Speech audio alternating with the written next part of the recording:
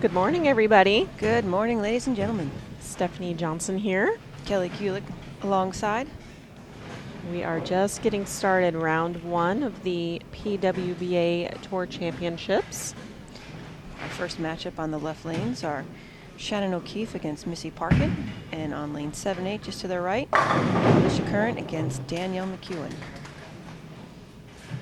In case you didn't know the format, it will be best out of 5 games. So the first to win 3 games will advance.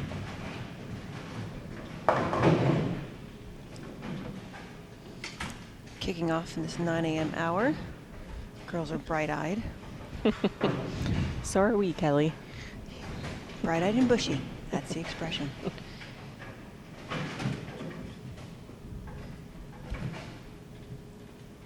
We have a beautiful setup here at the ITRC International Training and Research Center here in Arlington, Texas.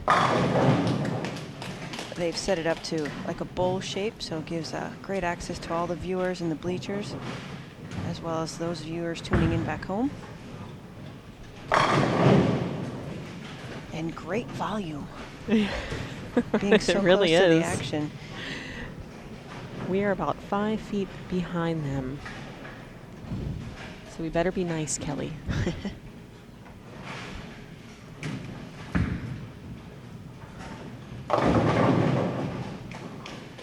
Shannon and Missy tied through 2 frames right now.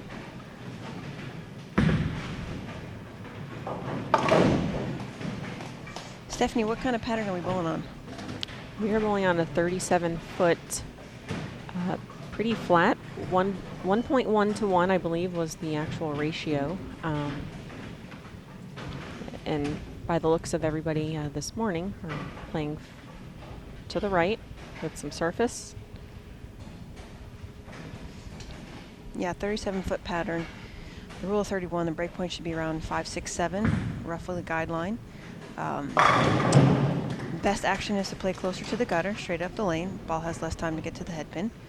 And we're bowling on 28 volumes of oil, though, which is very high It's the considering for a heaviest short volume pattern. we've seen, actually, all year. Yeah, if the viewers can't tune into the graph, but if they saw the graph, it's really in the first 15 to 20 feet of the lane. The rest of it tapers off very, very quick. So picture a cliff going to the top of a cliff and then just dropping straight off. That would be the image Towards of the the graph. head pin. Yep. Mm-hmm.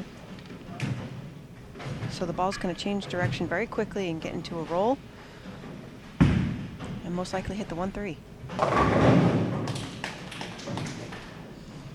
Everybody competing today will be on the right side except for Shannon Pluhowsky, the lone lefty in the field. She'll come up later on this morning. Mm-hmm. I would imagine she will be playing fairly straight as well. Mm-hmm.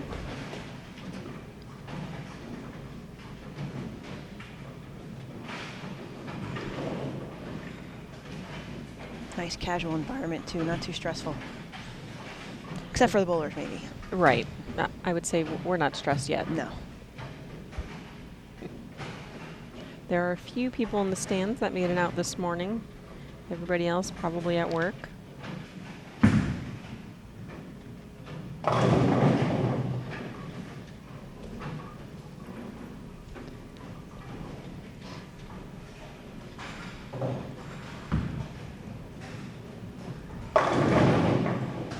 Solid 9-pin for Elysia Current. Stephanie, you've bowled in this building for a long time, right? What's your experience have. and knowledge of the lanes? You know, these lanes tend to play a little tighter, regardless of what pattern they put out. And I would imagine with as much stripping and re-oiling as they're going to be doing for the matches today, that will be even more prominent for the later matches in the evening. I would agree with that. Overall, though, across the house, pair to pair, fairly similar. Not too many, you know, topography issues, anything like that. I'm sure Shannon, you have gotten in many, many hours of practice in this building. We have. Both Team USA members. And we'll all be back here in a couple weeks for Yes. Team USA camp. Yep, Danielle, Team USA member, as well as Missy, myself, Stephanie. Yeah. Many are in the field this Many week. of us are here. extreme outside, Danielle. The gutter tends to be playing 2-3. You see Shannon, she's somewhere around that 6-7-8 zone we talked about earlier. Definitely matching up ball roll and ball surface will dictate where they're going to play on the lane. But all the girls right now are playing very straight up the lane. Right.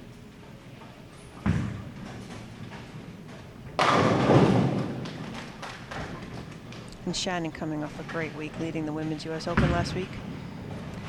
Absolutely. She's got some fire in her. Yeah, her confidence has to be very high right now. I believe her comfort zone is when she can really be aggressive, be firm, straight down the lane, and be able to fire it like she likes to do. It appears to be working thus far.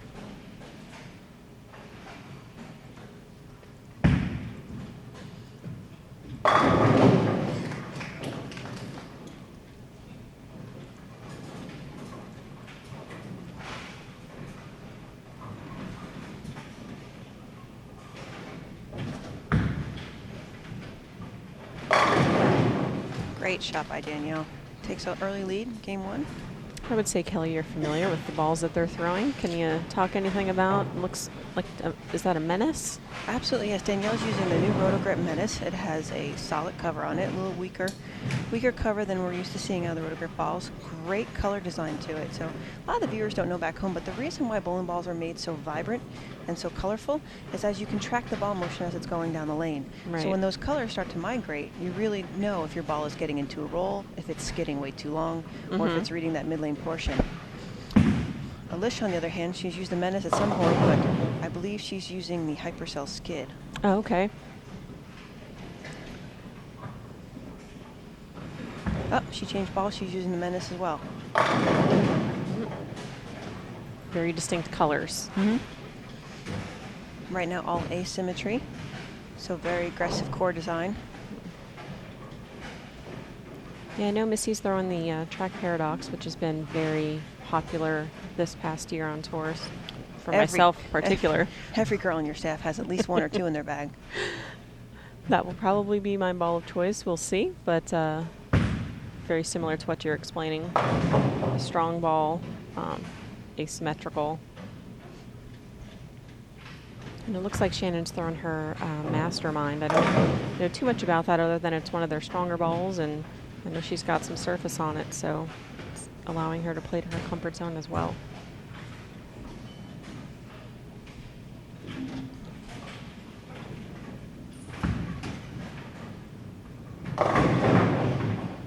Oh, a pin Light falls late. shaker. Great shot. Front 6 for Shannon on lanes 5 and 6. You look to create a larger pocket. Doesn't have to be flush in the pocket. You look for the light hits. You look for the trip 4 pins. And right now, I'd say she's matched up with the right ball in the right part of the lane. Oh, Great shot by Elysia. Yeah, you almost want to just get comfortable, get your first game jitters out of the way, and you know it's not a sprint necessarily. There's time. yeah, it's going to be a long day. Shannon with the front 7. All right.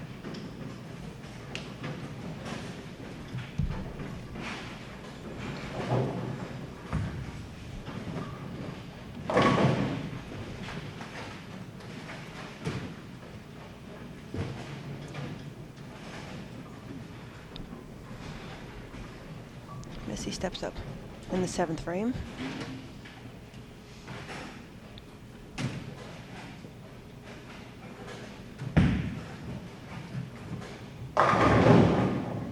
Ooh. Tough break right there. Pocket 7-10. This building can be very challenging to carry in.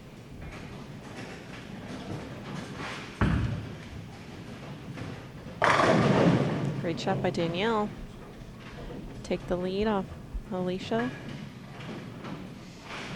What's so unique about this facility, too, for those of you tuning in at home and on the computers, on your mobile devices, there's no ball returns up on the approach. So it's wonderful because it gives the bowlers room with their space, with their approach. They don't feel crowded or clustered. Me personally, I would have liked to seen a long pattern with the ball returns being set back off. You wouldn't the have to approach. stand in front of it or No, beside it. Exactly. Exactly. So it's definitely a unique experience, similar to those bowling the national events, the Open Championships and the Women's Championships. Right. Kind of in that same environment. Danielle clutch.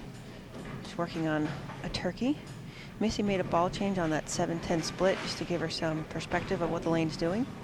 Yeah, it looks like she's got a coat of honor in her hand now. Wow. Great shot.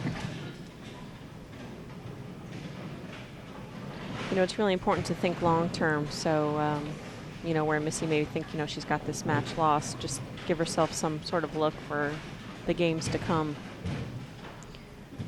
Yeah, a lot of it's strategy. It's not so much just striking all the time.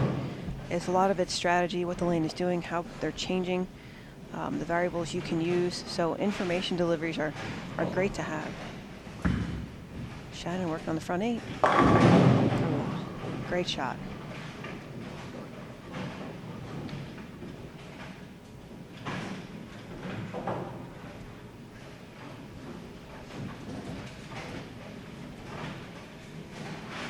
Alicia's a little bit deeper than Danielle is. Yeah, I was noticing that as well. She's laying the ball a little bit deeper inside than where Danielle is, and getting a little further right to the break point.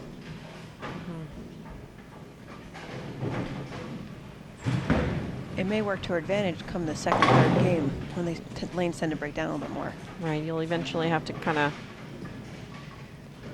move in little by little, especially with the girls essentially being on top of each other with so much surface. Sure. The heads are definitely going to start hooking early. That may result in a ball change, maybe loft, speed. You know, there's different things the girls can do. It's a matter of, you know, what's more comfortable.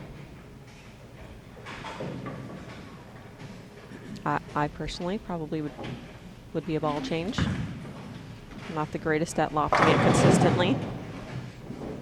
9 pin by Shannon. She's got this first game won. Yeah, so many variables you can change to make the ball do different things. With Team USA, I know Rod, who is the head coach, Rod Ross, the head coach of Team USA, he's a big proponent of being able to change your ball motion with the use of your hand. Ball speed is a big thing on our list of things the girls are always working on. Danielle a little high there, leaves the 3-6. She's got an early lead in this match. But yeah, as the lanes change, I know for me, I'll get more comfortable going a little more left to right, which is my comfort zone. But the less the ball has changed direction, especially on a short pattern, the better it's going to be. Right. It's got 23 feet from the end of the pattern to the pocket to essentially make a move. It needs as much space as possible. And the ball should definitely be rolling. Correct.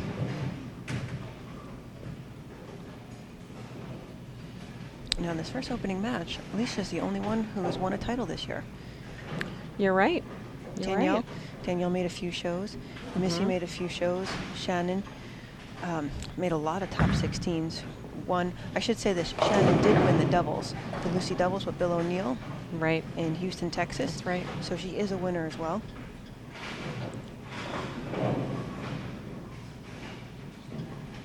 She bowls so good at that event too. Yes. I think that's her third title. So that's a testament to just her abilities and just a team player. And luckily our teammate. Yeah. Missy again looking like she's trying to get lined up for the next game.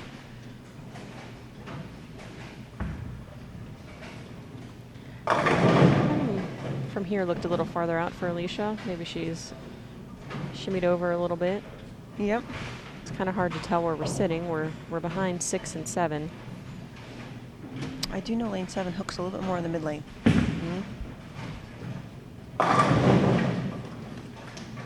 Shannon was telling me during practice that she had a 6 was a little tight for her down lane, which very possible.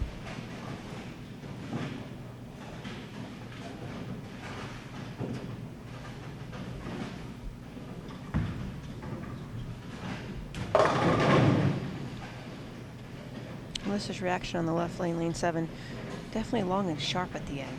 So that's definitely going to either be an angle change or a ball change, something that's smoother off the spot. Yeah, it's 2 shots. She's gone high, so she's got to be thinking something here for the next game.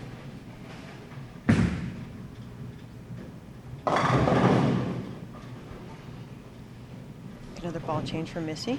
Yep, she's still searching a little bit.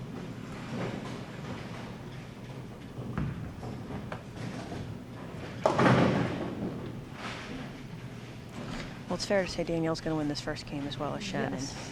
Yep.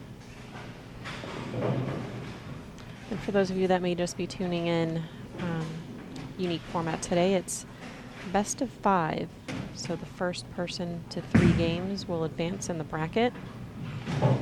Looks like in match on the left lane, Shannon's up the first game, and Danielle's going to win the first game of her match.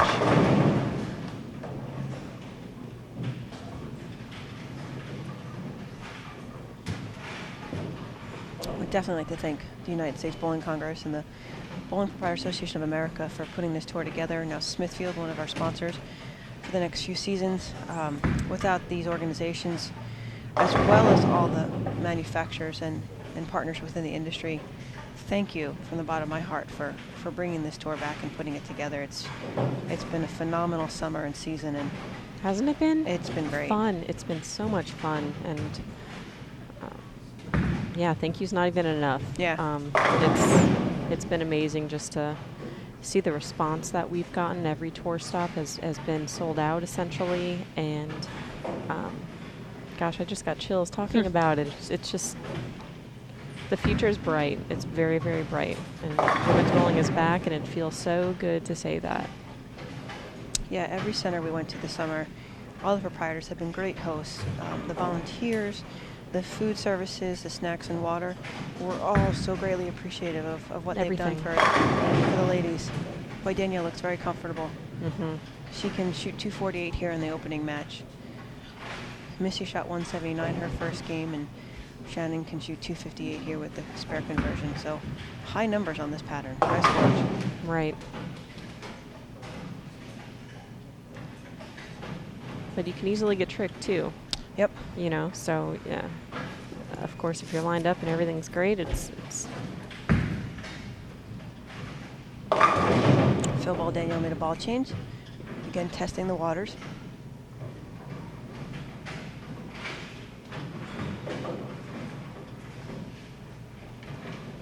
see what Elysia does right here. Maybe do some alignment changes. Looks like she's throwing the same ball.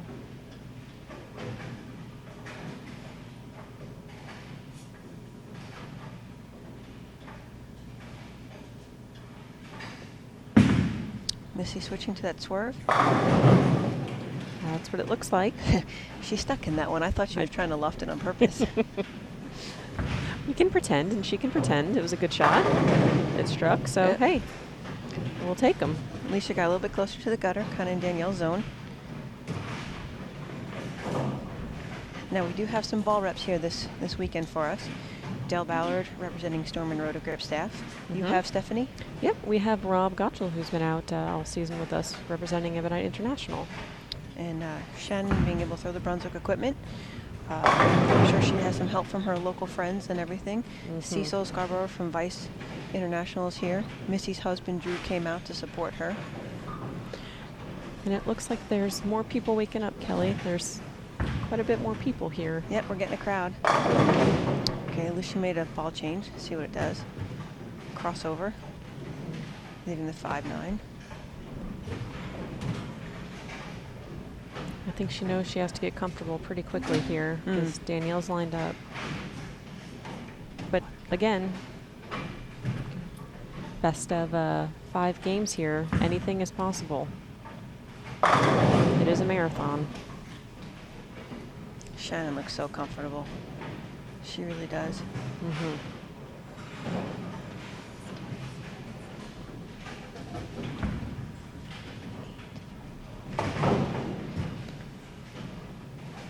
Get up there.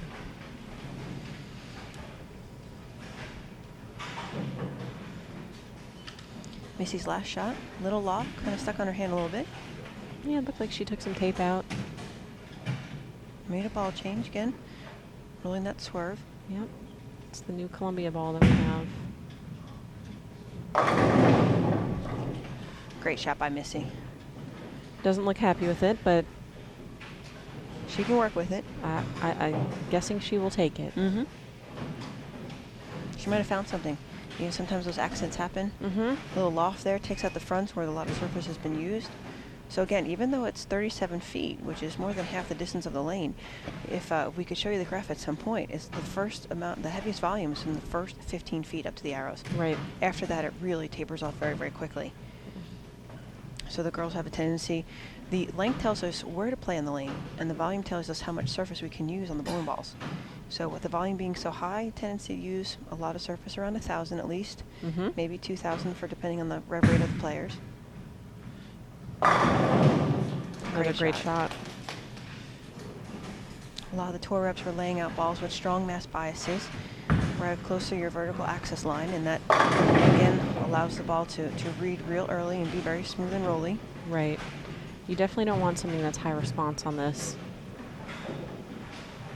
The surface will definitely smooth that out once it exits the pattern.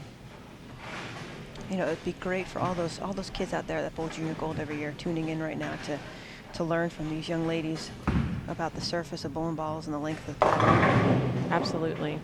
Shannon's starting to lose her line a little bit. The lanes are starting to break down.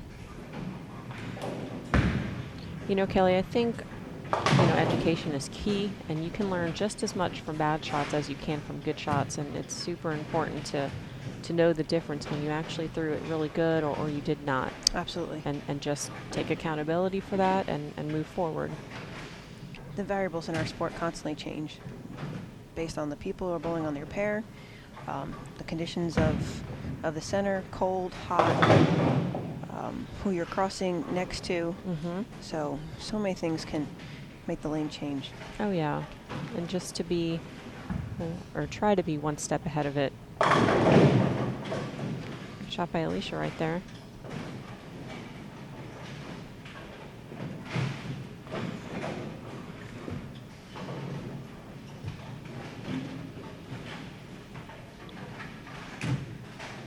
And speaking of junior gold, Kelly, just for all the young kids out there, just put some patterns out. Throw balls you maybe wouldn't have tried. Try different surfaces, different lane play. Just really learn your equipment. Absolutely. Shannon did like that shot, or did the lane just pick it up? I'm not sure if she maybe got a little quick with that. Okay, Elysia making another ball change here in the lane. That's good. Looks like she went to a crux. So she's two balling it right now. So she's using the menace on the right lane and the crux on the left lane. She might stick with that. Is the menace a little stronger, or is it? No, it's the crux is actually a little bit stronger. The crux is stronger. Shannon makes the spare.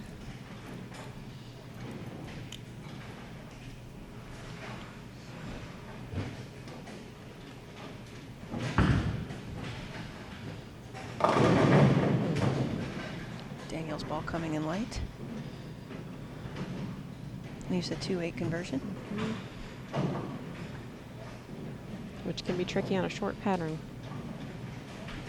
Yeah, I will say this, of the younger generation girls just starting out, I'm very impressed with Danielle's game. She is just so consistent. Whoa. Wow, that was an interesting pocket. 6-7. 6-7. Wow. Oh my goodness. That was pocket, right? There's to the there's no I watched comment it for go that.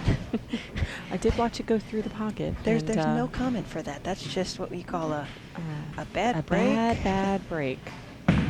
Wow. Not too often you see that. I mean, you can blame it on the rack, but a pocket 6-10.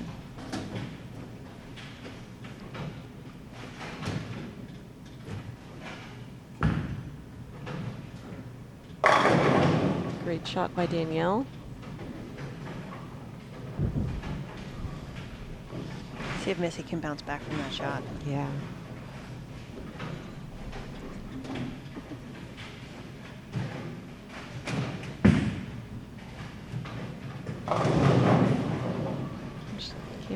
light. 2-pin conversion.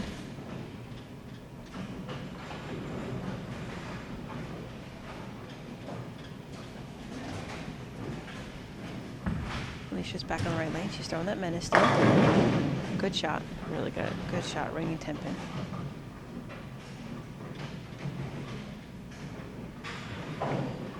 I have found too all season long that the pattern would be a certain length, but it would always play a little bit longer than what the length dictated.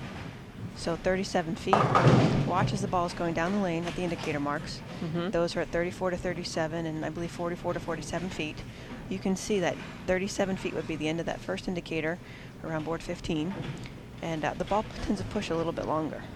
That's what I found. Whether that's consistent every week for most of the girls, it just seemed the length of the pattern would play a little bit longer than what was dictated.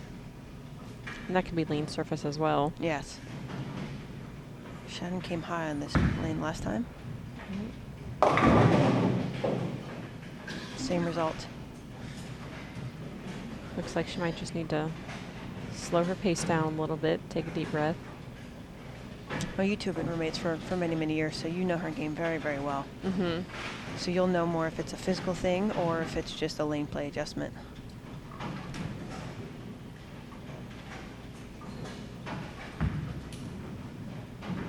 Wow. Great shot. Yeah, great ball change by Elysia.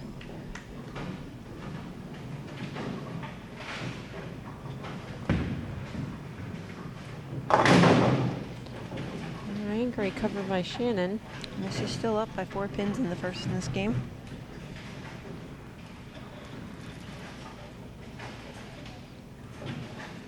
Danielle trying to find a double.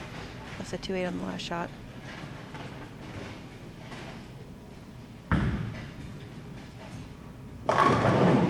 Oh, trip to 4.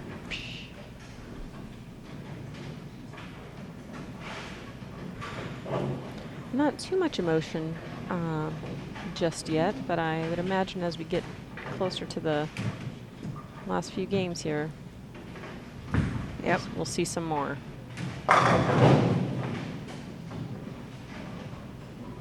Great shot by Shannon. Yeah, I think she made a slight move inward.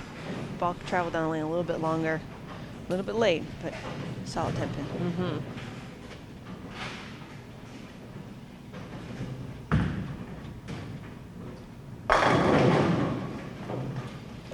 Another great shot by Danielle. She has 3 in a row. I think she's been on Team USA for 4 or 5 years, and plenty more to come. Absolutely, and won the team trials twice. Yep. When you talk about the future of the sport, she is the future of the sport. Absolutely. And again, our teammate. Wow, split the 8-9 on that shot. That was beautiful. Did the same thing on lane 7. Let's see if she can do it again. Now Missy left the 6-7 on this lane the last time.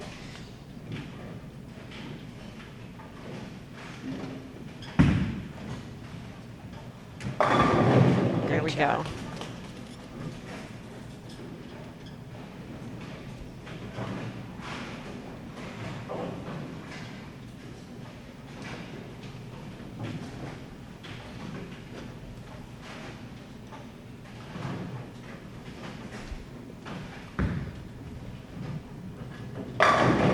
Great shot by Elysia. Little approach trouble there.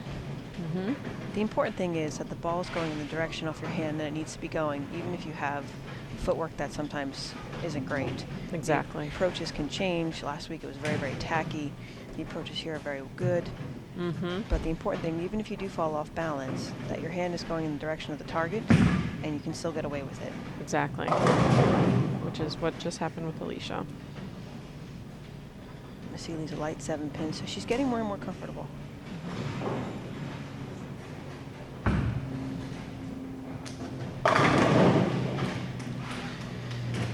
As the voice of the PBA guys would say, that's a ham bone for Danielle. Ham bone. Maybe we need to think of something creative for 5. instead of a 5-bagger. So 5, I think, was Yahtzee. Yahtzee. Okay. Mm-hmm. 5 Alive. We'll have to, viewers can chime in at home as to give us some examples of what we can rename the string of strikes. Yes. Turkey just makes me think of Thanksgiving. It makes me hungry. And ham bone. I mean, I sense a theme going on here. Oh, Danielle got that one a little bit inside her target.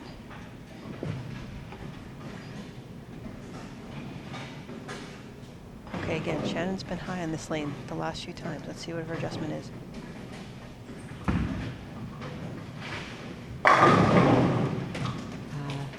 I would say that was a great shot. Yeah, she definitely moved in deeper. Yep. Just slowed her tempo down a little bit. Take a deep breath.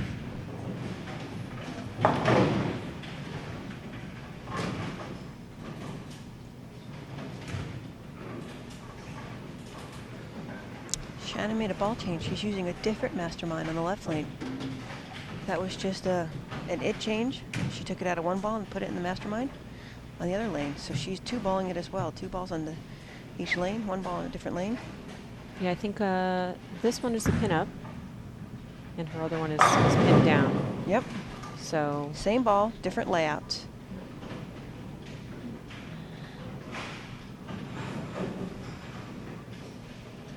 Again, she knows this facility so well. Yeah, absolutely. Elysia just taken an early lead in game number 2 now with a ham bone. Or 4 in a row. Call it what you like. Yep. And she's still throwing 2 different balls, Mm-hmm. just like Shannon.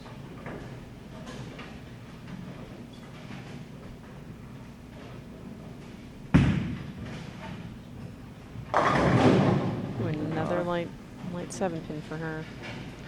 Yeah, Missy's ball reaction, she's getting to the pocket, but the ball just seems to be laboring just a little too much. It's trying to make its motion. It's trying to find its PSA, positive spin axis, and it's just getting there a little too late with not enough energy.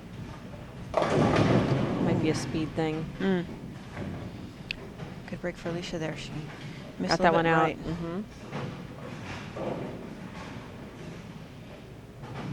You know, I think it's important that if you're bad shots, you don't pay full price for it. Absolutely. You know, leave something that's makeable and make it.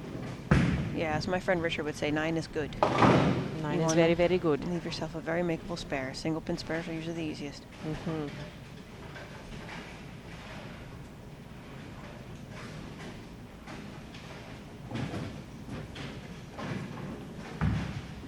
Especially with the ratio of oil that we're using this year on the ladies tour.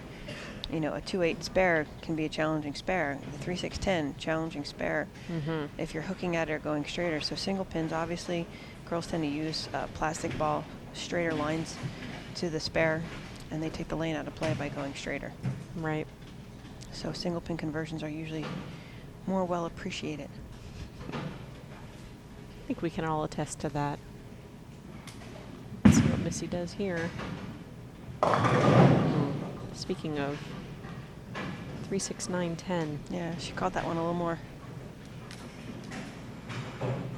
That's a tough spare no matter what pattern you're on. Yep. Danielle bounces back in. Great shot. You know, it's never over till it's over, that's for sure. Last shot always comes down to the 10th frame, especially with the caliber of athletes we have here this weekend. And very, very close match for both of them, with Elysia on a spare and Danielle on a strike.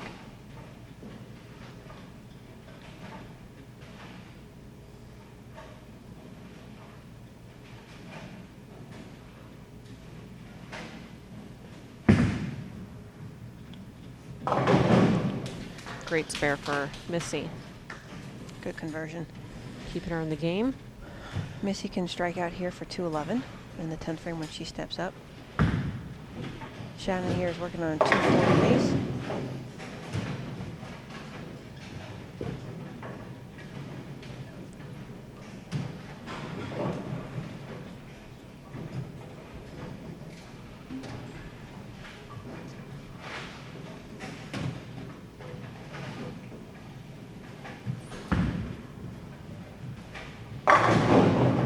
Great shot. Great shot. 10 pin to fall a little late, but Her adjustment was the right one.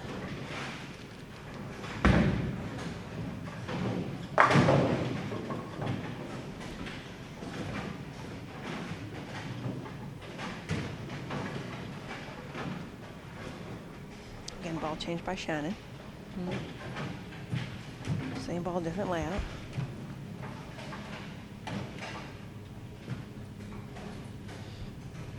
Getting more of a crowd here in the ITRC. I would imagine later in the day, more people will show up. Good break. 2-pin. If she converts this, that'll solidify the second game for Shannon. Great shot by Elysia, too. She just took the lead in the match. I should say in this game. It's going to be a 10th frame game over here. I think every match today is going to be a 10th frame. Keeps it exciting. Yes. Shannon just needs 2 pins to win the game. Looks like Elysia, by the math that we're doing, needs the first one here to lock up this match.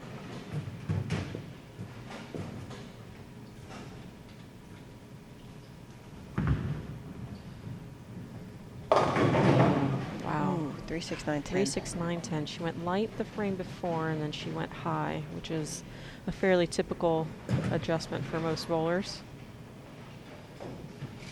She will definitely need to convert this. Shannon made a ball change on the fill ball. Doesn't look like she was happy with that, but good information. Mm-hmm.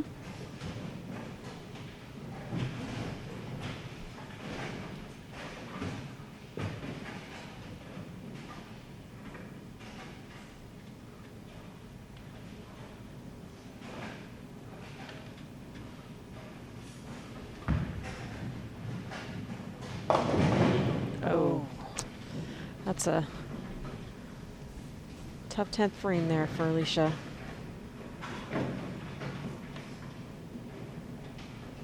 Yeah, Danielle just needs good count, like a 9 spare, good count on the fill ball to win the game. If she strikes in the first ball, again, just a good count on the second delivery. Anything's possible.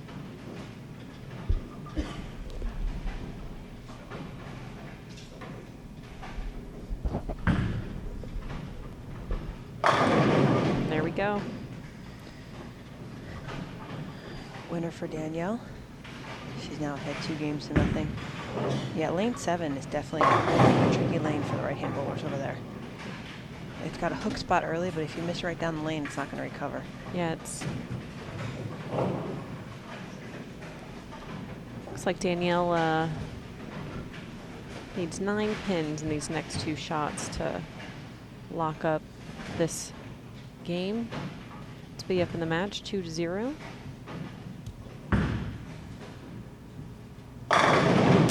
And she got 10. Even better.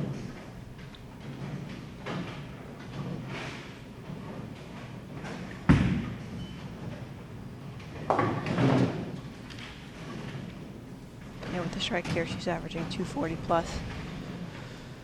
Well, both Shannon and Danielle are up in their matches 2-0, which means Missy and Elysia need to win this next game to stay in it.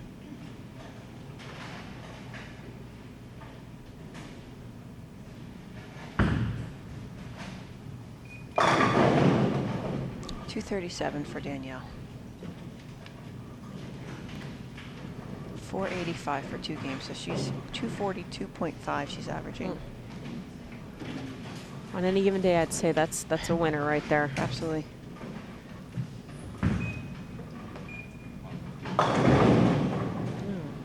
Trip 4 for Little Shannon. high, trip 4.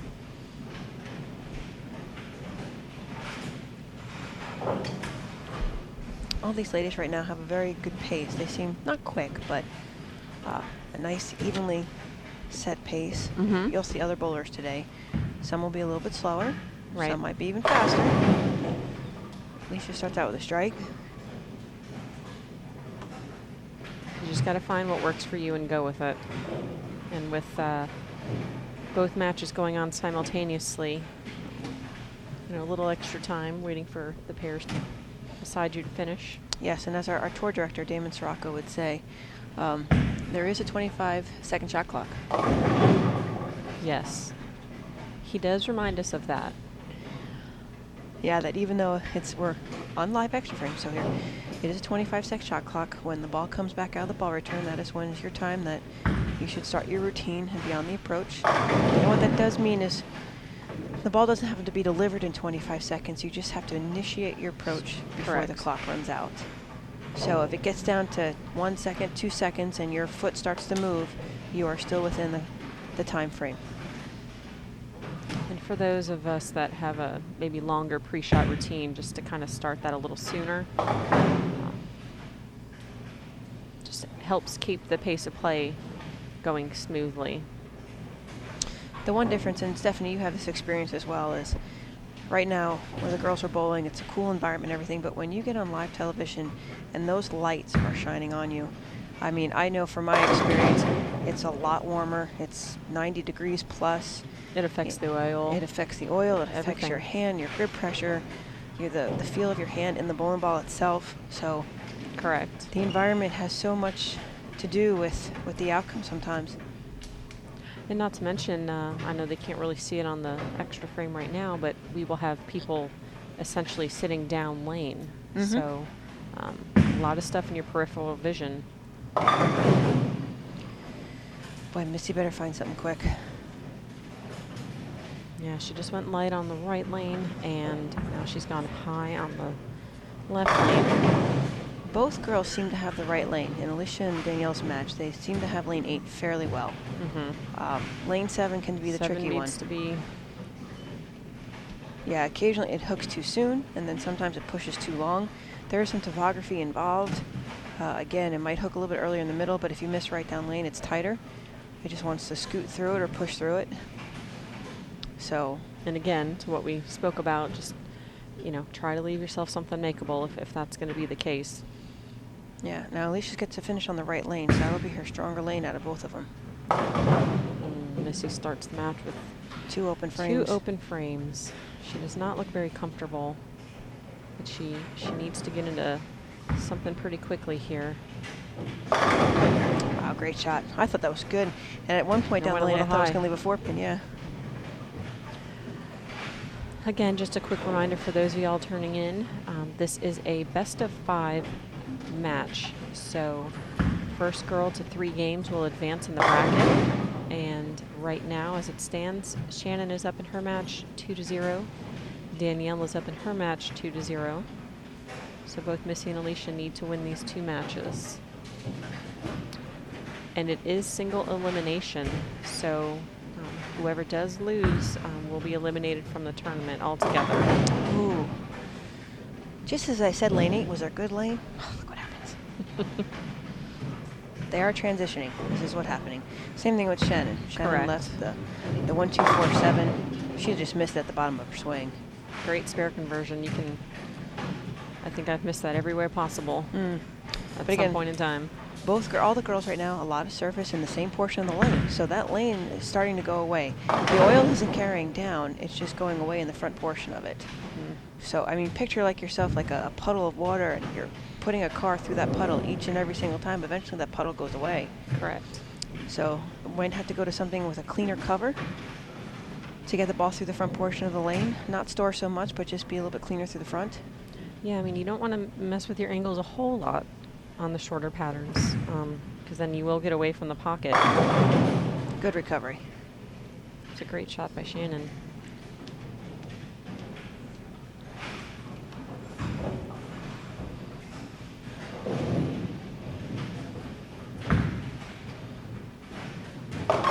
Yep. Wow. Yeah, that. Lane 7, tricky, sticky wicket. It's just got a really defined hook spot in it. Yeah, I mean, I mean, the girls now are at the skill level where if they're missing, it's by board. maybe Yeah. an inch and a half. It didn't look like a bad shot off her No. hand. That's the difference between a good bowler and a great bowler. A great bowler will know when he or she made a bad shot.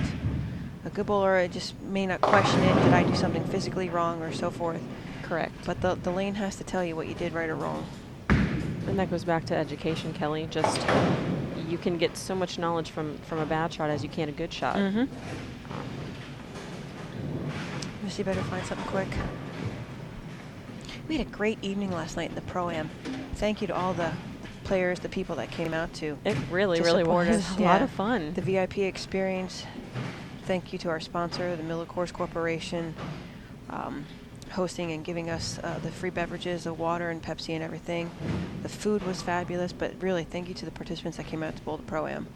It really is because of them that we're here. Absolutely. You know, it's an industry-wide support of the tour, of just women's bowling in general. They were very excited to be bowling with us, and we got to sign a lot of very cool bowling balls and pins. 7 pin by Elysia. She got that one a little bit farther right down the lane. Not much, again. But she left herself a makeable spare.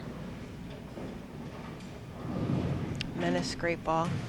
Danielle switched to the Optimist Solid on the fill ball the last game to give her some different views.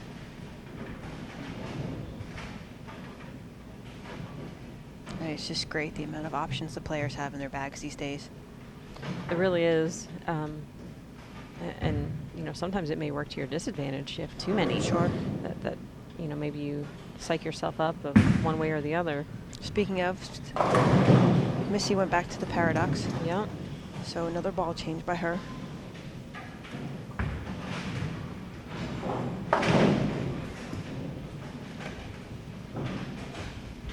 And I think with the tour now establishing itself that we're going to see even more opportunities for ladies to bowl certain events. I mean, obviously there's international bowling over in Asia and Europe with the World Bowling Tour.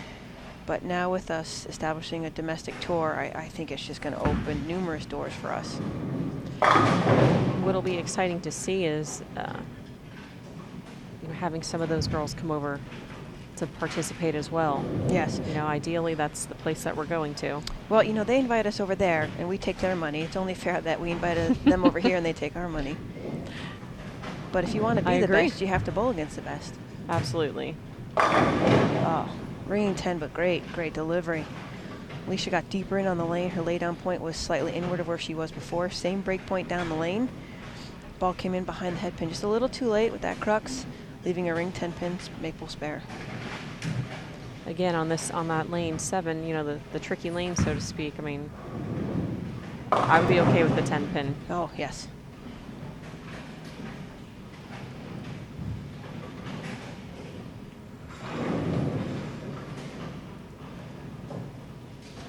I will comment too about the overall physique of the ladies. You know, the weekends we bowled, it was a sprint every weekend. You bowled the 12 games of qualifying on Friday. Mm-hmm. You made it to match play. You bowled 16 games on Saturday in the step ladder. I mean, that's a lot of bowling in a short period of time. And all the girls realized how important being in the gym is, nutrition that goes along with it. I know one of the bowlers on tour, Heather Derrico, she had Bowl Fit, you know, really trying to help the girls work with their fitness to give them more endurance and more strength throughout the season. So we're really appreciative of her information. There's so much out there. I mean, Nick bowls with Team USA and Yeah. what he's done. Yeah, absolutely. No, it's very, very important, and you know, for the girls, some of us, including myself, that commuted back and forth, the traveling takes a lot out of you, and it's been a interesting 10 weeks or so. Yeah, Missy doesn't look comfortable. It's never seemed like a defined spot for her to play in. You know, she tried a couple different balls, and you think 3 games, 30 frames is a lot. And in one mindset it is. But if you can't But when you look find up it, and you're halfway through the game and you're still searching, it's tough. 9 pin by Danielle. I believe she made a ball change on that. Let's see as it comes back to us. Hey, bowling, when you let it go, it always comes back to you. Most of the time. Oh, she's a menace still. Let's see with the 6-10 conversion. Unlike golf, I hit it. I got to follow it and hit it again. Well, my problem is finding it. Because I do not pride myself on being a golfer by any stretch of the imagination. I will stick to mini golf where I could definitely see it. Yeah. Yeah, the rubber putter and the red, blue, yellow, green colored balls that you get to Correct. hit on the miniature golf course. Yes. Find the fit that fits you. All right, Missy better get lined up here. 6th frame. She's got 58th in the 4th. Shannon's 30 pins ahead of her. Looks like a great shot. Swishy 7. She finally carries that. Still doesn't look thrilled with it, but you got to take them. Wow, great shot by Elysia right there, keeping herself in the match. And she's in her comfort zone as well. Mm-hmm. I mean, I know when she likes to be towards the gutter and play straighter through the front portion of the lane. I think all the girls here right now are in their comfort zone or within their A game. Sure. But the left lane definitely is a little tricky. Shannon, that right lane starting to go away from her. She made a great shot in the 4th frame. 2nd frame, she missed at the bottom of her swing. 6 count left the rail. 4th frame, she looks like she moved inward and caught a little bit more with her hand. And that one, she just missed at the bottom of her hand. Yep. So, if it's that precise, you have to be so good physically. Should you make the ball change, or should you really focus on your hand? Right. And again, for those of you guys tuning in, Shannon is up in her match 2-0. Danielle is up in her match 2-0. So Elysia and Missy have to win this game to stay in. Now talking about lane 7, there's again definitely a defined hook spot down the back portion of the lane within the last 20 feet. Elysia just left the 3, 4, 6, 10 makeable spare, but very, very challenging. Mm-hmm. So it's anybody's game right now. It's not really what you'd want to be shooting at to keep yourself in the game.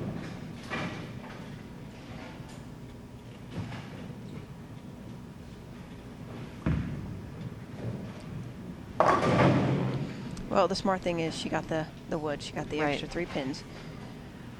As my coach Larry would say, he goes 3 of 6, 3 of 6, especially off a strike. Great shot by Shannon on the left lane. So she is up in her match by quite a bit here. Let's see how Missy can respond to that.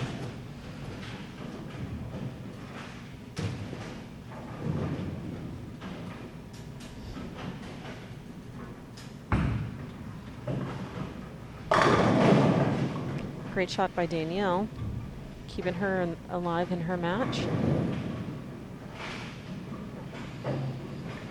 Very, very close.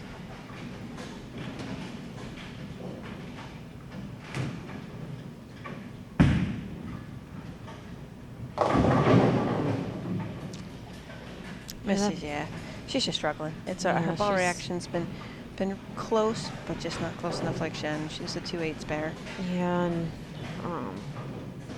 now it looks like she's just trying to make something happen. And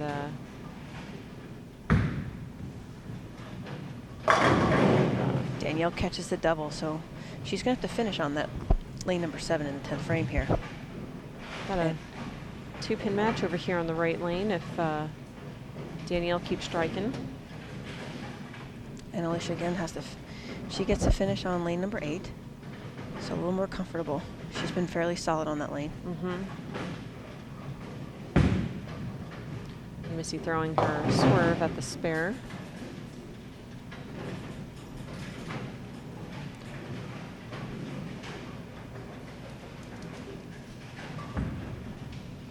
Oh, hurry back. Oh. 2-8 for Elysia. She got that one down the lane quick. She sure did. It's a little right off her hand, but certainly makeable.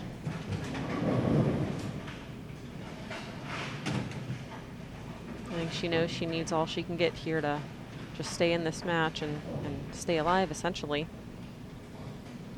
Yep.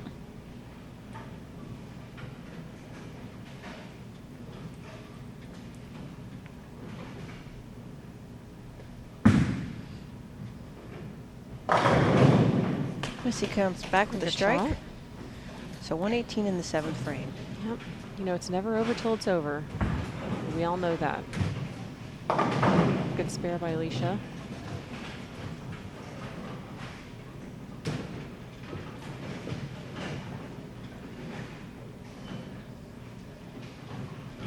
Shannon could extend her lead and get closer to shutting out Missy to win the match.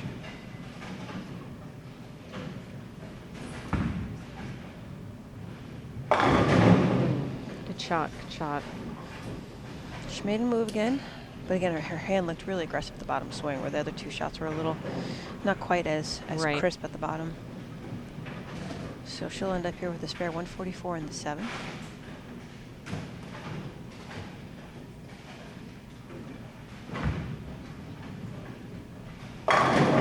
Great Has shot. a great shot on that left lane after what she left the frame before. So again, it's going to come down to the wire here.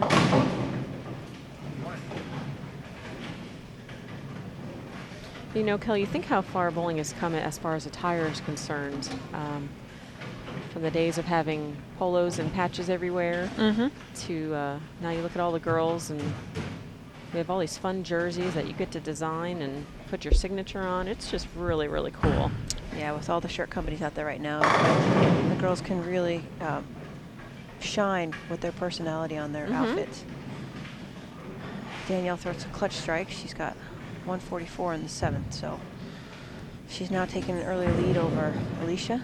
It looks like if my math serves me, Kelly, if she doubles right here, she will shut Elysia out And win the match. and win. And Elysia will be eliminated from the tournament. 1 + 1 is still 2, right? Last time I checked. Okay. I'd love to go back to the days where you keep score by hand and the computer doesn't do it for you. Ooh, wouldn't that be interesting? 9 pin? Oh. Wow. She left the door open. That made it interesting. Not intentionally. Great delivery. She left a 9 pin on that lane the last time she bowled over there in frame number 6. That just means the ball, again, when I talk about that defined hook spot down there, it comes off the spot so hard, it creates such a large angle entry into the pocket, and it just bypasses the 9 pin. The ball goes more into the 8 pin and doesn't deflect enough to take out the 9 pin. You see a lot of that on short patterns too, with just so much entry angle. Yep. Missy keeping herself alive. She went back to the swerve on the right lane, so she's made numerous ball changes throughout this game, but she did keep herself alive. Well, if Missy strikes out here, that'll certainly force Shannon to get the first one. None of the girls took a re-rack either. You're allowed 2 re-racks a game, and not necessarily for the shape of the pins, but sometimes it could just be Take an extra moment. 15, 20 seconds. Yep. It's not playing defense. You don't want to think about it as an advantage to slow a player down or something, but maybe just give yourself extra thoughts. Right. Patrick Allen's done it on the men's tour many times. Wes Malott, you know, a lot of the great players. Jason Belmonte. So it does have a key within each match.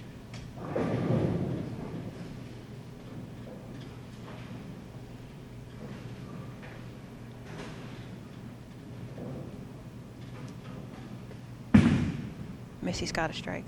She does. That was a great shot. I'll say she enjoyed that one. Yeah. That goes back to the emotion we were talking about.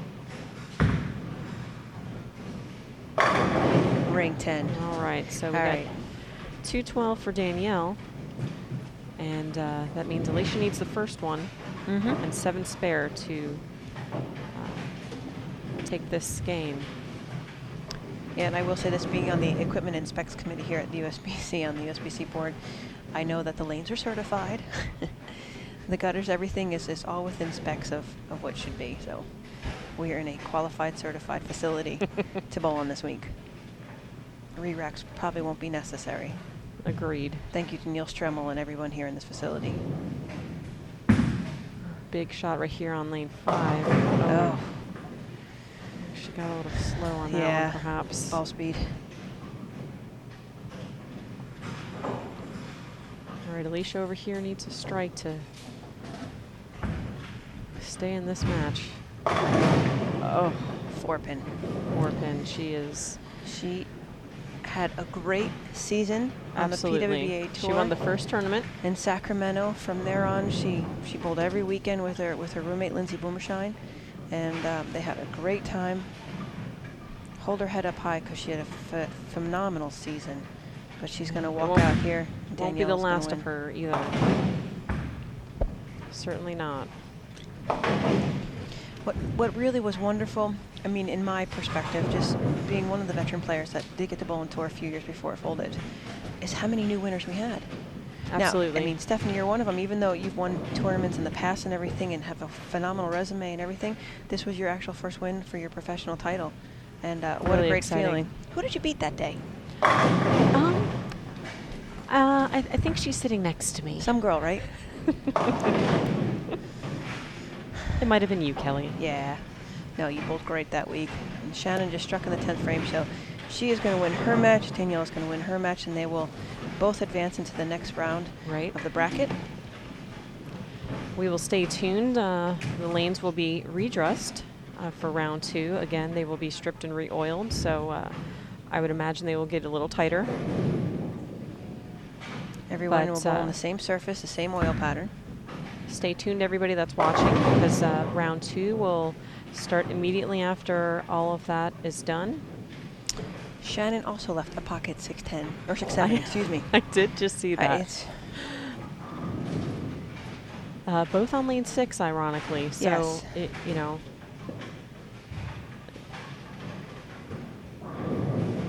I'm sure Missy's wishing that was in the first frame. Yeah, because she was on I think she was on a string of strikes in game number 2 when that occurred. And ooh, talk about running out of gas. It's like, all right, you're motoring along, you're finding it and everything, and all of a sudden a bad break like that comes up. Absolutely. It can be a little deflating. Well, thank you for tuning in to this first round. Yes, everybody, stay tuned again. Round 2 will be coming up here shortly after they redress the lanes. So stay tuned.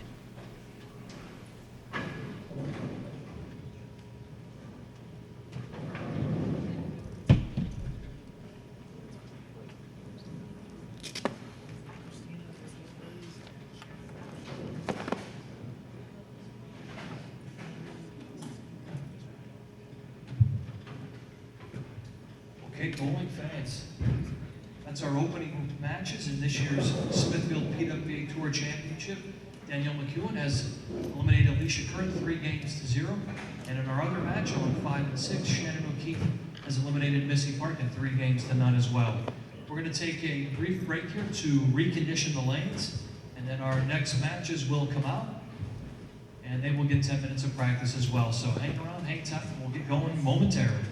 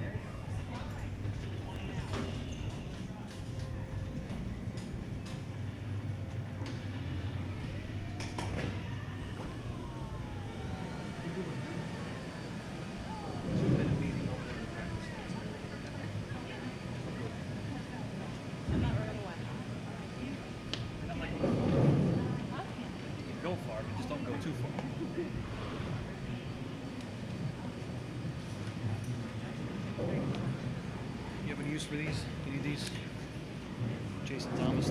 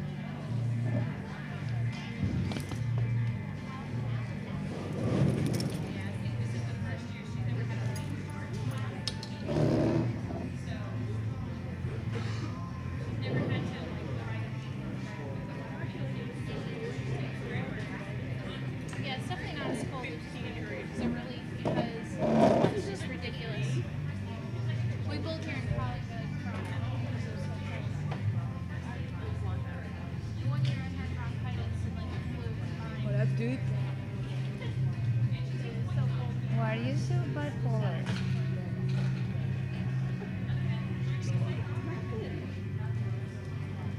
Is it still going? In the ear? Not even a word? I just made that word out. Word of the day. Cheesily. I like that.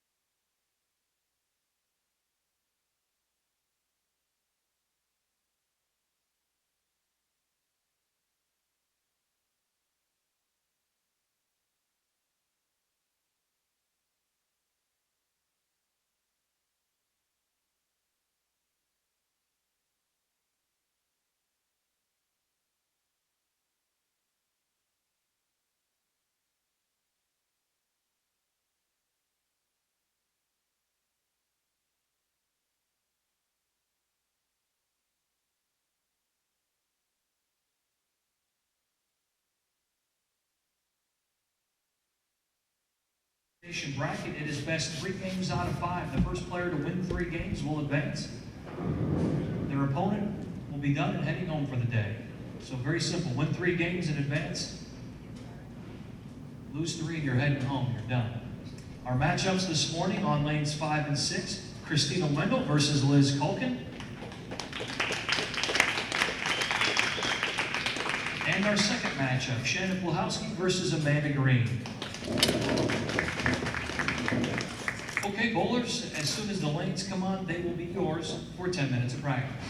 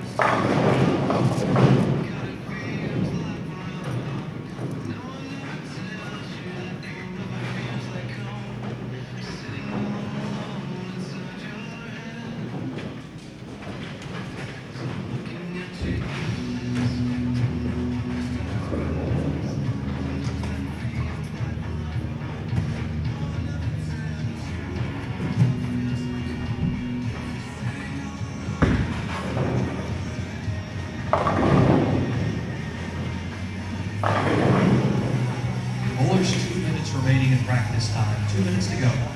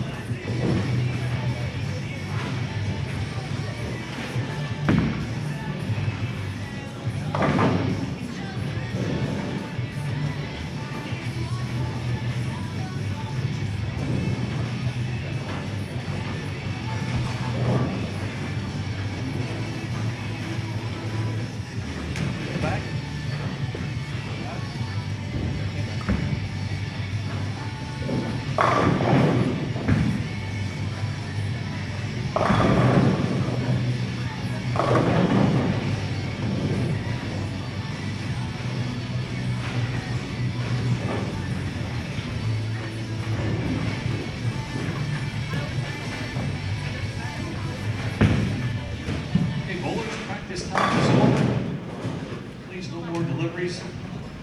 A few reminders, bowling fans, the use of flash cameras during competition is prohibited. Also, if you have a cell phone, let's put that on the silent mode, please. You folks over here that are down lane or on the side, you've got a unique view of the action.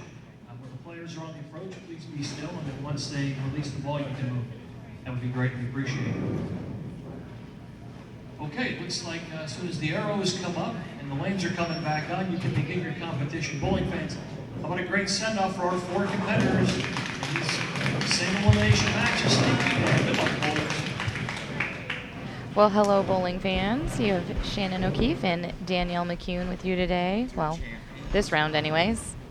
Hi, everyone. Danielle and I bowled this morning at 9 a.m. and we were fortunate enough to both win our matches. So, spent a little bit extra time with you guys.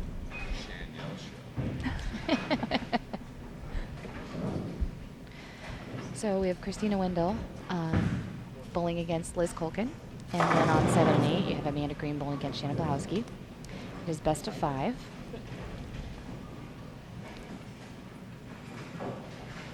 For those of you that don't know, we are bowling on a 37-foot pattern.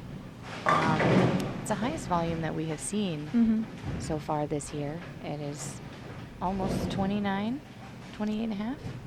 Yeah, 28 and a half, somewhere around there. On the volume.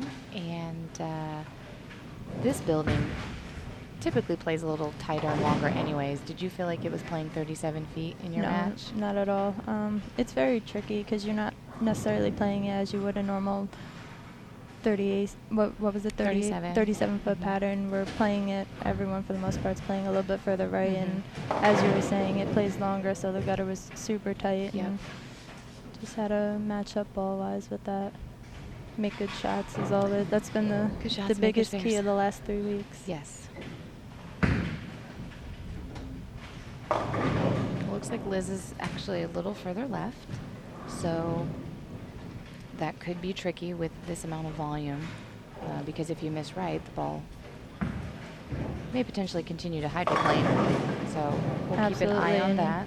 I tried in a little bit in practice, and there's no room left or no room to kind of grab it or get up the lane either. So.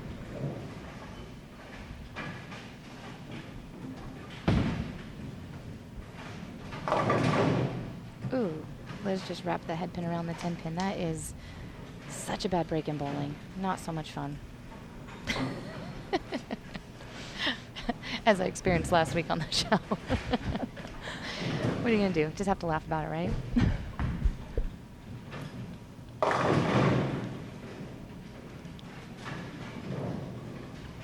This pattern in this building, it goes back to what you just said, Danielle. It is even more demanding on and how critical it is for making good shots. Absolutely. And I don't know about your match. Your match was on the 5 and 6 pair. I was on 7 and 8, but I mean the lanes played pretty drastically different. Yes. On top of that, so you're kind of playing 2 different hard shots separately. Right. Yeah, in my match I was actually playing the lanes differently with the same ball but drilled differently. So, and I did that the entire 3 games. And on my match I started with 2 different balls to start, and then Elysia ended up doing the same thing, and that's when she got a bunch of good shots going.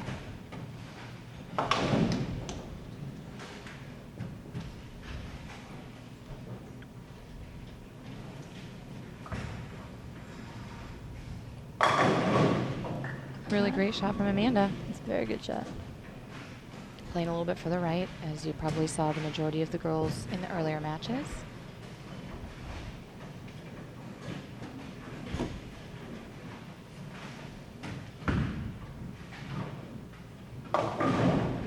You know, lane 6 can be so tricky. You see both girls actually miss the head pin on lane 6. It just seems to be a little bit tighter down lane on lane 6. So it's very easy to actually miss the head pin like that. Amanda looks like she has a very good look out there. Yes. And she doesn't have any traffic in her way. You know, Shannon's on the left side, and so they just kind of setting up their own shots.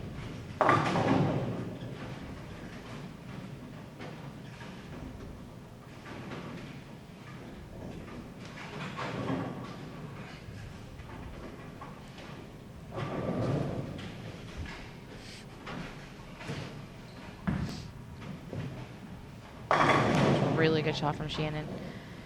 I don't know what she's throwing. What is that?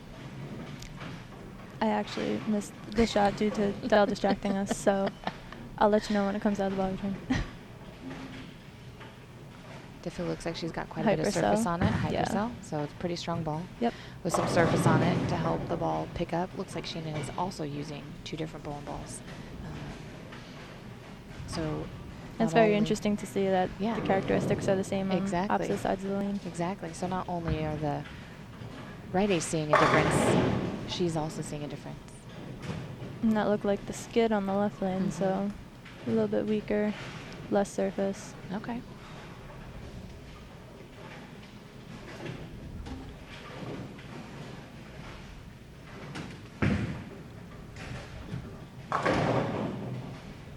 Kristina picks up her 2-4 over there. A little light as well. She's using a paradox, but she is, both Liz and Kristina are attacking the lanes a little bit further left than what I've seen the majority of the players on the right. And I guess we'll see how that kind of works out over the next couple games. They could get really tricky, or, you know, maybe they're onto something.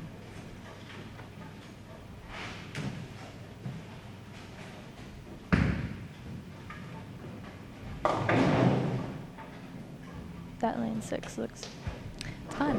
yeah. Fun's a good Can't word. you wait? Can't wait.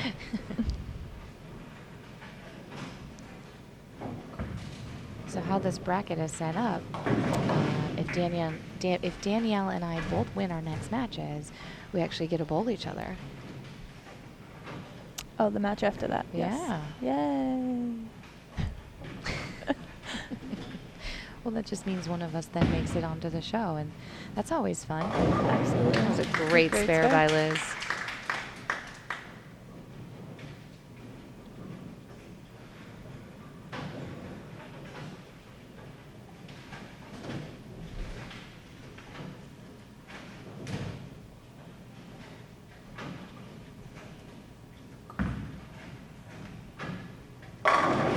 Another great shot by Amanda.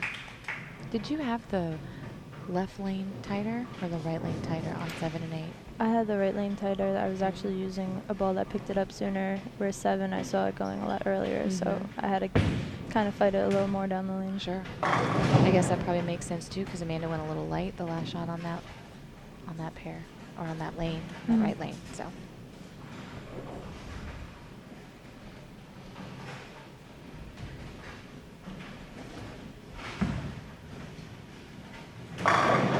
Ball's picking up perfect for her on that lane. Those are great shots. I love watching the Shannon bowl. She throws a shot, and her body language looks like she just threw it out the window or tugged it over her shoulder and all the time. back every time. When she drops her shoulder in complete disgust and then she like splits the 8-9 off the deck, it's Every time.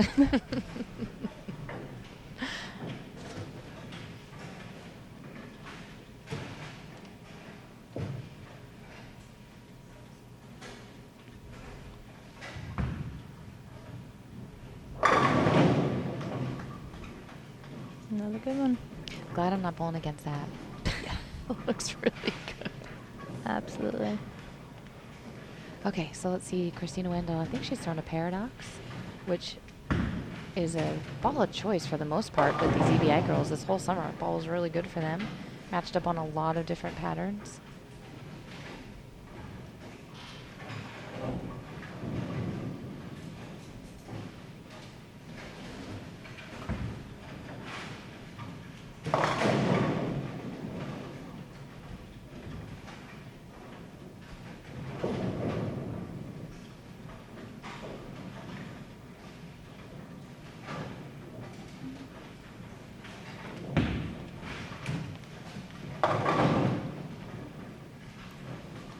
Spares seem to be the key. Yeah. Both players in the match on the 5 and 6 lane right now. Thing is they're pretty even here. You know, they're within a couple pins of each other, and it's almost a race as to who's gonna dial in quicker. Until then, just fill frames. Yep. Yep. Stay patient. Try to learn. It's a pattern you definitely need to stay patient on.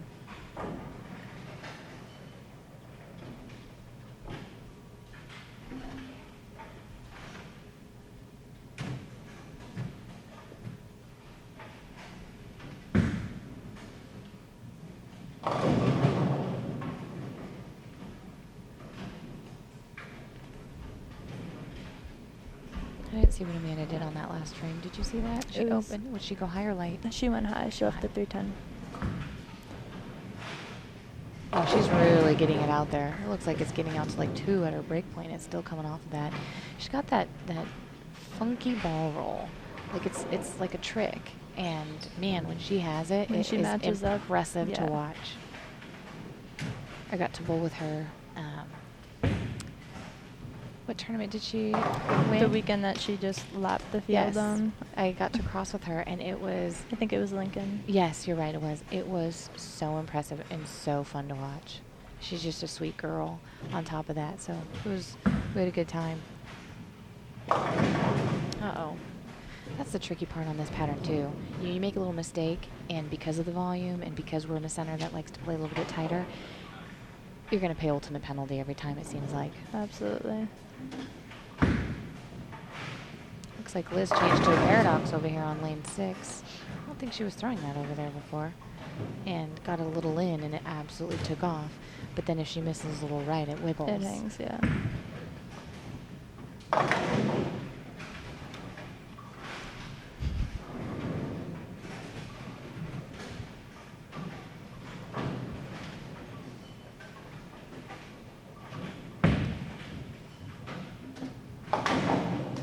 Good spare. Continue to fill frames. We are yet to see a strike over here in this match on lanes 5 and 6.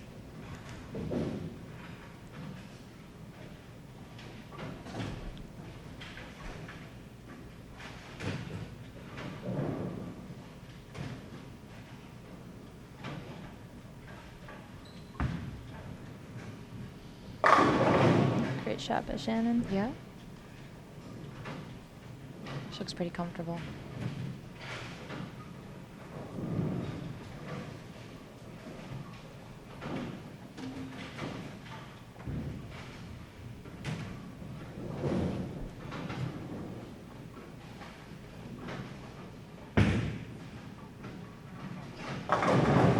Oh, there we go. Our first strike. Our first strike. That looked good.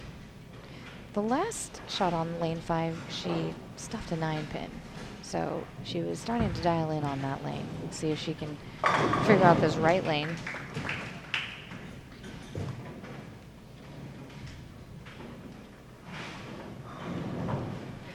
Amanda struck on the right lane for her double, which is good because she hadn't struck on that lane in a couple shots. She went light and then she went high. So again, just it's early in these matches. Players are settling in, trying to get comfortable.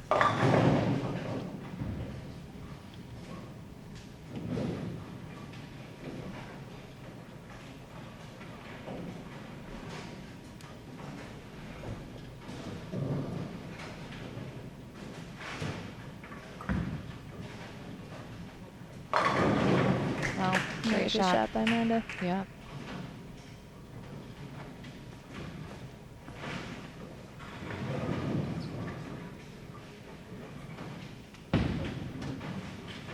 All right, great spare by Kristina. You know, they're still very close. Kristina just needs to settle in, get comfortable. And she can make a I feel comeback. like being comfortable in this situation, given them the pattern and just the situation of the format alone, is a little difficult to do. I don't know how you felt during your match, but I mean, it's single elimination, and Right. you know, it's head to head. You want to get off to a good start, but at the Right. same time, you need to be patient. And it's a little difficult to balance that. It can definitely be a challenge for sure. For me, my mental focus coming in was just make great shots and however the pins are going to fall or how they're going to fall. And, you know, we're all grateful that, you know, we have a tour again and that just making it to this point is an achievement in itself. Absolutely. It doesn't mean I don't want to win. It doesn't mean I don't want to make It it is to really this show. cool. This is a cool setup, and Yes. just to be here and experience this all is Yes. really cool. But it is unique. It's, you know, all matches are going to be done today. It's a long day. Could potentially be quite a few games in a somewhat stressful environment. And, you know, if all of a sudden you find yourself down 2-1 in a match, how long can you stay patient for? you Yeah, know? absolutely.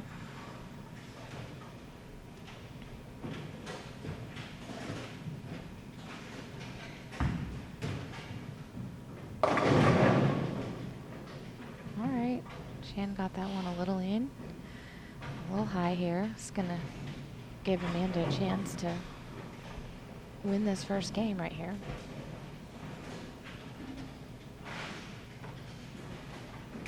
Let's see what happens here with Liz on lane 6. Looks like she's actually moving a little bit deeper. Oof. Missing right, misses the head pin again. That lane's tough.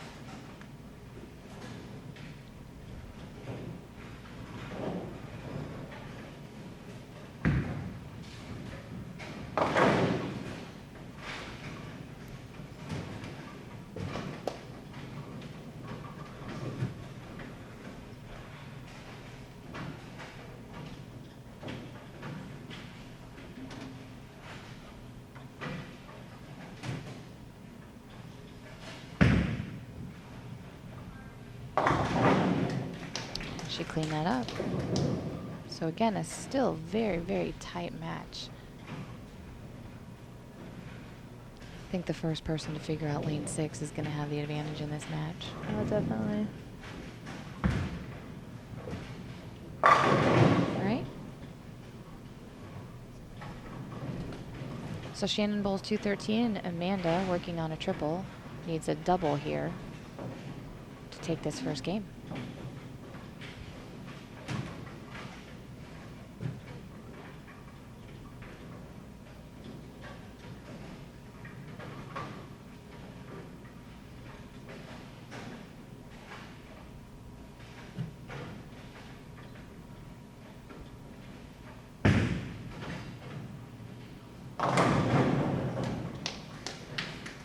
Another strike by Liz. Yeah. It's 2 in a row on the left lane. Like you said, as soon as she figures out the right lane, she'll be looking good. Yeah, the thing that I have found over the years of, living down here and bowling in this building, when you go light, Amanda just split. Actually, it didn't look like it was that terrible of a shot off her hand, and it just took off. Mm-hmm. So Shannon is going to win this first match over here on lane 7 and 8. First match over here on 5 and 6, or first game, is still up for grabs here. Well, that was a really good shot. Great shot. Yep. But the thing that I've noticed in this building is when you go light, you leave a lot of 7 pins. Yeah, you were saying that.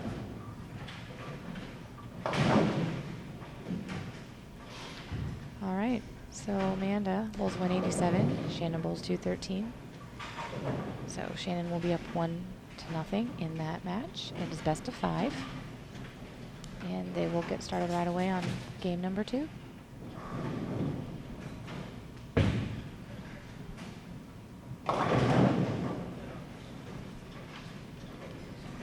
So Kristina, working on a strike, misses just a little right and leaves a 2-4-5 here. Again, this match is still very close.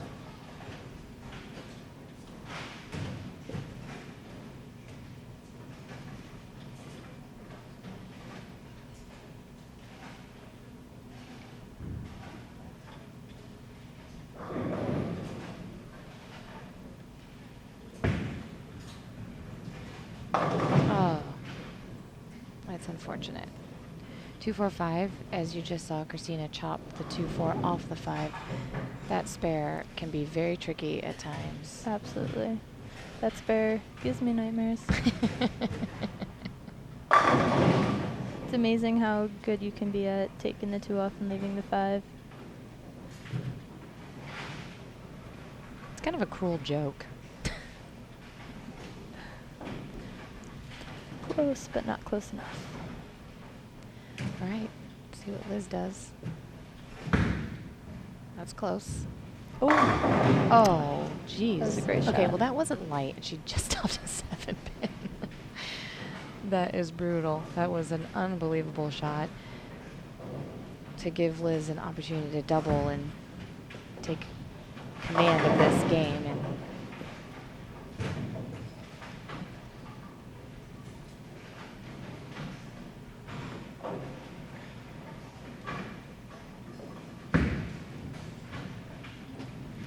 she cleans up her spare.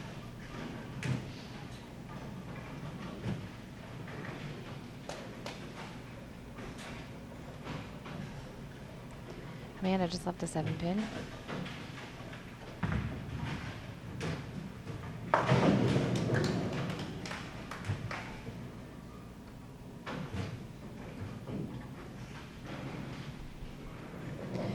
So over here on lane 5, Liz is stepping up in game number 1, 10th frame, and she just needs a mark to win this first game.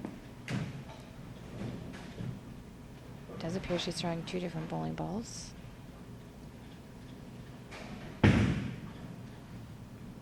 And that was That a does it. great shot. Great shot. So Liz will take this first game and will be up 1-0 over Kristina Wendell.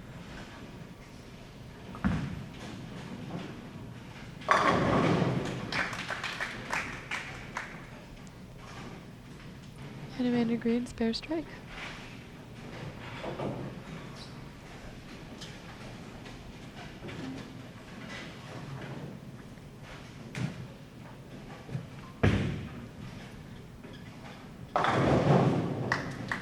Liz strikes again over here. Went a little high, but she tripped some stuff out, so looks like Liz is starting to get a little comfy. Hopefully Kristina can figure something out and give her a run for her money. You had to say something about the 7 pins. Yeah. Telling you. I forgot until practice yesterday. I've bowled in this building for quite a while since we moved away, and so in practice I think I left my first 7-pin and all those memories came flooding back to me. So Liz bowls 192. Kristina has 144 in the 9th. So depending on what she does here, Liz wins this first game, and they will move on to game number 2.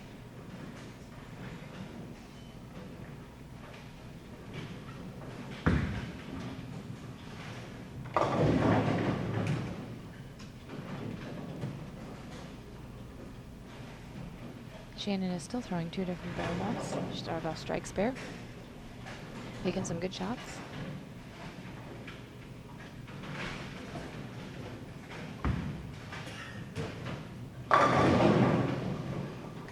That was really good.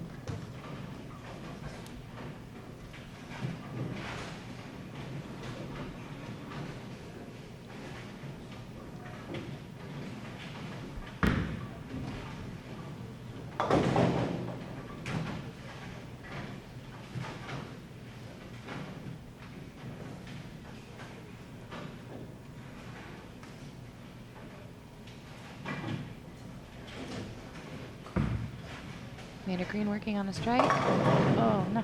Cuts right through the heart. 3-6-10. They're tricky. The line she's playing, it's her ball just makes such an aggressive move off the spot that, you know, she gets shots to the right that I think mine ball would miss the headpin and hers takes off. But then you have those shots also that Do you take off almost and go feel high. like maybe her bowling ball doesn't have enough surface on it? Maybe that's why it's coming off the spot so hard. Maybe it's just not slowing down quite enough. Yeah, maybe something a little bit smoother. But when she gets it right, I mean, it comes back and hits like a truck. So. Right. But then I guess if she like pinches it a little bit and gets a little bit left, it's still going to be really hard off the spot when it sees the end of the pattern, and that's where those 3-6-10s and shots like that come from. And I just wonder if she had a little bit more surface, if it would slow that down, smooth it out a little bit first, so she doesn't have to feel so perfect.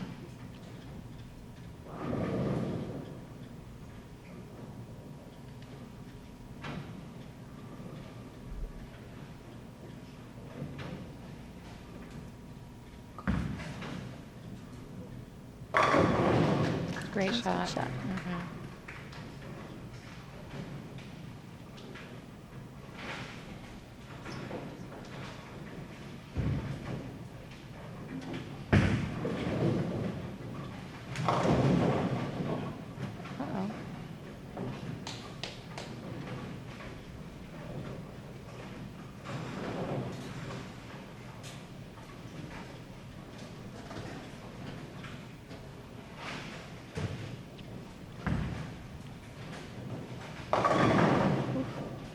Double for Shannon.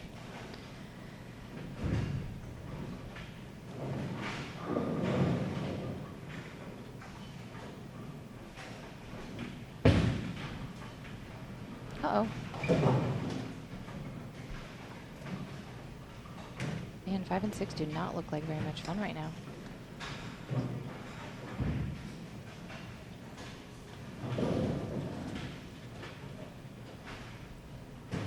Shannon working on a double. Oh, that was a pretty good shot. She's got that little bit left, and it still popped off the spot. Give her a little bit of room. Help her to continue to get comfortable in this match. Off to a quick lead.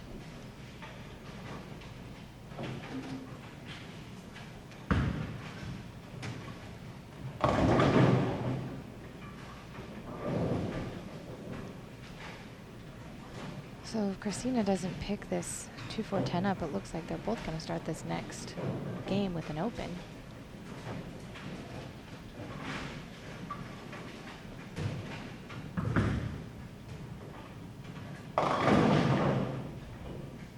It didn't look like Amanda liked that one off her hand very much. 3-6-10 again.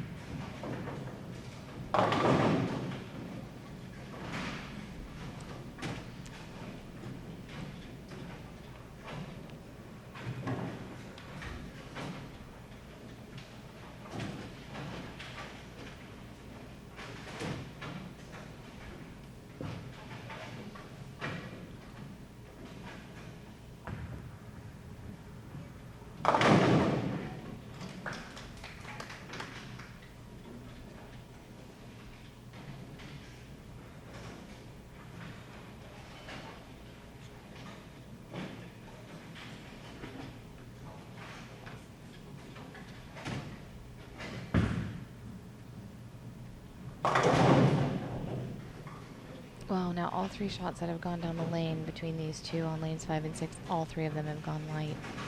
So definitely starting to see some transition there. It's difficult to say which way is the best way to go. You know, both of them like to move a little bit further left. So I could see them moving a little bit. Uh-oh.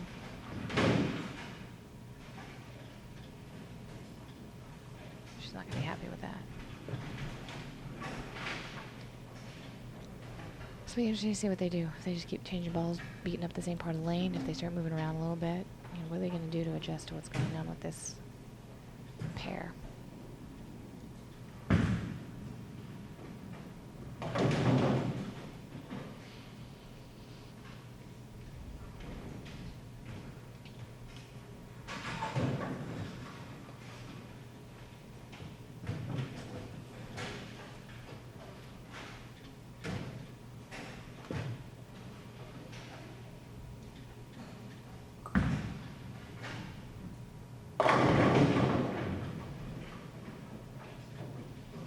Down an open frame.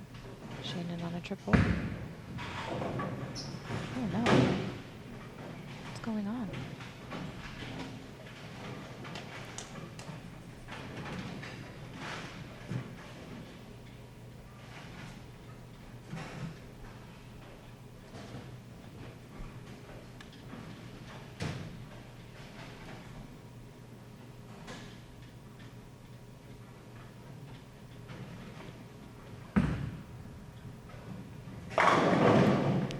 By Shannon. And that's pretty much how Shannon works.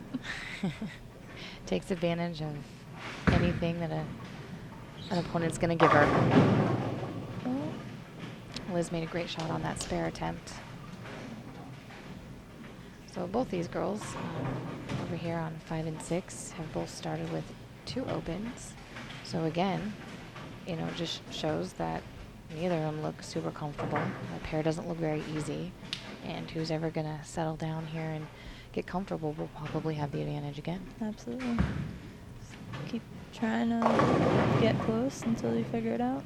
I don't know about you, Danielle, but when I don't feel very comfortable, it makes it that much harder to make good shots. Oh, absolutely. You miss one, you grab one. It is not a fun predicament. Very easy to get in yourself in almost a downward spiral of you don't really know what's going on in lanes, and then you're fighting physical stuff.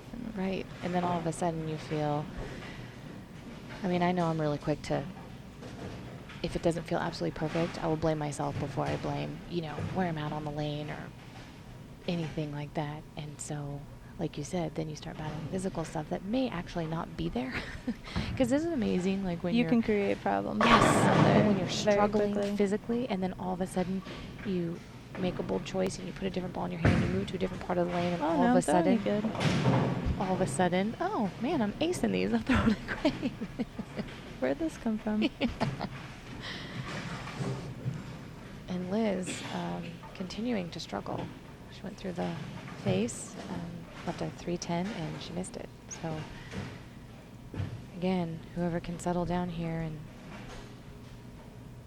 get to a part of the lane where they actually are comfortable with what their ball is doing can really, really take advantage.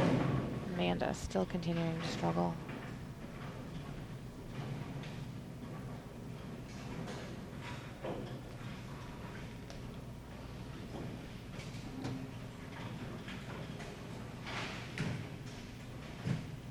And just like I thought, Kristina just grabbed the ball and just moved left. Looked like she moved an entire zone left. I knew that was bound to happen at some point with these two. Amanda, her spare attempt. Almost.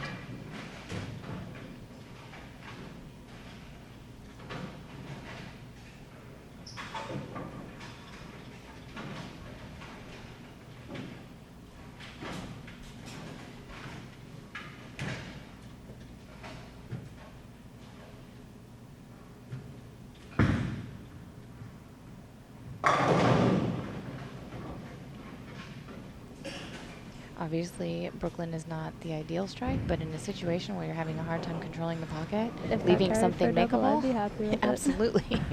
And on top of that, leaving something makeable, that's a good situation to be in. Absolutely. So Shannon misses a little bit left with that ball, and on lane 8, leaves us super washout. She's in good shape to win this game. I think she's okay. I think she can afford that.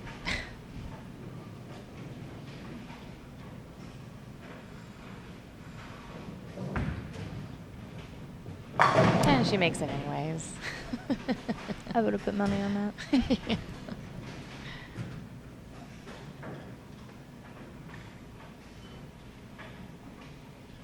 Okay, let's see what Liz will do here.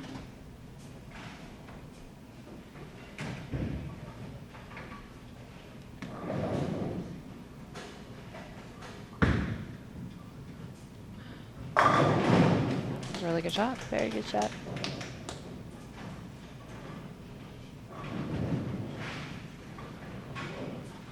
So game number 2 is not completed, but it's over. Shannon Pluhowsky will win game number 2 and go up in this match 2-0.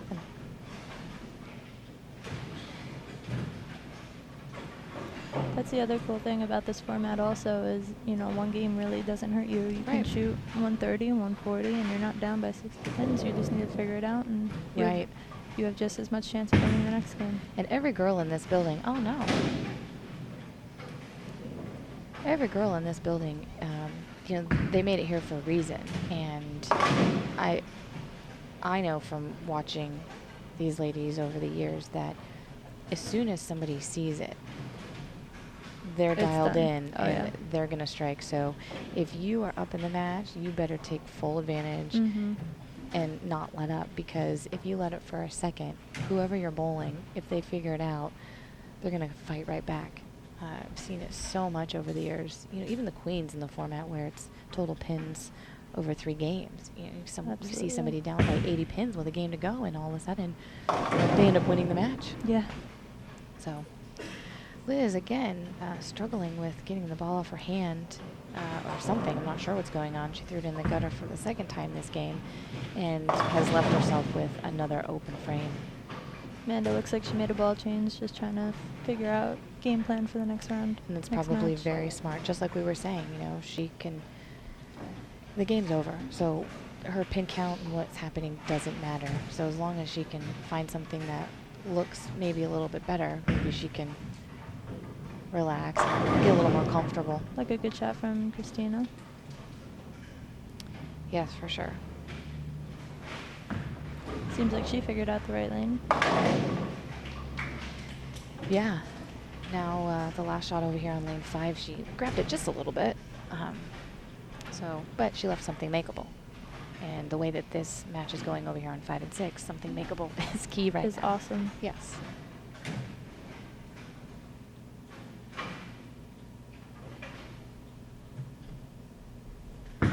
She take advantage of that double or that strike? No. Still something makeable.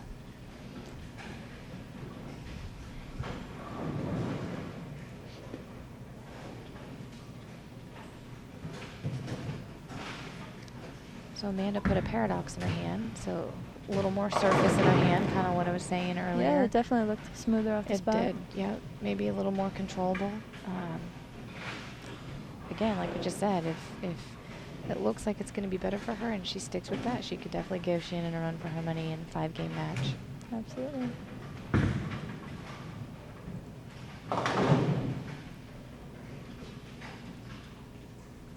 Kristina Wendell, strike, spare, strike, spare.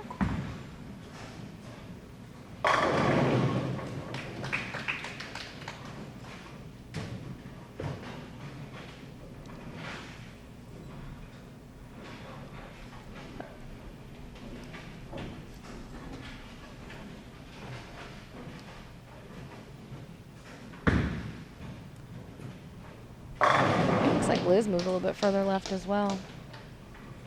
So that's the second strike she's had on lane 6. Let's see what her adjustment will be over here on lane 5. Seems like it kind of flip-flopped. I mean, the first match we saw them a little bit closer on lane 5, and 6 was the hard lane, and now they both seem to figure out 6, and 5 looks tricky. 100% agree. It almost makes you wonder, you know, like lane 6, because it's looked a little bit tighter to the right down lane, and they moved left to get away from it. Moving left on lane 5, is that the right play? Because they were playing a little bit tighter an angle on lane 5, and it was fine. But now on lane 6, they move left, and it's fine. But now if they move left on lane 5, now it looks tricky again. So you almost need to play those two lanes as if they're completely different. Liz There made a we ball go. change over That there. was really well. And threw the first double of this match. No. Yes? This game. So Amanda changed balls in the 10th frame, in the 9th frame. But in the 10th frame, she threw a triple with it, and all 3 shots Looks pretty well. They did. They Very looked good. a lot better. A little bit earlier, a little bit smoother, not fighting that drastic angle off the corner. Uh-oh.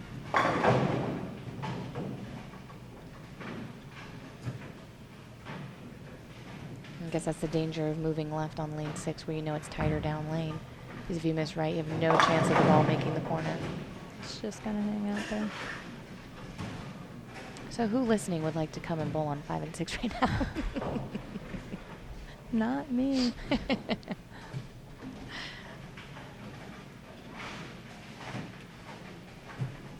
Yes, I get it next round, I know. Are you watching? You taking notes? I'm taking it's actually really good to sit here and learn, you know, the characteristics of it. You're gonna keep in mind for the move. next match.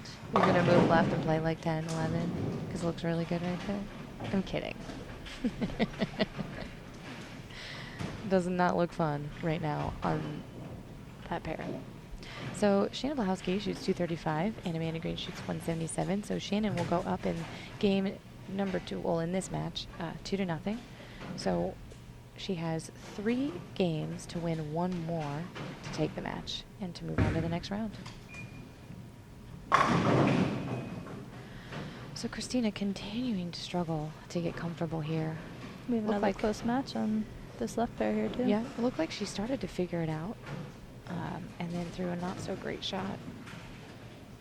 So again, it goes back to not completely buying in and believing what's going on, which we've all been there and struggled with that, and that is not a fun place to be. I guess as of right now, I'm grateful I'm sitting here and not bowling on that pair, because it does not look like very much fun. Oh.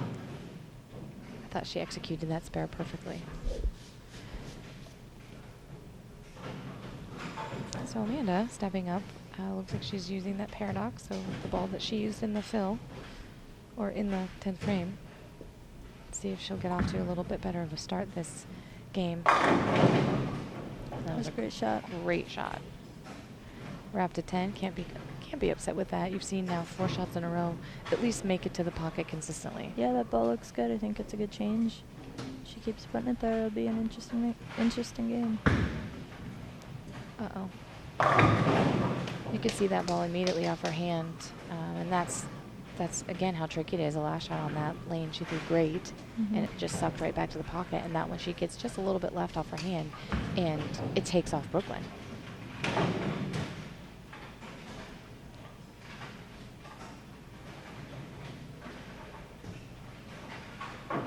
Let's see if she can take advantage of this Brooklyn over here on lane 5.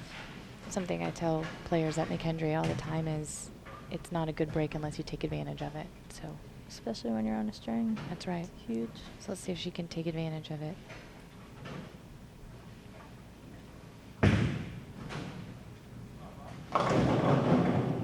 Ooh, almost. Almost. All right, she'll be happy with that.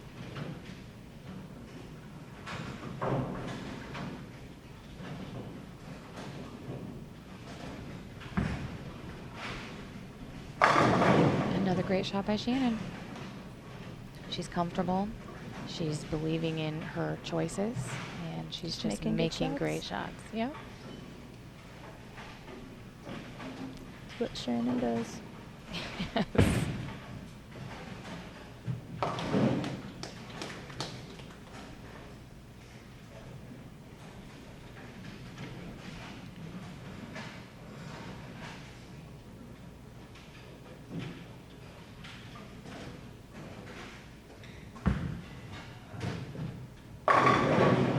Typical Shannon. I think I just heard her grunt. I did too. You know, if I was to have that body language, it would be a Greek church, and she just leaves an apron. No big deal.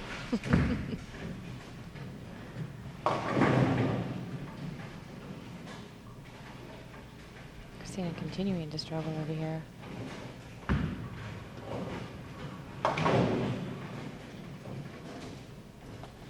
Looked like she had found something there on lane 6, and then after her last shot over here where she sailed it right, it looks like she moved back to the right. I don't know. I guess in my opinion, watching, if she's going to move back a little right, I almost don't think she's far enough right. She's stuck in like that middle zone. Yeah. And that does not look like the place to be, just watching the ball reaction of both of these ladies.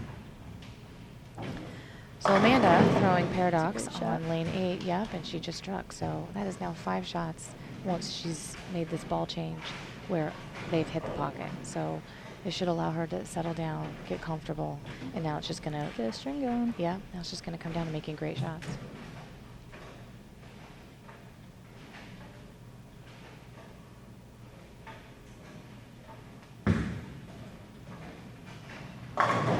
Oh.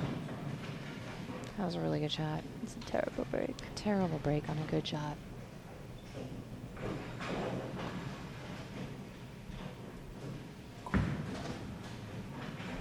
Wow, another great shot from Amanda.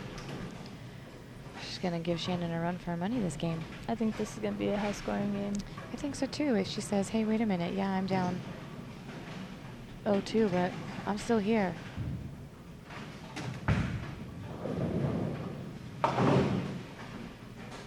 So Kristina with this 7-10 in the 10th, she's going to shoot 143. Liz needs a pin to win this game. 2, technically.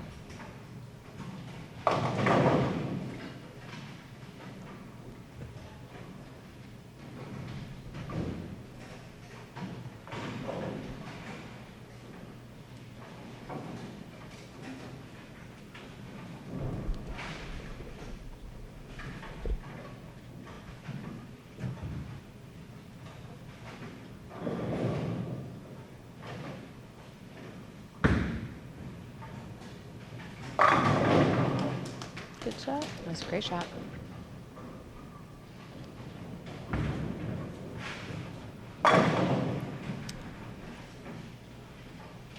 So Liz is going to be up 2-0 going Yep. into the last match.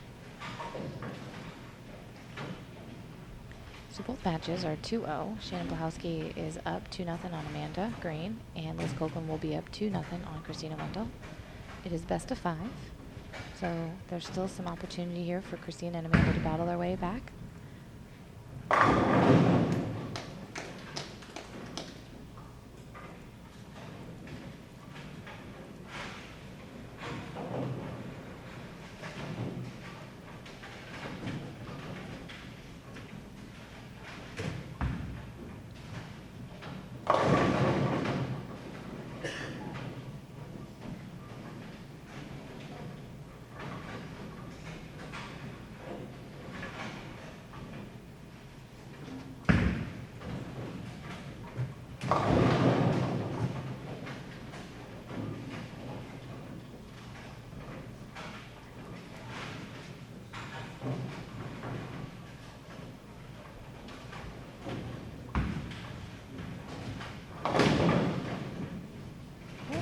Shannon cleaning up her spare. Amanda working on a double. Getting ready to step up for her 4th and 5th frame.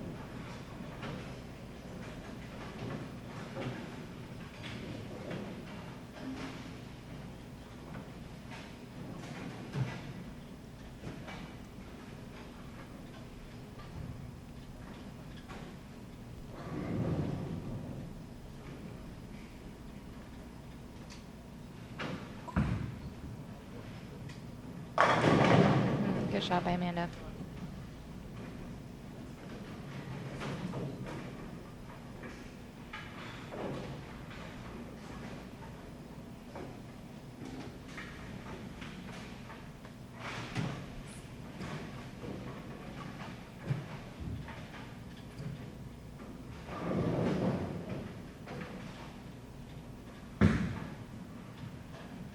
Wow. Okay, Great. good shot. Opening shot by Kristina. Starts off game 3 with a strike.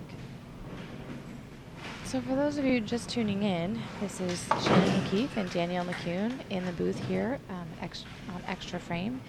We are at the PWBA Tour Championships here in Arlington, Texas at the International Training and Research Center. This is home of Team USA. A great place to come and get some extra help on your game to help take it to the next level.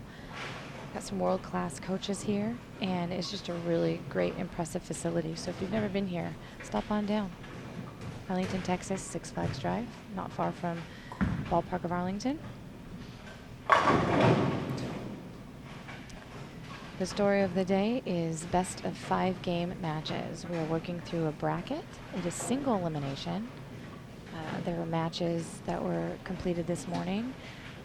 I myself, Shannon, bowled against Missy Parkin and won 3-0, and then Danielle bowled Elysia. Elysia Current and won 3-0. So we shoe back up at 3 o'clock this afternoon. In the meantime, is going to be matches after matches after matches all day long until we get down to the last 2 girls to then join Liz Johnson and Stephanie Nation on the live TV show Sunday on CBS Sports at noon Central.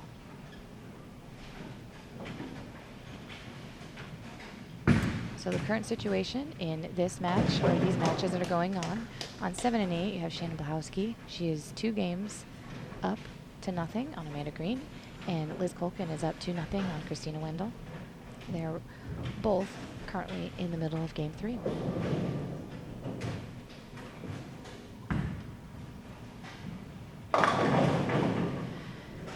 Sheena did not like that one. Looks like she's starting to fight a little bit of her own breakdown over there. Yeah. Probably need to make a... Lanes might be changing a little bit, getting a little uncomfortable. Ooh, Kristina striking the 5th, or in the 1st on lane 5, which was really good. That shot didn't look terrible, just a little bit left, and just when it hits the end of the pattern, just took off, and she Brooklyn. So now she starts the match with a double. See if she can take Which is advantage great, of it. yeah. See if she can use it back on lane 5.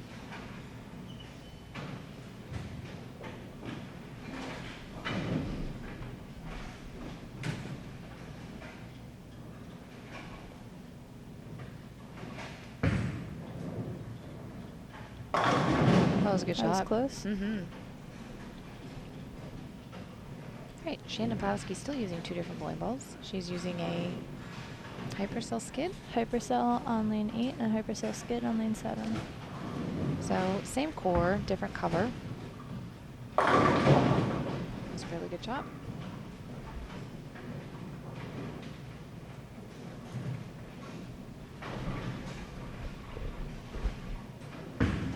Seems like both lanes are breaking down a little bit, and the hard thing about her being out there all by herself is, well, for Shannon, she's pretty used to it, but it's hard to make big moves at times, and you know, you can kind of inch your way, and a little bit more, she'll get there. Yeah, I can see her making a few adjustments here and then. Yeah, it's definitely close. But Amanda's pretty comfy, so. Yeah, she's been all over the pocket. Yep. This whole game. Yeah, I mean, including the end of last game, Yep. probably 7, 8 shots in a row now. Yeah. This Kuhlkin stepping up on lane 6. Last shot over here was really good. So. Uh-oh. That lane, not fun.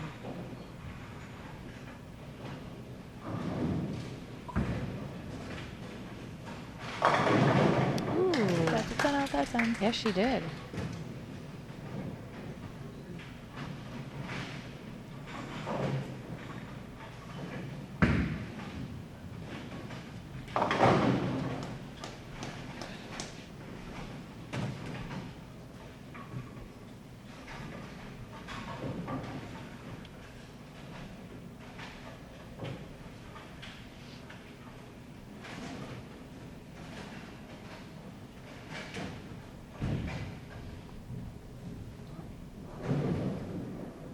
Right, Amanda working on a strike on lane 7. She did not like that, and that ball just sucked right back to the pocket. You can't tell me that wasn't a good ball change. Yeah, ball's definitely doing the right thing when that happens. Yeah, for sure. And that is what we were talking about earlier, where, you know, earlier with that other ball, who knows what would have happened on that shot, but you get the right piece in your hand to match up with what the lanes are telling you is going on, and all of a sudden, you don't have to be perfect. Yeah, that's you when can you make start throwing mistakes. good. That's right. It's the kind of the nature of the beast. You don't have to be perfect, but when you're comfortable, You will be. Yes. At this level, all these girls will be. It's unbelievable. So Shannon changed balls over here on lane 8. She went to that hypercell skid over here on lane 8. And the ball did not see it. No. You know, again, I don't know if it was the best shot off her hand, but the ball certainly didn't see it in the mid lane the way that the other ball was. Absolutely. So Kristina looked like she moved a little bit further right, and the ball just wanted to wiggle.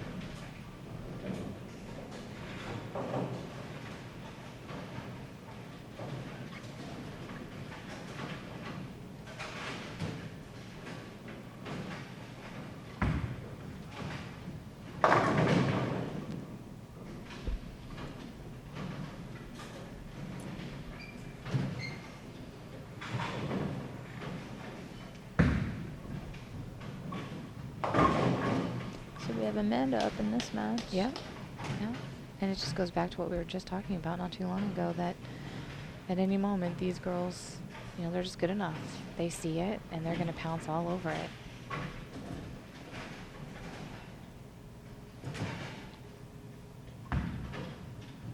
That was a good one. Oh, that's a great shot.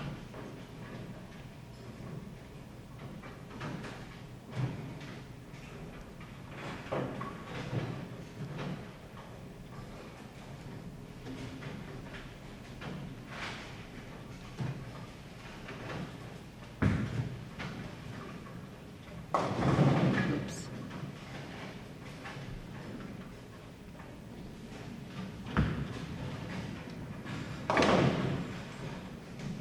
So again, 5 and 6 proves to not be very forgiving when you make a mistake.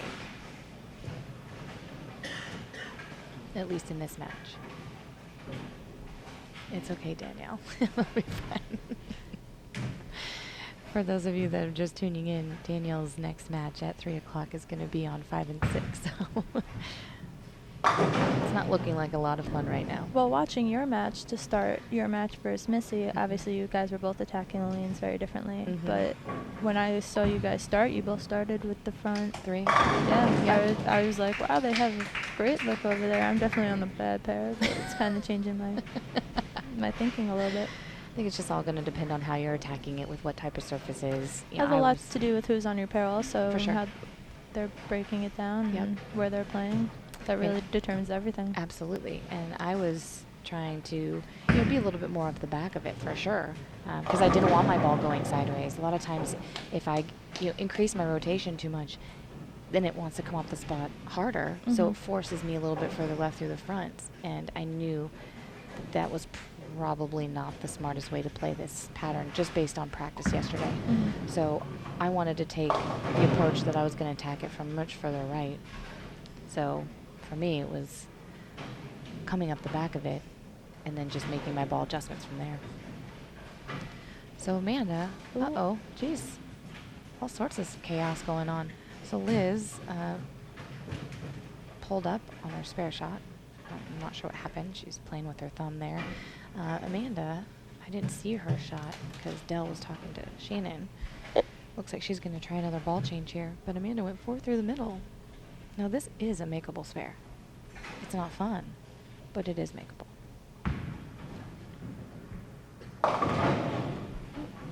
Got the wood. Probably a smart play in the situation of this game.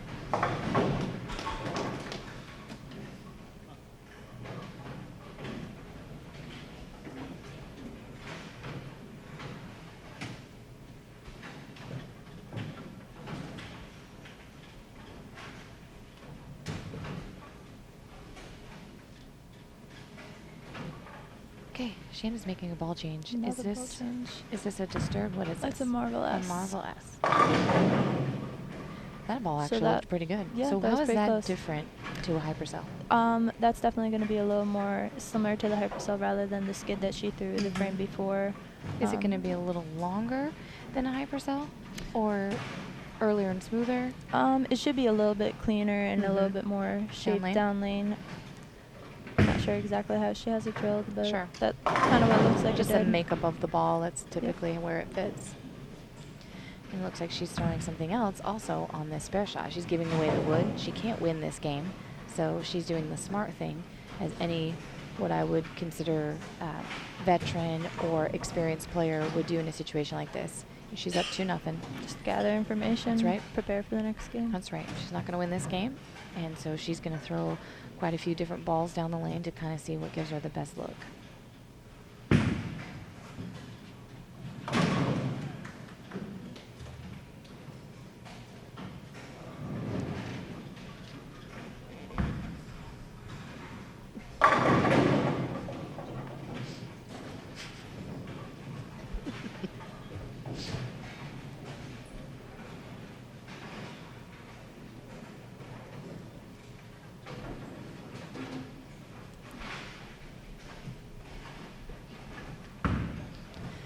So it looks like Kristina actually went to a paradox over here on lane 6, a little bit further right than kind of where she was migrating to, and that ball sucked right back to the pocket. That looked really good. She Very might be good onto shot. something. Yeah. We have another good close match over here. Gonna come down to good shot making and Spares. story of the game. So Shannon's going to throw this Marvel S over here on lane 7 as well. Looks like we got a ball return here on lanes 5 and 6. Pretty good. It looked okay. Didn't go through the pins the way that I would like to have seen it go through the pins, but hey, at least she hit the pocket. Yeah. So Shannon's going to finish this game with a 153 the last 3 or 4 shots there. She was fishing around, throwing some different bowling balls, talking to her ball rep, Del Ballard, see if she can't figure it out. She was up 2-0. She's going to be up 2-1, and it is best of 5. So Amanda still throwing a paradox out to the right, and it looks still really good. Outside of that one little blunder, it's the only shot she's missed this. Yeah, the she pocket. has a much bigger game than her score shows right now Yes. between carry and that one shot, but Yep. she's looking good as far as what she's doing out there. Yeah, she looks a little more comfy. Good ball reaction. Playing what I believe is around the right part of the lane.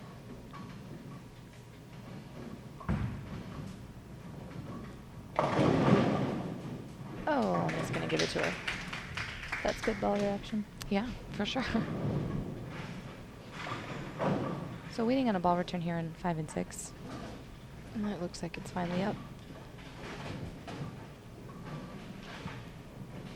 So Kristina threw the paradox over here on lane 6. And it looks like she's also going to throw it here on lane 5.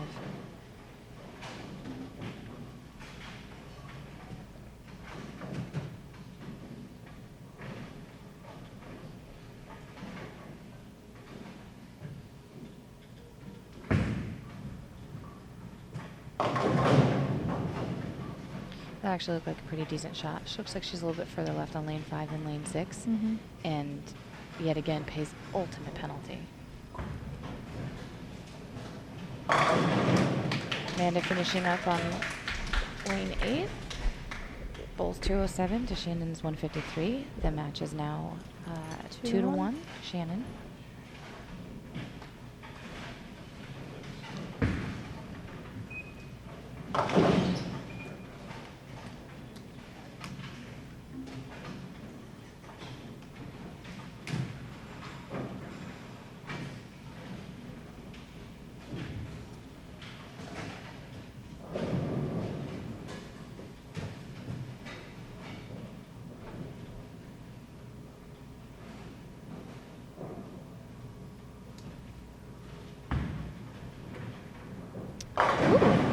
She actually threw a crux pearl, I believe. Is that the ball? Yep, that's what it looked like. Looks like there may be just a little bit of surface on it. That actually read the lane really, really good. I was almost stuffed with a pocket 710. I was fortunate enough to get the 7-pin out.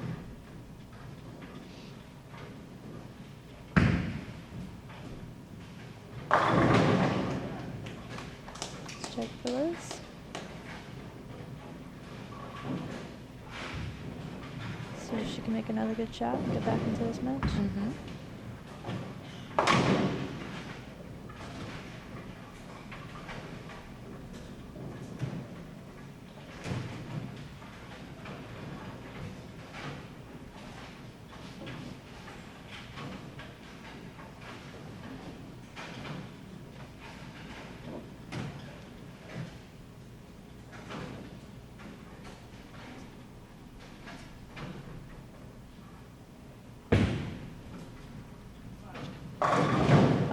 That was a good shot. Yeah. She's throwing 2 different bowling balls still. I'm not sure what she's throwing. I don't know their balls enough.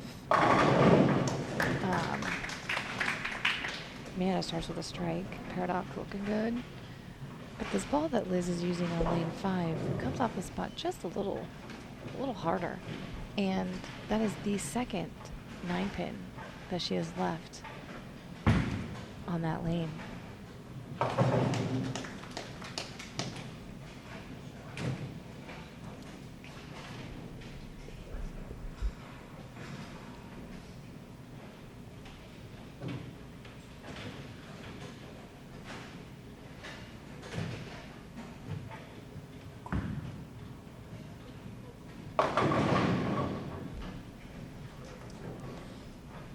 All right, fortunate enough to make a ball. Mm-hmm. Looked like it was gonna be a little uglier than that.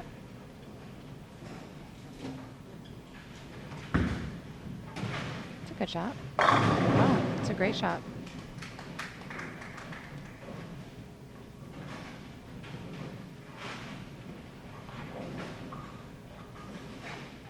See what kind of adjustment she makes over on lane 5.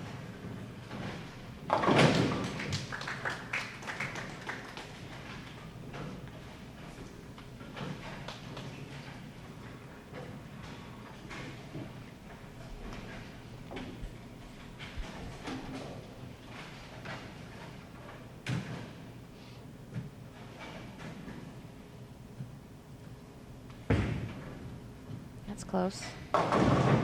Well, Thought that was a good shot. So did I. Left to make the ball. Better than a split, but She's running out of room here. yeah. Ooh, great shot by That looked Shannon. good. That Crooks Pearl looked great.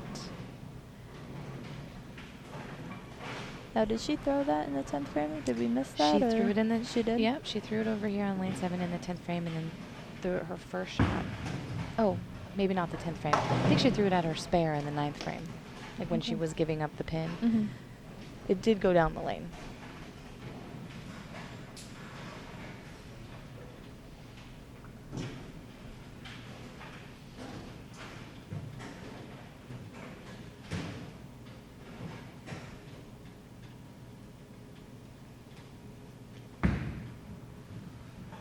Wow.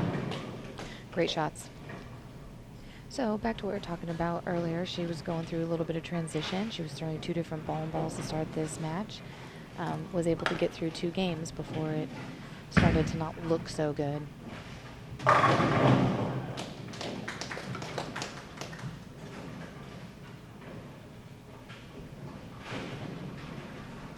So she struggled in game 3. Gave up pins at the end of the game because it didn't matter. She wasn't going to win it anyways. Mm-hmm. And did the smart thing and Now fiddled she's seeing around it until, and yeah. back to making great That's right. shots. So Liz Kuhlkin is stepping up here in the 10th frame on lane 5, and she needs a strike to win not only this game, but this match and move on to the next round.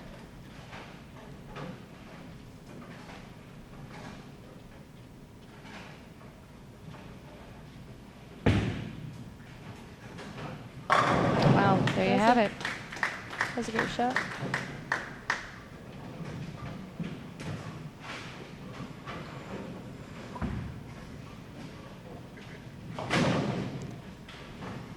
Uh-oh.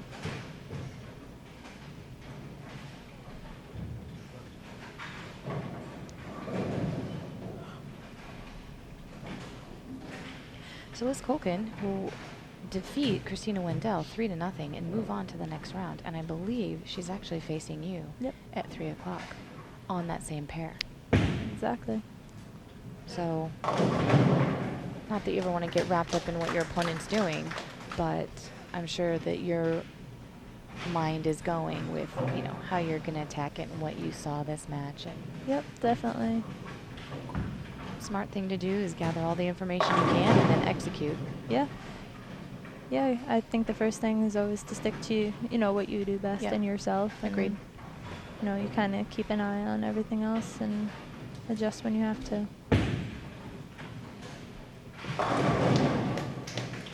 Good finish by Liz.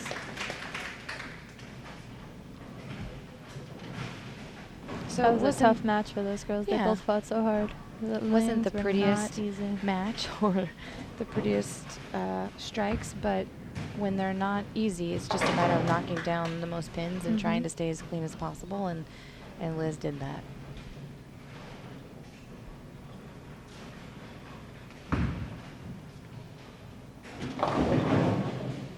That mentality kind of goes back to college bowling days and Baker games Yeah. where, you know, that you don't know what the lanes are doing and you only get 2 shots, and at times it's just hit the head pin and try to Right. make a spare and Exactly. knock You're down more pins than the other team. Absolutely right. And at what point, you know, Danielle, when you're bowling, at what point, you know, when you're looking at a 130 in the face, at what point do you just like bunker down and say, okay, well, I'm not doing this. I'm not going down this road. I'm just going to hit the head pin and make my spares. Yeah, that's a hard thing to do. Try to It's bail very out and hard. grind out a 160 versus, you know, it being a 130. It's hard to do when it's in the heat of the moment. Yeah, very difficult.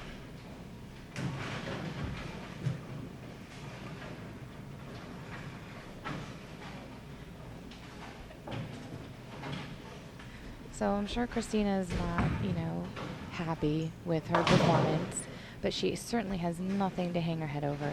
No, she had no a one great who season. made it to this point That's right. can. She had a great season. She finished second as she led the very first tournament of the year in Sacramento, and lost a little heartbreaker in the title match to Mhm. Elysia Current. She bowled great this whole summer. Yeah, she had a very good season. Yeah, Very good start. I'm sure we'll see lots of her over the next for sure. upcoming She's years. a great little player on the East Coast, and You will see her around plenty. So now that that match is over, we're going to focus all of our attention over here on 7 and 8. Shannon Pluhowsky against Amanda Greene. Shannon is up 2-1 against Amanda. She was struggling in game 3, made a ball change. Amanda was struggling in the first couple games and made a ball change. So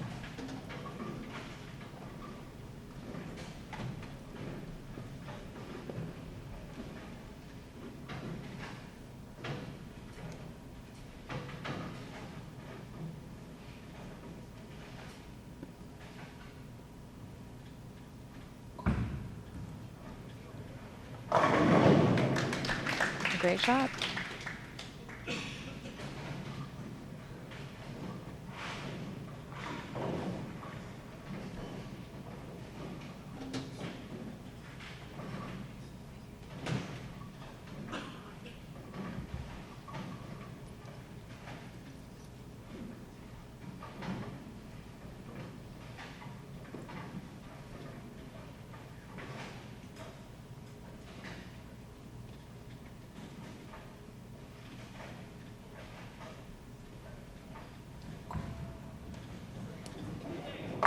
Wow, great shot by Amanda. Double helps her get back into this match. For sure.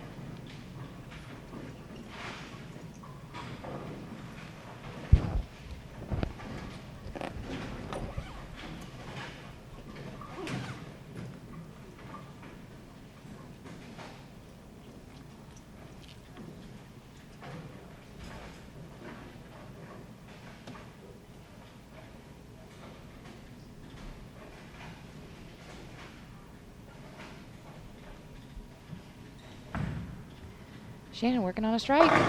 Oh, 6-pin. That was a really good shot.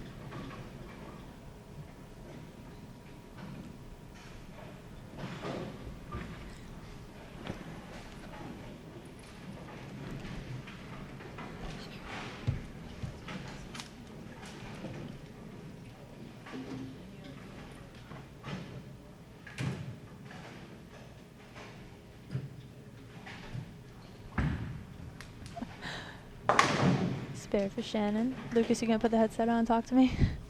Shannon ran away from us for a few frames, so learn what it feels like to be Lucas and talk to myself all day.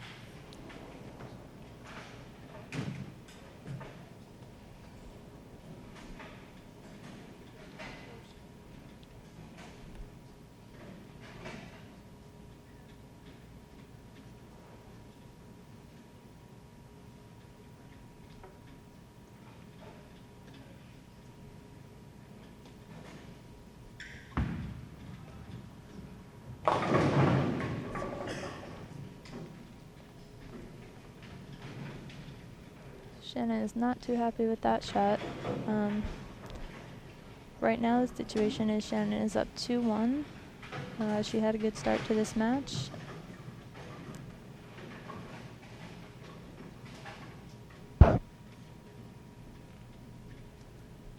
Started off game 1 was 213 from Shannon Pluhowsky. Amanda had a 187. Game 2, she fired 235. Amanda had a 177. Game 3, Shannon seemed to lose her look a little bit and ended up making some ball changes, trying to fish around and see if she could find something.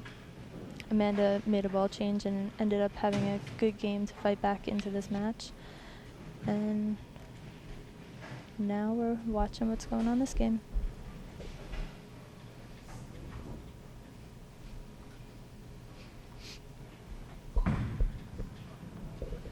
Wow, great shot by Amanda. Amanda is proving what we've been saying all along, that these ladies are just that good. You give them the opportunity to get back in it, and they're going to claw their way right back in it. Amanda working on a triple, going into the 8th frame.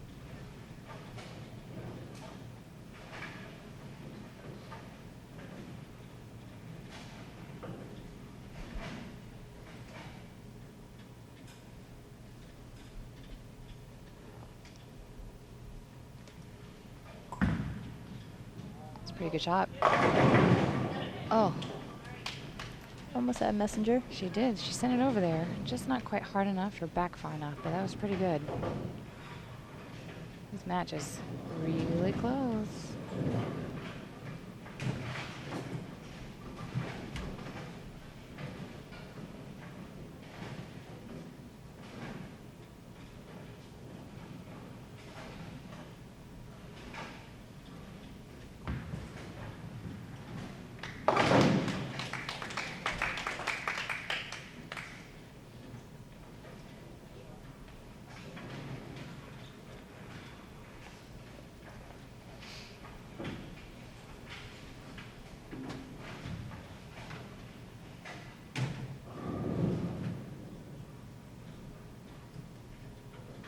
Okay, Shannon working on an open here.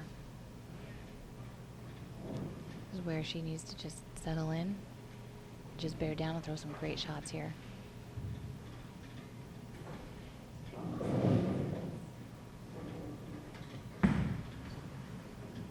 Oh no.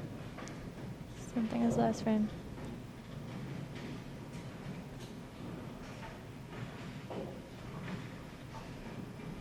Those shots just look like they just come off her hand just a little quick. You know, I'm not sure if it's, you know, she's not using her legs enough or if her timing gets just a little bit off.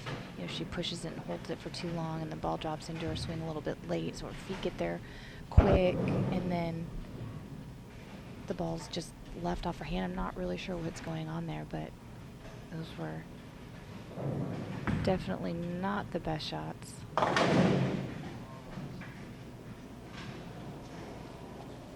She's okay here. You know, you never know what's going to happen. You never know what your opponent's going to do.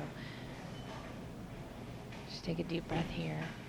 Back with good shots and give it a chance. That's right.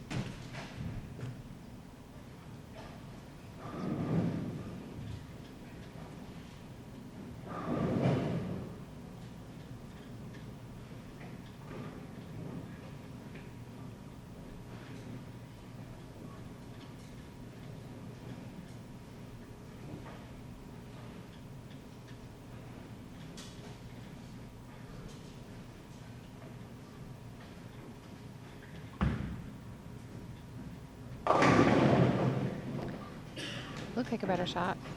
Still probably not exactly where she wanted it, but it's close enough. She got a strike there. Again, you never know.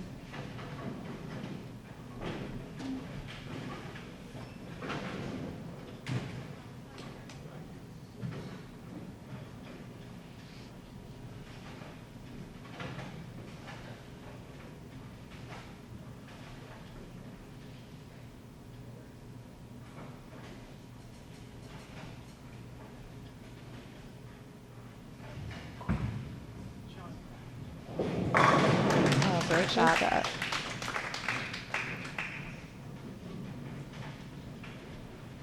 And just proving why you never give up. You know, Yeah. she was down. She looks comfortable out there. Yeah, she was down 2-0. She never quit fighting. She made a great ball change, and it's paying off right here for her. She's gonna. She's a shot away from tying this matchup.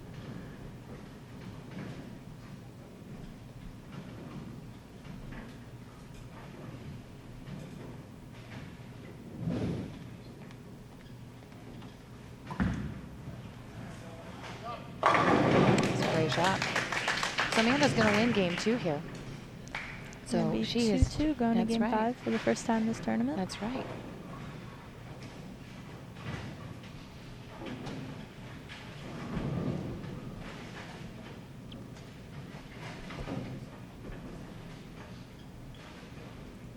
So this game may be over, but we have one more game left to determine who's going to move on and whose tour season will be over.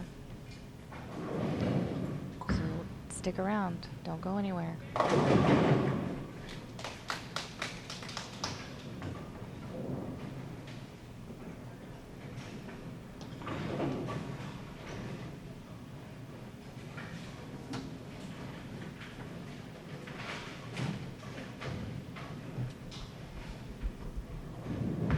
have a feeling Shannon may try a few other options here in the 10th as well. Yeah, I would think that.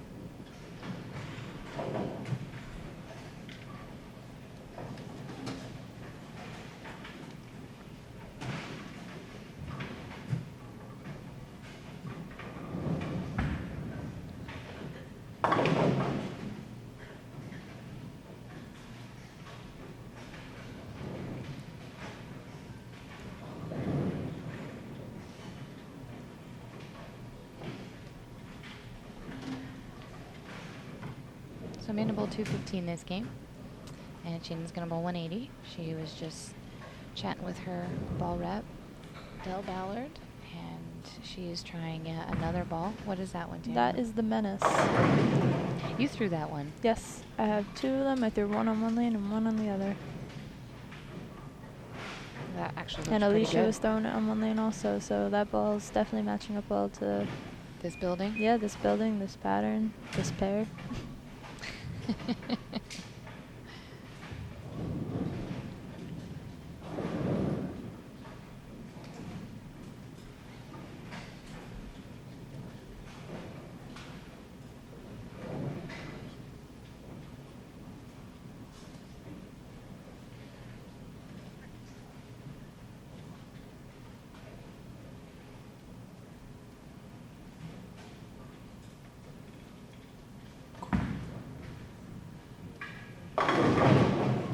Shot.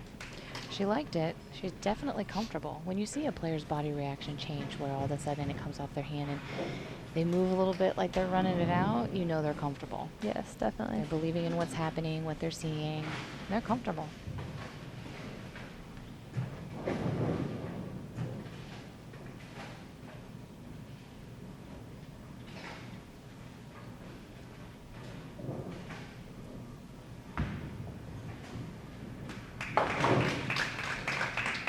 Amanda starts off game 5 with a spare. Again, we're 2-2 right now, so whoever wins this game moves on.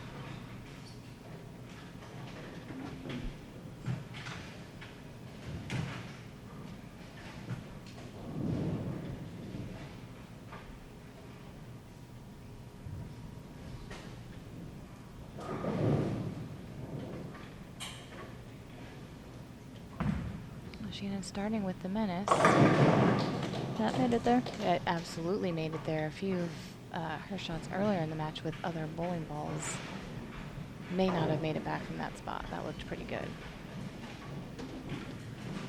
Settle in, Yep, guys. see if she can get It's going to comfortable. be a and- great finish to this match. Absolutely.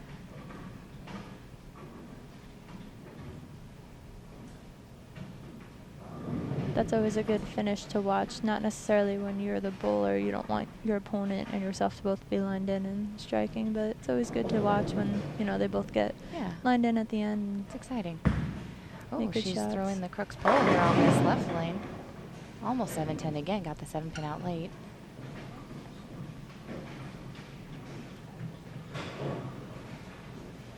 She doesn't look very happy. I'm not sure if she's not happy with the way the ball hit or with that shot. I'm not sure. But I envision her coming back and chatting with Dell after that last shot.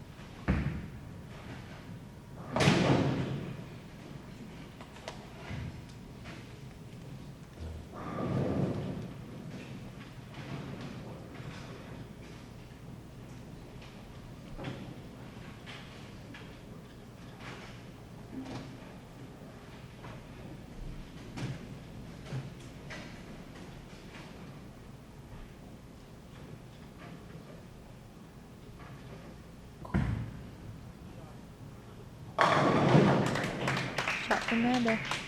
She was happy. That was a good one.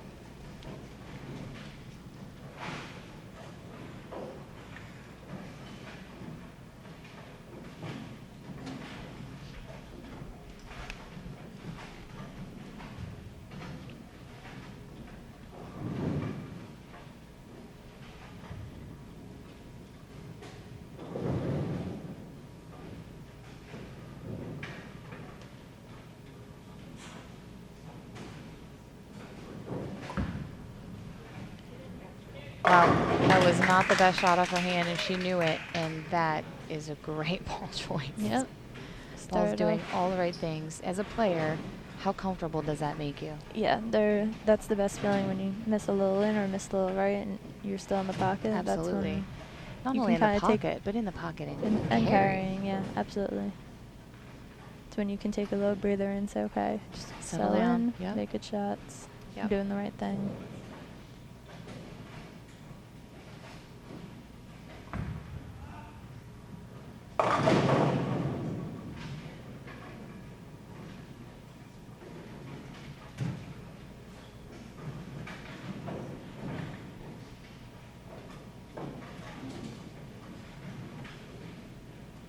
And that's how quickly things can change in these formats. Amanda was not comfortable to start. Shannon looked like dialed in. And a few games later, and tables have turned just a little. Again, can't count Shannon out. Absolutely She's one of the best in not. the world. She's proved it year in and year out. Fully expect her to fight back hard in this match. It's going to be exciting, guys. 7 frames left. Don't go away.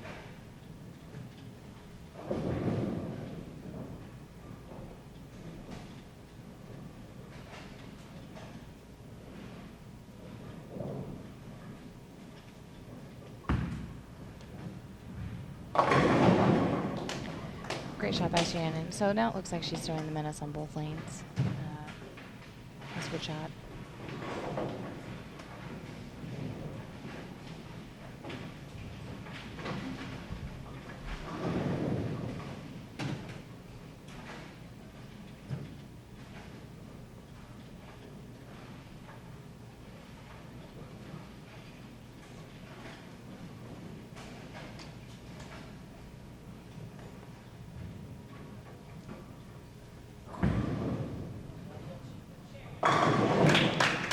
Wow, great Straight shot by shot. Amanda for a triple. Absolutely.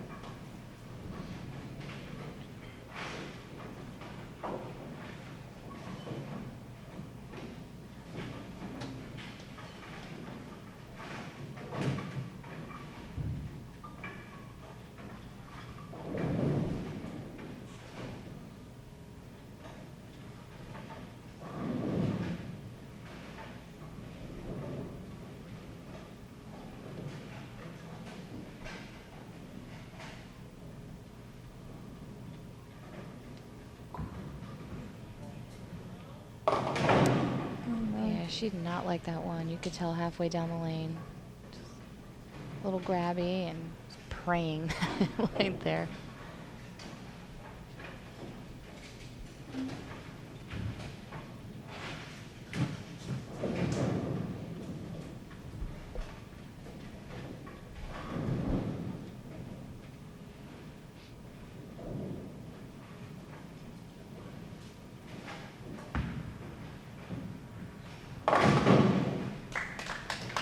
Covers the lid.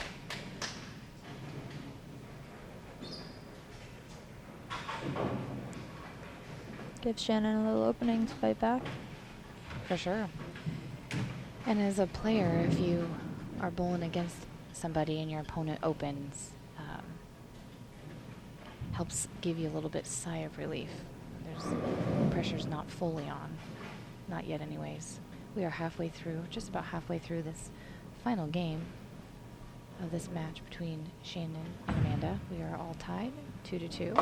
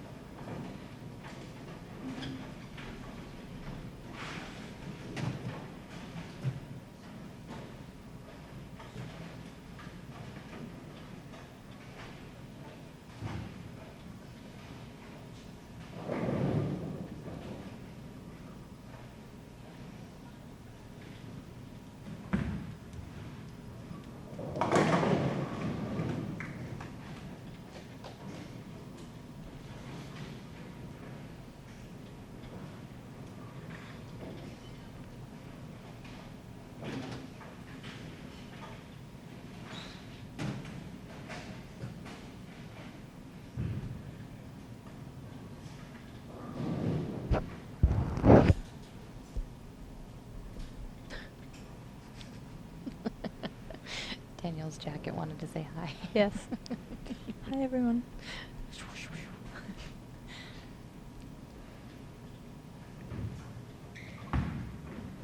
Okay, see if Shannon can claw her way back.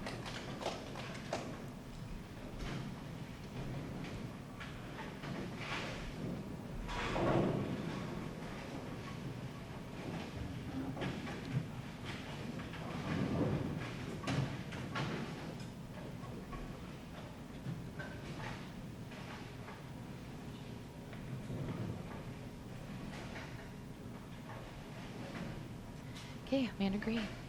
Open the last frame. Ooh, that was a good shot.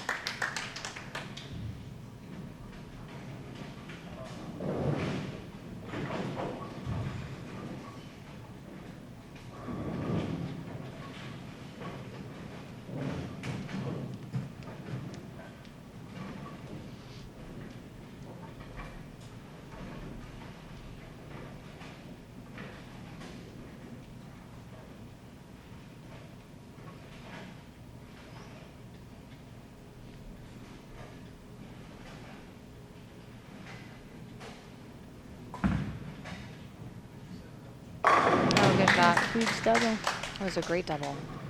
After an open, to be able to fire back with a double. Those are two really good shots Yep. from Amanda. So it is go time for Shannon in this match. She needs to step up here and throw two great shots. Hopefully catch a triple. To stay close.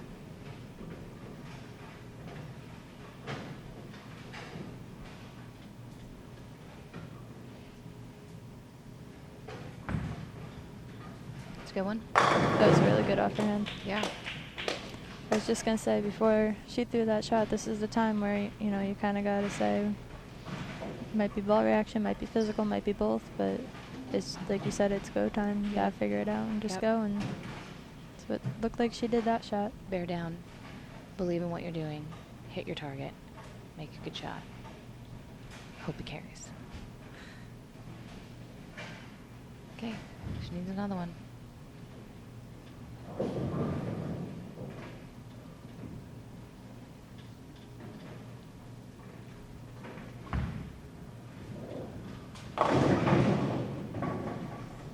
Ooh. All right, obviously not ideal, but she has a double on the board. Anything can happen these last couple frames.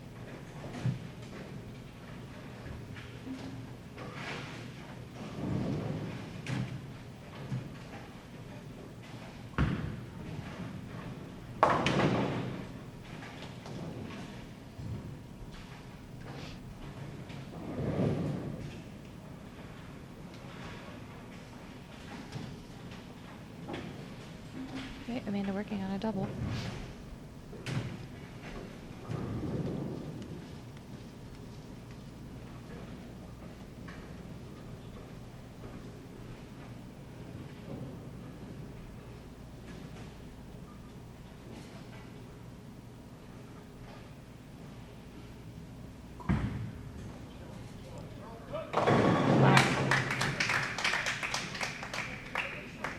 Great shots by Amanda.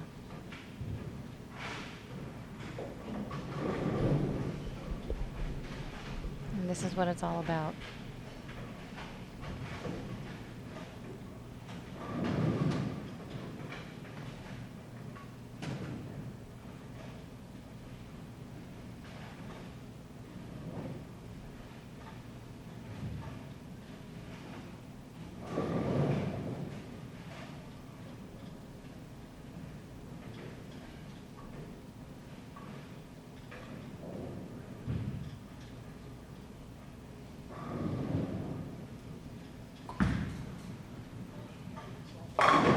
Oh. That was a really good shot.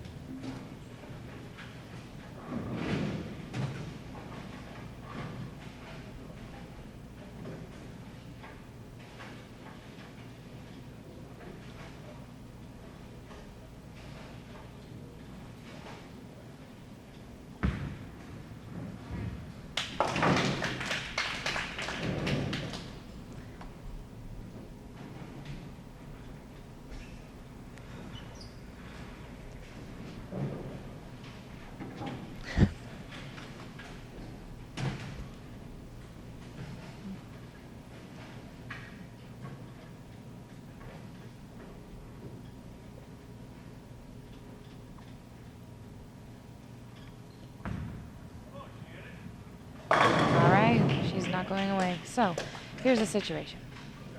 Shannon can strike out for 215, forcing Amanda to then double. No. Stay clean. Yes.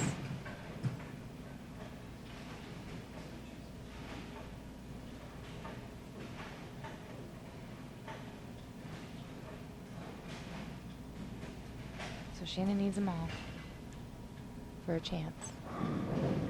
And then Amanda would need to have a little blunder in the 10th.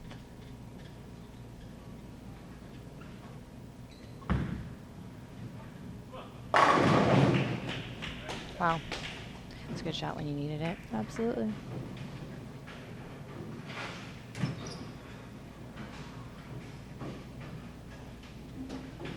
Never know. Gotta leave it all out there. Yeah, gotta give yourself a chance.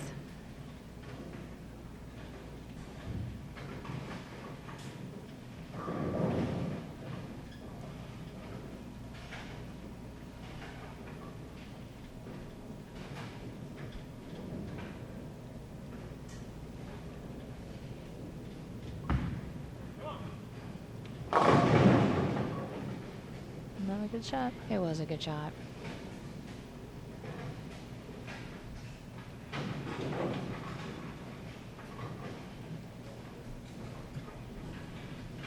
Amanda's just going to need a couple pins here. And Amanda was down in this match 0-2 and fought her way back to win the last two, and it looks like once she stays behind the foul line on these next two shots, will win this game as well, to win the last three and come back. Pretty win this impressive match. considering, you know, she didn't really have that good of a look. She Right. definitely struggled those first couple of games and Right. was able to put it together and get comfortable. It's hard to do in this situation. It is hard to do, and that is just what makes these players great. You know, they never give up. They keep fighting. They, until the last shot is thrown, they keep pushing, give themselves opportunities. It's pretty impressive bowling there by Amanda Greene.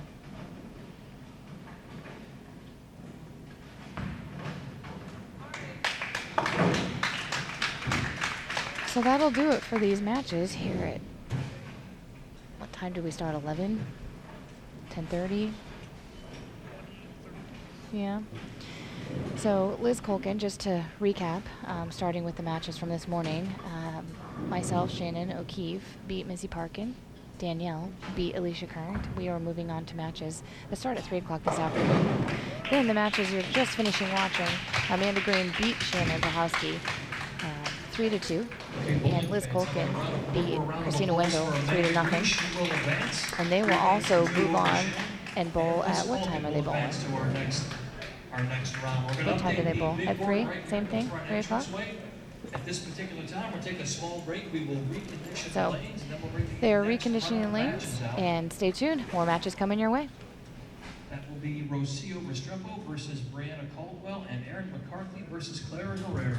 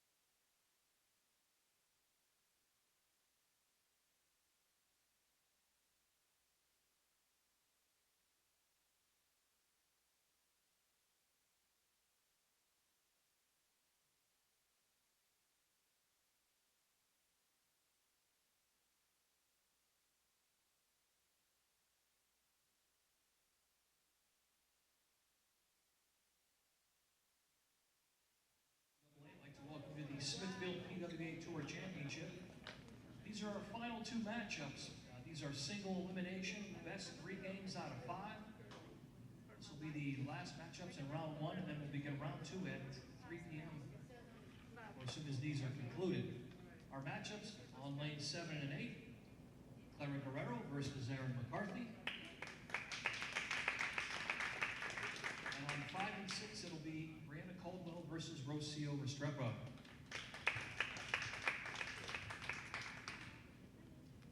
Okay, bowlers, as soon as we get the lanes on, they're going to be yours for 10 minutes of practice.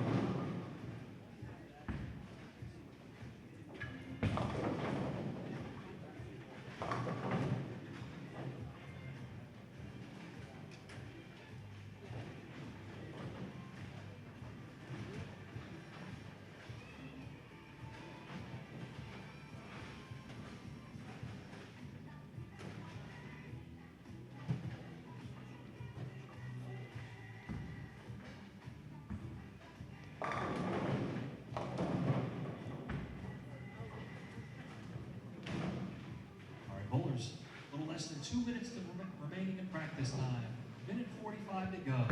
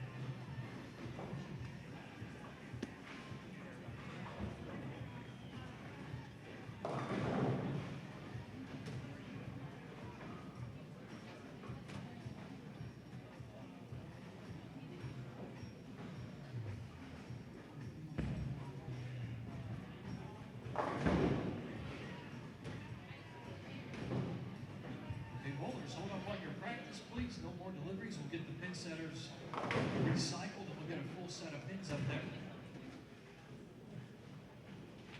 Just a reminder, bowling fans, as a courtesy, the use of flash cameras is prohibited during competition. Also, cell phones, if you have one of those, let's put them on the silent mode. Players would appreciate that.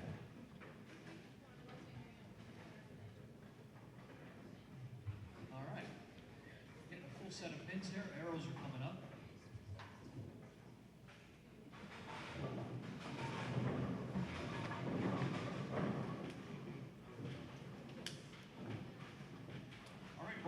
How about a round of applause for our competitors as they get going into our last matchups in round one. Thank you. Good luck, bowler.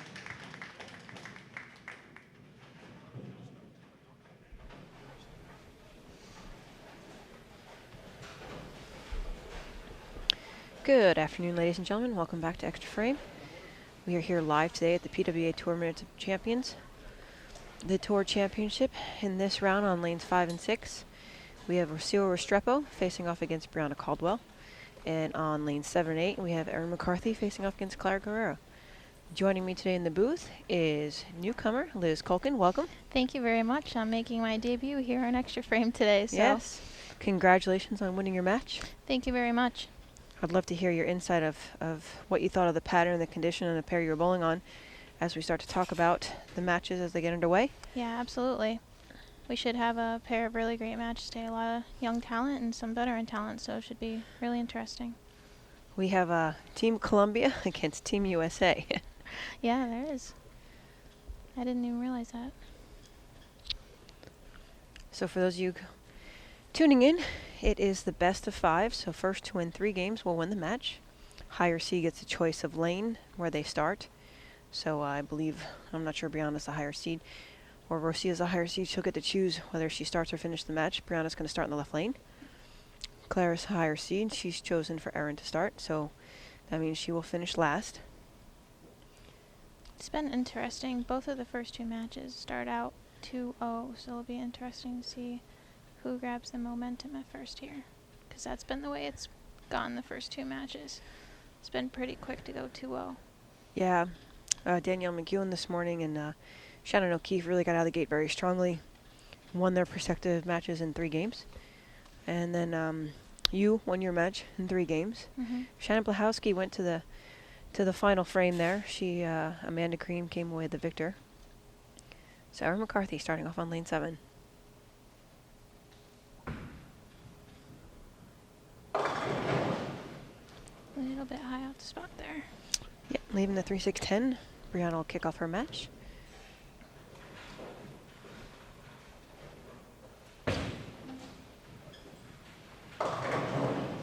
Another high shot, leaving a 3-6. Yeah, both girls. Now, Erin obviously hooks the ball, more than most players out here on tour. So Definitely. she's going to lay the ball down a little bit deeper inside and get the ball to the far break point to the right down the lane. And it seems like Erin has a inverted role almost. She has a very unique role compared to other players that may hook the ball just as much as her. Yes, she does. She gets a lot of axis rotation, but yeah, a lot of the ball is in contact with the lane. Both girls switching to a hard plastic ball to shoot at the spare. And an easy conversion. Spares are very important today. As they always are, but especially today. Short patterns, they tend to be more challenging to shoot at. Clara Guerrero. Ooh, bad Starts break. at the gate, 4-9. Now Clara will play a lot further right than Erin is. She's in her comfort zone. I know she really likes to favor the gutter on the shorter patterns, and she's had a lot of success on the men's tour, made the telecast last year at the World Series of Bowling. Yeah. Rocio leaves a 9-pin. But typical, ladies and gentlemen, we're bowling on a 37-foot pattern, 28 milliliters of oil. A lot of it's in the first 15 feet of the lane, so it'll taper off really quick, almost like a cliff dropping off. And you'll see a lot of motion from the ball as it gets to the end of the pattern.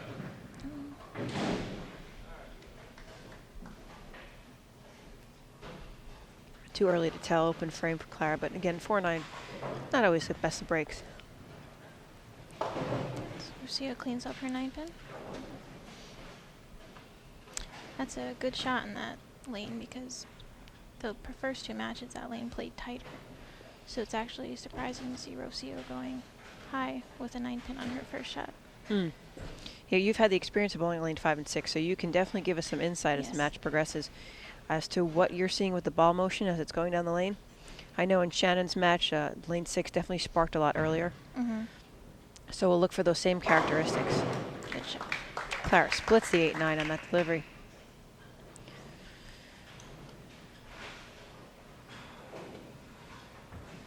Rocio also has a little bit of a higher rev rate. Another 9-pin. Back-to-back 9 pins. Now she's still playing further, very straight up the lane. Not Yes. necessarily on top of the gutter, but her angles or her lines are fairly straight. Just a little bit left of where the girls are typically playing so far that you've seen. Erin will still most likely be inward of everyone else, as will I later on. Still a little bit high.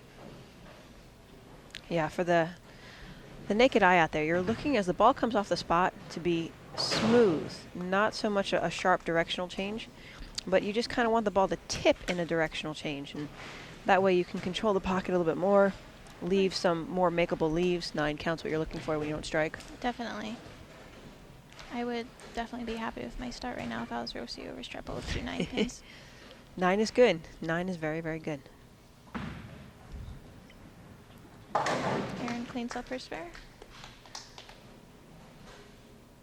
See what Bryanna does over here.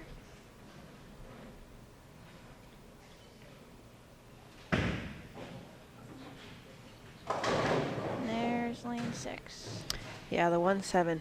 Looking at the graph on lane 6, it's not a friendly lane. It seems like from 5 on out, it's really slick. So it's almost like the lane would be the way tipped down to the right as it just wants to go into the gutter, almost like a ramp into the gutter. But yet there's more friction in the front and then around 30 or 40 feet. So it definitely has effect on the ball's reaction. Absolutely. I don't think I hit the head pin the first 3 shots on that lane when I bowled, so. Much better shot. Yeah, great shot by Erin, ring 10. Looks like she got the ball a little bit more to the spot that time. Now the 1-7. Not your Spare. typical spare, but wow, what a great conversion by Bryanna.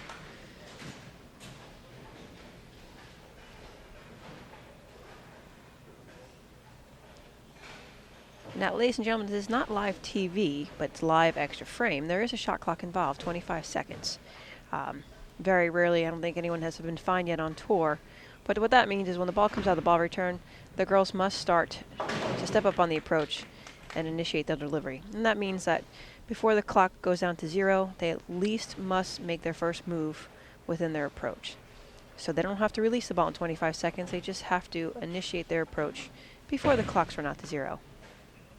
Good shot. Good shot by Bryanna. Looks like she's getting into Rocio's territory now, right around that Yes. 7-8 line.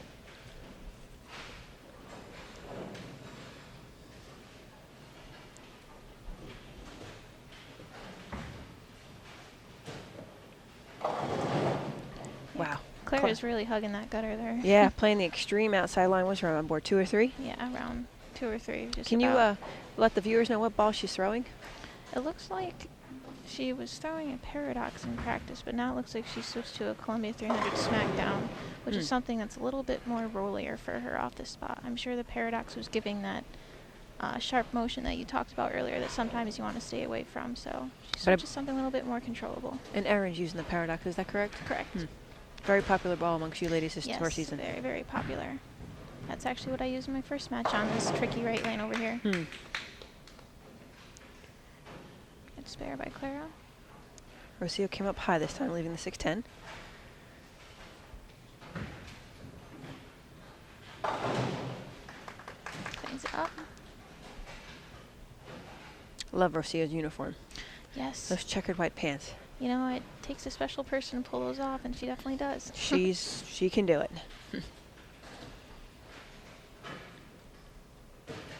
Now lane 7 had a little more friction in the back in the earlier matches. See how Clara's reaction is. This ball will be a little bit more controlled for her. Got that right early. Wow, she's really hugging that gutter out. It was a little more left to right. 1, 2, 8, 10.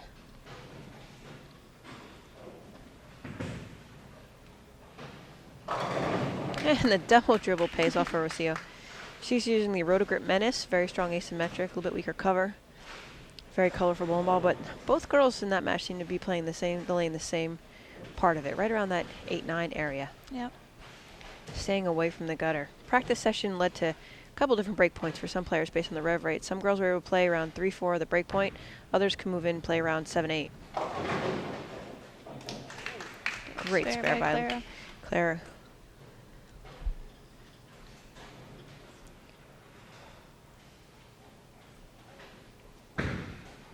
Bryanna looking for a double. A little bit high. Wow, last time she was on that lane, she missed the head pin completely, leaving the 1-7. Made a slight adjustment. Now she's through the face. Starts to wonder, is it the ball reaction, is it the lane, or is it the bowler themselves? That's questions you kind of pop into your brain.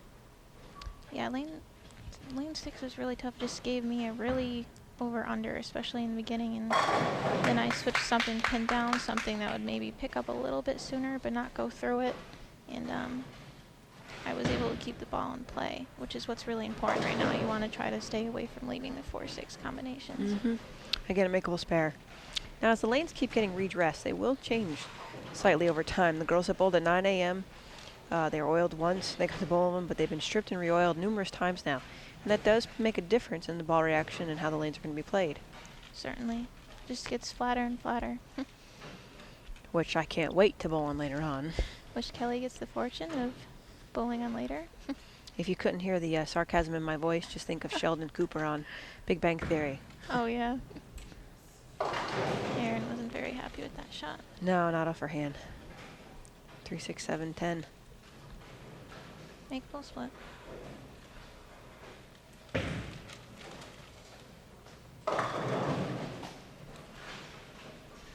Bryanna looks a little confused. Dreaded 3, 6, 9, 10. Not an easy spare in any condition. Not at all.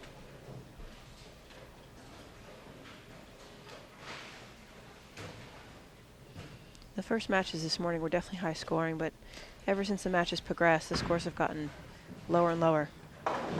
Yeah, I'm not sure. I think 7 and 8 had the higher scores earlier. I know Shannon bowled pretty well on 5 and 6, Shannon O'Keefe. And certainly the match after that with Shannon Pluhowsky and Greene, the scores are a little bit higher. Bryanna, great coverage on that spare. That is a great spare.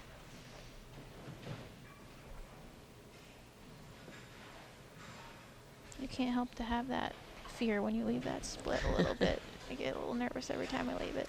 Ugh, I'd rather shoot the bucket than shoot the 3, 6, 10 or 3, 6, 9, 10 combination. I agree.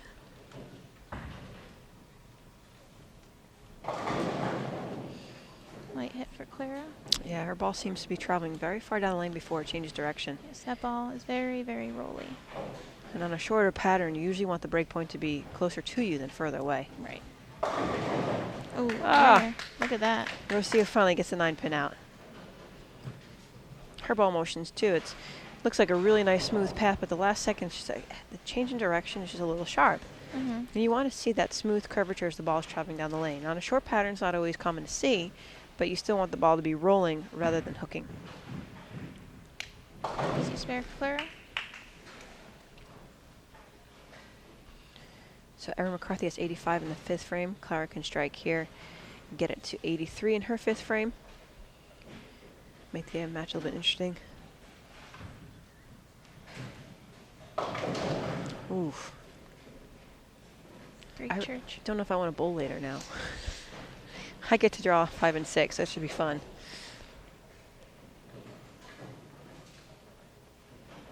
Definitely, the conditions were definitely challenging this week. You know, top 16 ladies on the tour, so they definitely put the most challenging pattern out there for us. Went right through it. Wash out twice for Clara on that lane. See, that tells me it needs a stronger ball. I agree. Oh, Rocio, way to get the wood on that one. 4 pins out of the 5 possible. 110 in the 6th. It looks like Clara may get a talking to from Hammer Ball Rob Gotchel after this, because I agree, Kelly. I think she needs a ball up.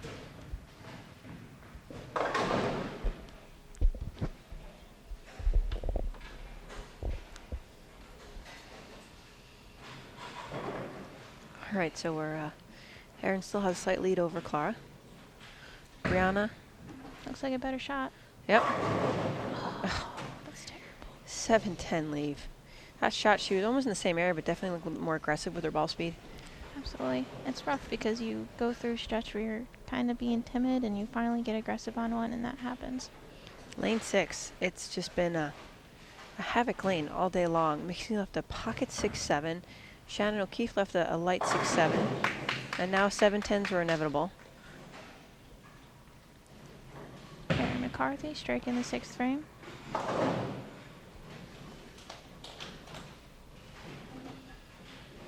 Well, the tour is very excited to finish its last event at the International Training and Research Center here in Arlington, Texas. A lot of the great Team USA coach, Rod Ross, Kim Terrell-Kearney, our athletic trainer, Nick Mohanson. We've got some great people here at the facility. I want to thank that the roof is housing both the Bowling Proprietors Association of America and the United States Bowling Congress. Without them, this tour would not be possible. Also, a handout to Smithfield. We're just so appreciative and so excited that next season it will be back. Absolutely. Another good shot by Erin. Line me up, Erin. She's definitely going a little more left to right. Still getting the same break point as Clara's trying to play, but from definitely a different angle of attack. Good shot by Bryanna again. Even a little bit late to get into the pocket. Flat 10.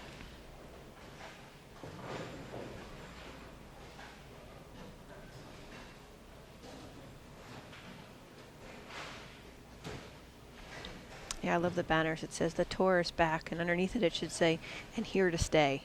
Absolutely. One more edit send us would be great. It looks like she stayed in that smackdown. Maybe moved her feet a little bit right. Unfortunately, bad break there with 479. Yeah, she's going to have to find something here soon. Everyone seems to be fishing right now. Yes. Kind of casting out, getting some information back. Are they in the right spot, right ball, right bait? Sorry, folks, for the analogy out there, but that's the best I can come up with. Claire is a very good split shooter. So she's 94 in the 7th frame. Erin's on a double. Yeah, she's got a good 30 pin lead here. Great shot by Rocio. She seems really close, really, really close. It looks like right now she may have the best ball reaction out of the 4. Erin's is pretty good as well. Yeah. Obviously a different angle, like you said. Well, the key is the break point. And, I mean, you can attack it from many different angles. That's what makes all the patterns great this whole season. We bowled on them. There's a ball change to the track paradox that we Again, were talking about strong, earlier. asymmetric ball, right? Yes. Yeah, again, great ball, a popular ball here for the girls out on tour. Same as the Menace was for Roto Group. A lot of girls threw that all season long. We'll see on the left lane, 10 straight back. Great 2 shots. I love that sound when Yes. they just, boom, Great split shot. the 8-9. It sounds so great. And Bryanna will be fishing a little bit too, trying to salvage this game. Hopefully she'll be getting some information for the next game. Right. Erin's really close. I but agree. Unfortunately, on a shorter pattern, the more you give up the pocket, the more chances there are for some exotic leads, some artwork, some art designs. That right lane on lane 6 for Bryanna. Ugh. It's really, really difficult. I mean, I had the same kind of trouble my first game. Fortunately, Kristina, Wendell struggled as well, so it was just kind of a grind fest. And I came out victorious, but it was very difficult. And as a player, I mean, Bryanna seems good with her timing. Her fundamentals are sound, so you know she's throwing the ball, 90% efficiently. Great off her hand. She's just maybe trying to make some adjustments, either physically with her speed or her hand, that's causing the ball to maybe do something different. So, again, she is fishing a little bit. It's hard to get up on that lane after you just are aggressive and you 7-10, and I'm sure she was trying to be aggressive again, and the ball just went right through the spot. Yeah. Never read. So as a player, what would you do in that situation? It's hard because, like I said, your mental game is all over the place at this point because you're aggressive and you 7-10, and then you get up and you try to do the same thing and your ball goes through it. You really just kind of, got to take a few deep breaths and go back to your ball rep. I would probably look into going, either if she's throwing pin up, which is what it looks like, I would go into a pin down if I were her, because usually when the ball does that, you're looking at a different shape. You want a different shape than what you have. I agree 100%. I would definitely try something else in my bag. I mean, obviously, if you make a move and it does something entirely opposite of what you predicted to do, that's kind of, to me, sends up a red flag. I agree. And when there's that red flag, then, it's kind of like the Australian swim. When the red flag is up, it's a danger zone. You don't want to be there. So you need to move. You need to find something else. Go to your bag, get another bowling ball out of your bag, and see what it does. Exactly. At this point in the match, she's not losing anything. If she Right, gives it's up the frame early. or two now, she might get it later on down the road. The risk factor.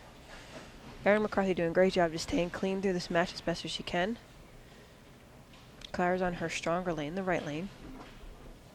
Can double here. That would set her up in the 10th. Rocio. Just so touchy. I thought that was pretty good off her I hand. thought it was pretty good too. Yeah, maybe slightly inward or a little more aggressive with her hand at the bottom. I think that's when surface truly plays a key in the ball's reaction. Great shot by Clara. Good ball change. Yes, very good ball change. Clara can strike out for a possible 184.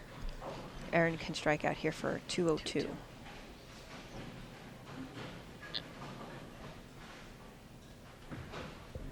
See on the spare. She's 158 in the 8th, so she's in the driver's seat right now. She can shoot 208, and Bryanna can strike out for 189. It's been known to happen in many of the matches.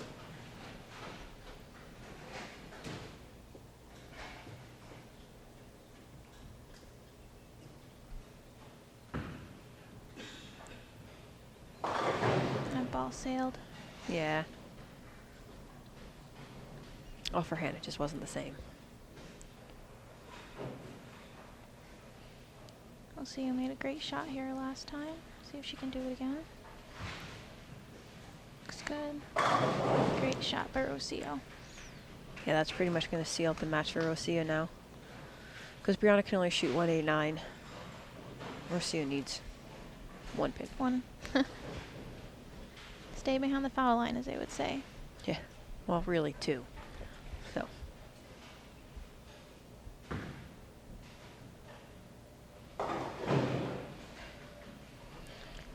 Clara Break it, finishes the match Clara. 148. definitely not her potential. I know we're going to see some changes out of her in the next Met game. Rocio really looks loose right now. Seems She like does. she's really found her break point where she wants her ball to be, and she really looks loose. Yeah, all the girls, for the fans out there, we do have a pair of practice lanes that we're able to warm up before the matches even begin, courtesy of the PWBA Tour. Allows the players to get loose and not have to be on in just only 10 minutes of practice. Erin, I thought light that off her hand. She's the 2-4, just a little light. Rocio using all of the lane Yes, I see that. to make the 7-pin. No worries. It'll be interesting to see if Erin decides to try something else, to see if she wants to maybe create a different shape on her fill ball.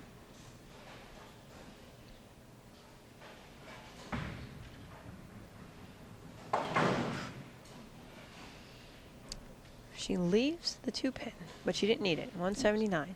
But I think she definitely would have liked to try something on the fill.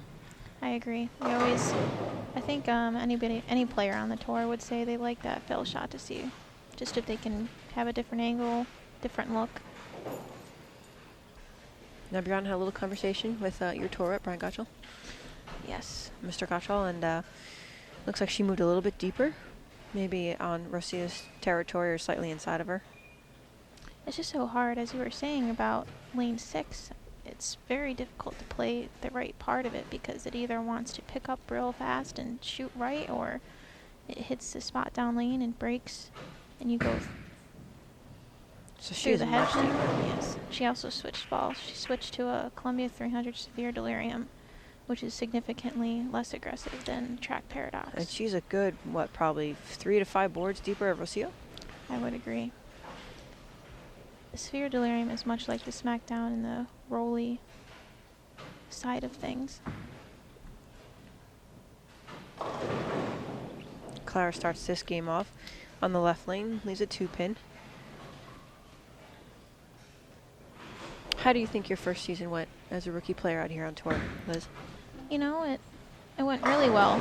I of course had expectations for myself, but the most important thing was that I was able to compete doing what I love, and I was just going to go out there every tournament and do my best. But obviously I was fortunate enough to become a titleist this season, and that was unbelievable. I mean, if you ask me coming out of college, I'm not sure if I'd tell you I get my first title that fast, but it was obviously an incredible honor, and I've had a great time. You know, all these ladies, I've met a lot of new people, I've gained a lot more friends, and it's just really exciting. Like you said, tour is back, and it's here to stay. You know, it's really great outlook how successful the tour has been this summer as far as entries. Yeah, great experience. Rocio had a high finish as second. Erin McCarthy, I think she made the roll-off in Lincoln, Nebraska. She finished 4th. Clara made one telecast. And I think Bryanna was the only one that didn't make a top 4. Yes, but she was But very always, consistent. yes, always there. Always in the top 16, it seemed. Made a lot of match plays. Rocio out the gate on lane 5. She's going to finish on lane 6 with the match progresses, but leaves a 10-pin.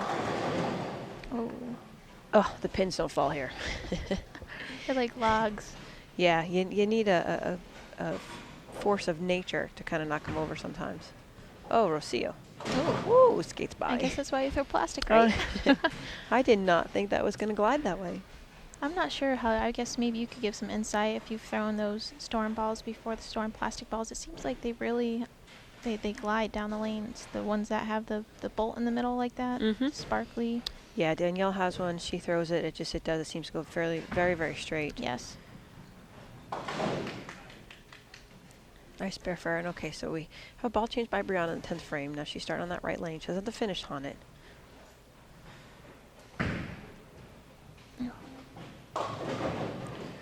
Wow, just doesn't give you much room for error, does it? You know, all these girls, my personal opinion, just they've done so many things so well. It's not what they did wrong or anything. It's really progressing on what, as the season went along, what they did really well. And a lot of them, their mental games got stronger. They got into match play. They learned how to make the match go at a pace that was comfortable for them. So I really applaud them on what they did as the season went on. Another great shot by Erin. Yeah. It is challenging. I find that with the shorter patterns, definitely the straighter your lines and angles can be and the firmer your ball speed can be, the more success you have. The I ball just agree. doesn't have a chance to vary off its path too much. I think that's why Rocio is having a little bit of an advantage right now. Erin, not so much more slower ball speed, but a lot of hand rotation, so it's forcing her to play more left to right. Clara's medium ball speed, but she's got a very soft hand, not a lot of revolution. She's able to control the pocket. But I definitely think the girls on the shorter patterns, that's why Liz and Stephanie Johnson had so much success this year. They could play straighter up the lane with a very aggressive ball speed, and even on a par shot, they would still get 9. That's the thing, is just trying not to split. You know, it's so much easier to split when you're playing those extreme angles. Great shot by Bryanna.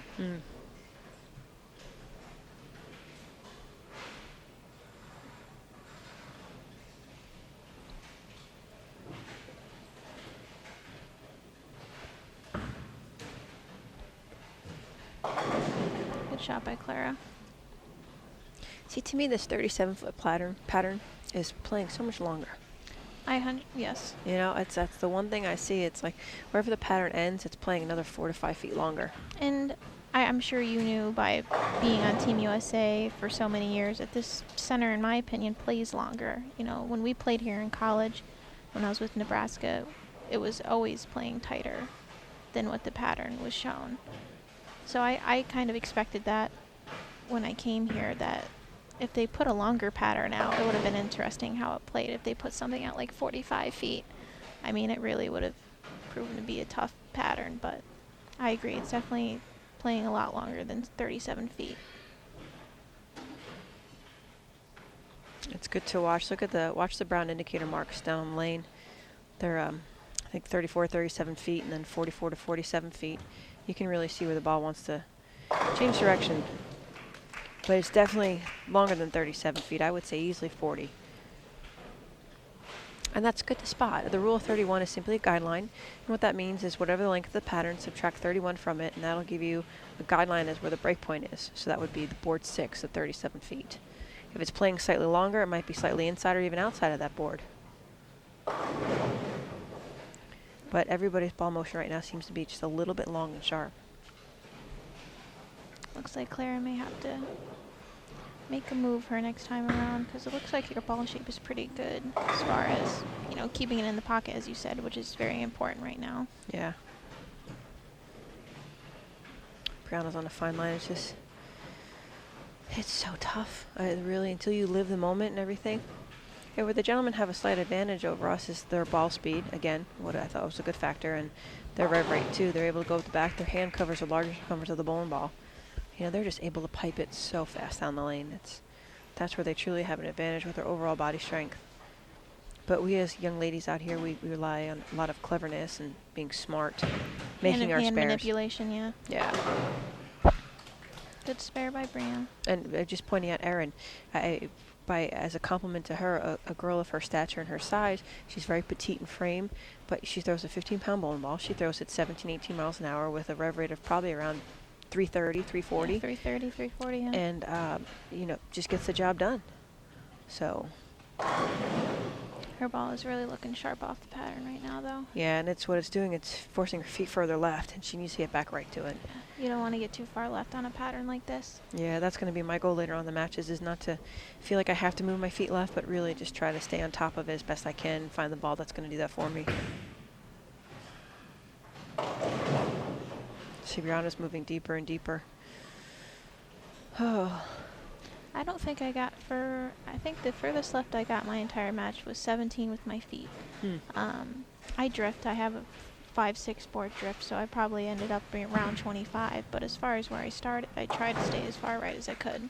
That's good. And Erin's sliding around that 20-22 zone at the foul line. It means her lay down points somewhere around 15. Usually around 6, 7, 5, 6, 7, 8 boards. Difference based on the body stature of the person.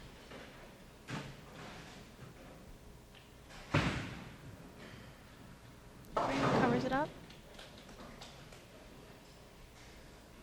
Same as Rocio. I mean, very petite stature. She's very into fitness and her physical workout routine. She rolls the ball phenomenal.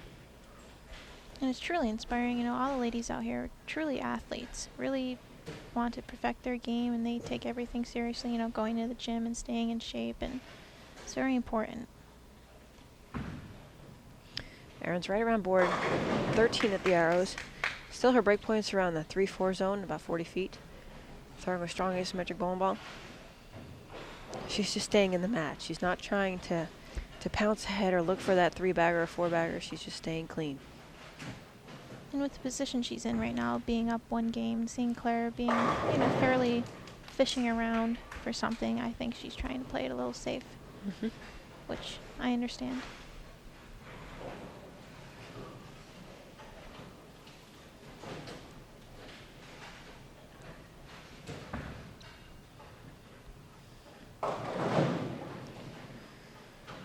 Oh, Clara's a little in trouble here right now. Yes. Still early in the game by far, but she just doesn't seem like she's lined up very well. She doesn't look comfortable. You know, I've crossed with Clara a few times this summer, and right now she just does not look comfortable. This is where I would take a re-rack. I would take a re-rack, let my brain slow down a little bit, be level-headed, say, okay, what am I seeing? What can I do to get closer to it? Am I make quality shots, which she feels she is? But let's take a breath. Let's recalculate or reboot and start over. Kind of like you're stepping out of a box and then stepping back in.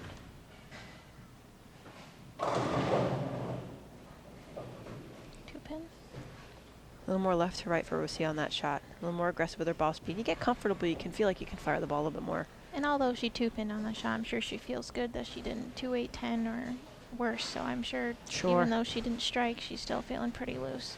Now Clara looks like she's hitting deeper with her feet. So there's going to be a move here. Let's see what it is.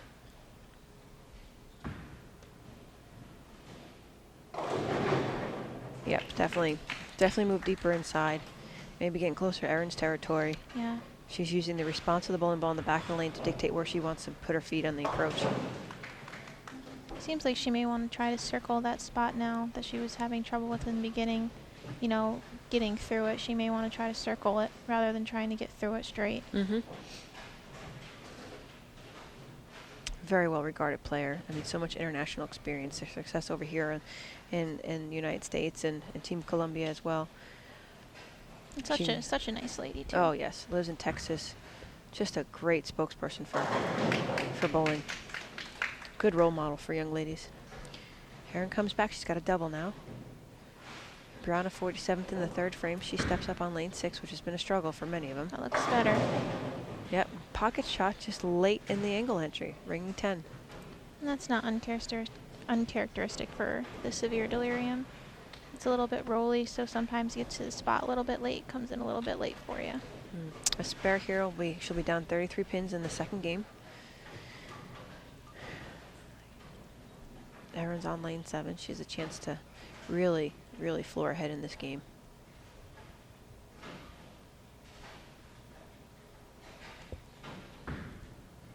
Looks pretty good. Wow. Good shot. Great shot. Great shot, ringing 10. Fabulous delivery.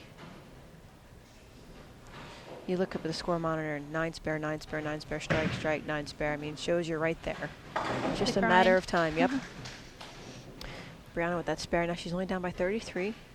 Halfway through the game. Long way to go still. The last few weeks of the tour, the patterns really seemed like they were very challenging. Not that they were all summer, but, you know, the PWBA Detroit Open, the scores were very low. The US Open obviously is always a challenging pattern. And now we're looking at this 37-foot pattern, which is proving to be challenging as the day goes on. Yeah, all the ladies on, for all the fans out there, ladies bowled on what we typically would call almost sport patterns. The ratio of oil was 2 to 1 or even less than that, and that makes it very challenging for the ball to get through the front portion of the lane. So patterns have been flatter, a variety of lengths, but the volume has definitely played a key in who's making shows and so forth. Very much more challenging conditions than your normal league shot you would find back home. Absolutely. I would say a normal league shot back home, you're looking at maybe 12 to 1 or... Yeah, 10 to 1, 12 to 1 units from the middle. What that means, folks, is that for every 1 unit of oil outside in the gutter, there would be 10 units in the middle. So 10-to-1, 12-to-1 ratio gives you an idea of how much volume is usually in the middle of a league pattern compared to what we're bowling on right now.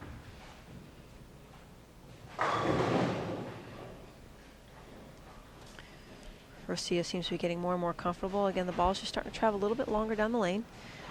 A little bit more of a sharper transition in the back. There's that 10-pin. Clara doubled. She made a really good shot in lane 8. See what she can do over here in lane 7. Needs help. Got some. Catches the opposite side pocket strike. She looks like she lost her footing a little bit. Yes.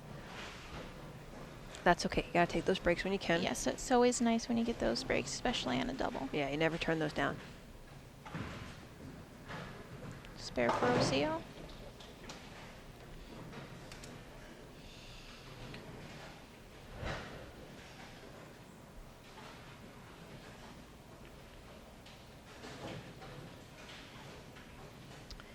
Erin's on lane 8, 107 in the 5th.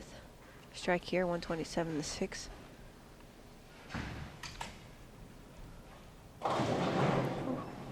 Oh, the 8-pin just doesn't fall forward enough to take out the 2-pin. It's a good break. Yeah. That one got away from her a little bit. Just a pinch, a little more aggressive with her speed. That's how sensitive these conditions are, everyone. The slightest change or hiccup really can make the ball reaction enormous. Great shot by Rocio. She's really feeling good. Yeah. You can tell by the body language when they really feel like they're in the right part of the lane, the right ball, the right surface, the right hand, everything is just, everything's aligned. And Rocio is a very passionate player too. I really like watching her bowl. It's always nice. I enjoy watching players, which everyone is passionate, but you know, they're very enthusiastic. Really just look like they're having a good time. Mm-hmm. Good shot. That's a double for Bryanna. She's not out of this. Nope, not to say the least.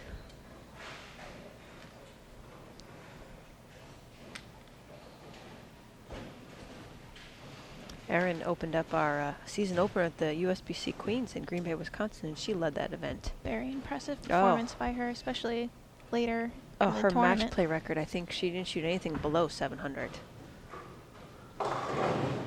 When Erin gets in a rhythm, it really just seems like she's an incredible shot maker. She really creates a lot of space for herself on the lane and repeats her shot, and she can strike a lot. Yeah, I've seen Erin over the last few years at our team trials in Las Vegas, and she used a lot of the bowling balls by storm and rotor grip, and she would be more of a slow hooker player. Her ball speed was not as aggressive as it is right now, and whatever she did in the time from team trials to now, her game has just stepped up. She really has. Her ball speed's firmer off her hand. She still can hit it. She can go straight if she needs to. She's really, really come a long way within her game. She's developed into an incredible player. Mm-hmm. Now Bryanna over on lane 5, she's left a 2-4-10.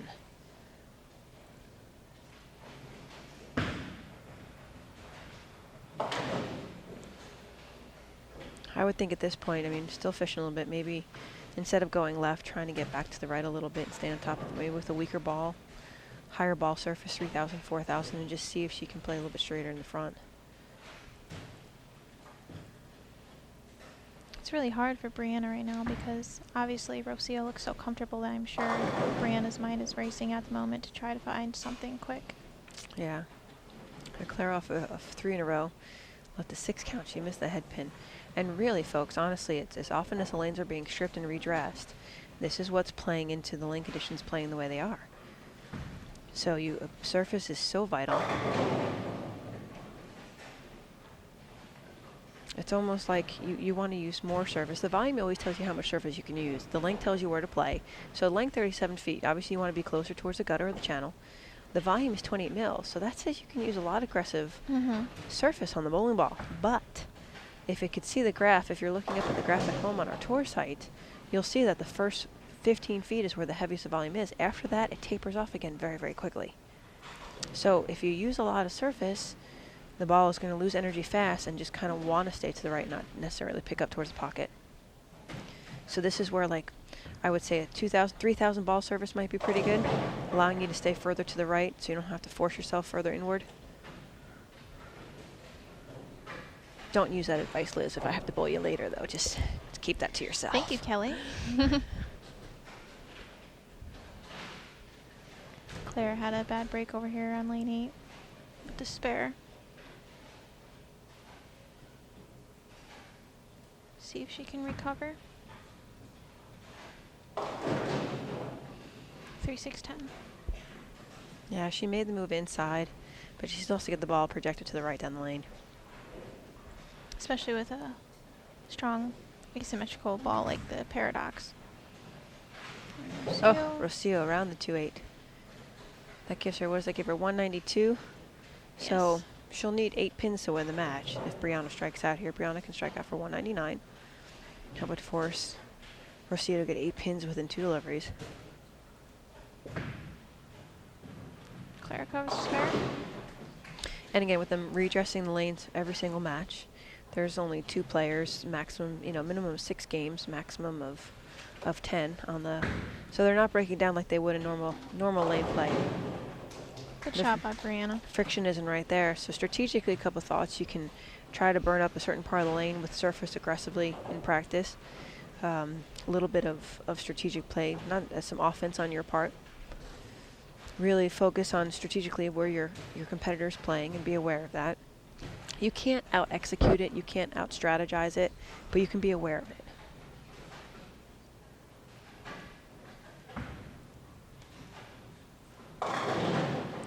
Wow, I thought that was a really quality shot by Erin off her hand. It's just how violently the ball is reacting down the lane. Yes, I think she definitely needs to look into maybe balling down here in her fill shot. See, I would go the opposite. I'd actually probably ball up so the ball would slow down a little bit sooner. That's just me, though. But, as you said, the Paradox is a stronger ball. Yes. So you're correct in your analysis. You might have to try something a little bit different. Maybe another asymmetric ball, but something that's not so sharp. Well, I would certainly agree with you in the fact maybe she should stay with the Paradox and see if I'm sure she has another one of those in a different drilling. Maybe to see if she can create a different shape with it, because I know it's hard to put a ball down when you have, good reaction with it and the pins are falling, especially in an environment where they're not falling very much. And Clara isn't, she's not really defined in her zone where she wants to be. So for Erin to stay clean, definitely still giving her the advantage in the match.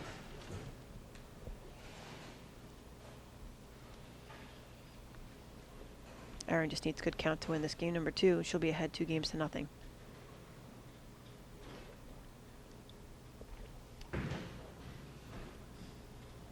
So that one she looked a little bit firmer, Kelly.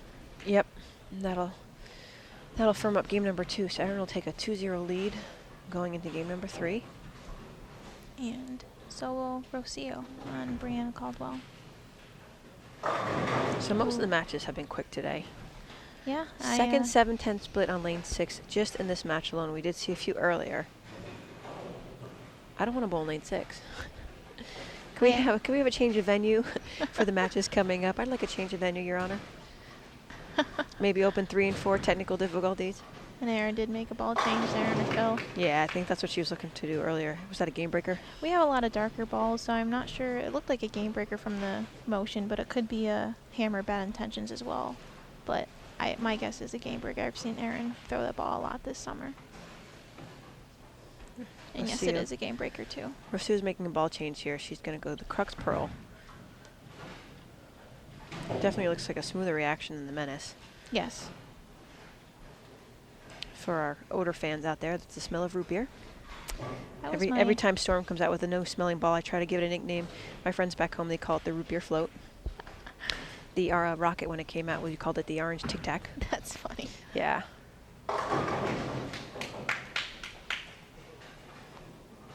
So Erin wins game number 2, 212. The most or max Clara can strike out for is 187 here. And I think it's really important for Clara to make some quality shots here, which she will, because she's Clara, and find a ball reaction that she can use the next game, because only got 1 game left. Yeah, it's everyone. You think 10 frames is a lot, and it should be. But in the heat of the battle, 3-minute break in between each shot, or between the 2 shots you get in a row, mentally you have a lot of thoughts going through your mind. It looked like she tried a game breaker too as well. I will say this, there's no magical ball. You know, when you get to this status, I mean, you ladies, the top 16 overall, it's because the cream has risen to the top, and you know your little tools, your techniques with your hand, your ball speed, where your eyes can focus further, closer on the lane, playing break points more. So by now it becomes not just the ball in your hand, but what you can do with that ball. And Rod Ross is a big proponent of that. He wants you to be able to change your axis rotation a little bit and your ball speed, and which is vital in today's game. And that's all these young kids coming up. It's just amazing what they can do. That's what's really good about the PWBA tour. The collegiate players, the collegiate programs have just gotten so strong. I mean, myself, you know, just graduating from the University of Nebraska, and there are just countless other programs that have just gotten so good in development. You know, it's really looking bright for the PWBA as far as rising stars. Yeah, I agree 100%. I mean, college bowling was a significant part of my success in coming out on the ladies tour. Made me the player who I was, to be an independent person, and being able to live on the road is a different lifestyle. Would you not agree? I agree. You know, and it's interesting how some of these girls did it this summer. Some of them stayed out the entire time and drove in between stops. Then there were people like myself who flew home in between stops. So everybody does it their own ways. You know, I'm not the kind of person I think that could stay out that long and drive all over. That's not for me. It's not bad. It's definitely it's fun. You know, I got to go to the Iowa State Fair, which is great. I'd never been to a state fair, and it was on. My sister doesn't call it a bucket list; she calls it a thing to do list. So that was fun. I just experienced, you know, Iowa and their corn and pork chop on a stick and I've everything driven through that state many times, so I know what you're talking about. Yes, you do. Yeah. A lot of corn out there in the Midwest. Yeah, you can see it very easy from the highway. Yep. Great scenery. Rocio, she stuck with the menace. So the fill ball was just a little strategic play of what the ball would do if she has to make that ball change, but she's still sticking with the menace. Again, aggressive core, weaker cover. Sinister core, just a solid cover, a little bit different in its makeup. As I've said earlier in the matches, a lot of the ball companies now are coming out with very vibrant colors in the bowling balls. So as they go down the lane, you can see how the ball is changing from the skid hook roll phase. And Erin sticks with her paradox. Wow, she went deeper and it just went sharper off the spot. She leaves the 3, 4, 6, 7. Makeable, of course, but wow. You get tricked. You see your ball hook, and the initial reaction is to move your feet left or inward, because we're taught as kids growing up there's more oil in the middle, less towards the gutter. But on a flatter condition, your angle just has to be so crucial through the front part of the lane at the same break point. When the ball comes off the spot, it's just going to be that much harder. So straighter is greater right now. And you see the girls that were successful all year long. Liz, I consider yourself a hook player, and you know I made a lot of cuts, but to be successful on the show, I still think you need to be straighter through the front portion of the lane. I completely agree. You know, players like Liz Johnson, Stephanie Johnson. Yeah. There's just such a more consistent reaction. Diana, great ball speed, again straighter through the front. She's coming up in the next match.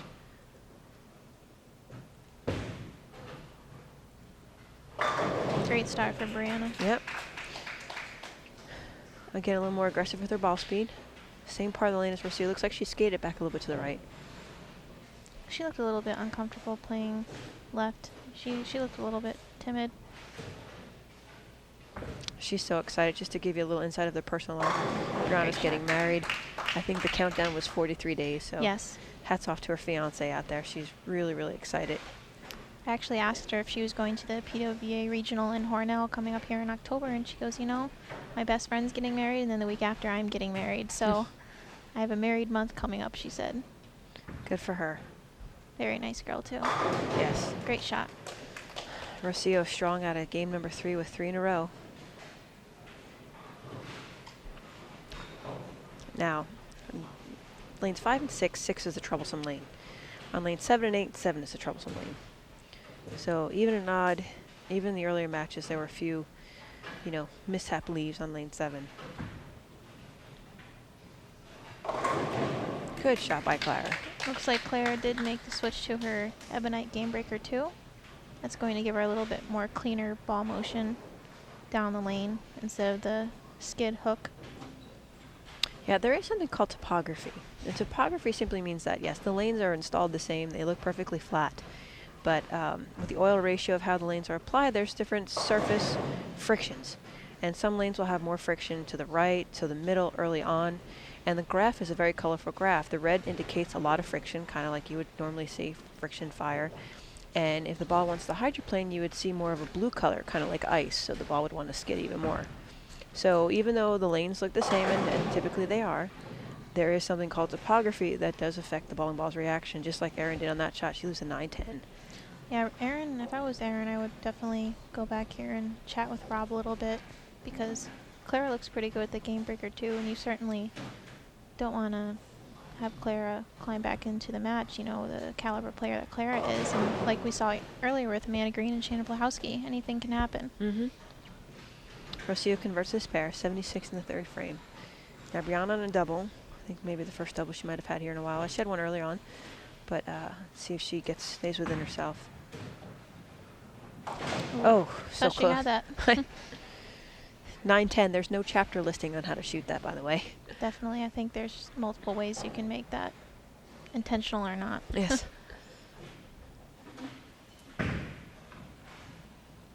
Great Great. shot. She just looks way more aggressive on the bottom now. She looks a Yeah. little bit more comfortable. She looks like she found a rhythm. And that's very important as a bowler, to find that rhythm and find that comfort, because your higher quality shots are when you're comfortable.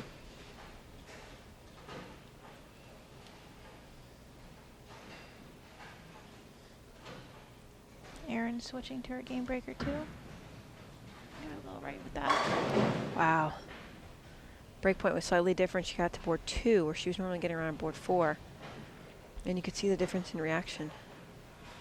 Such a big drastic change.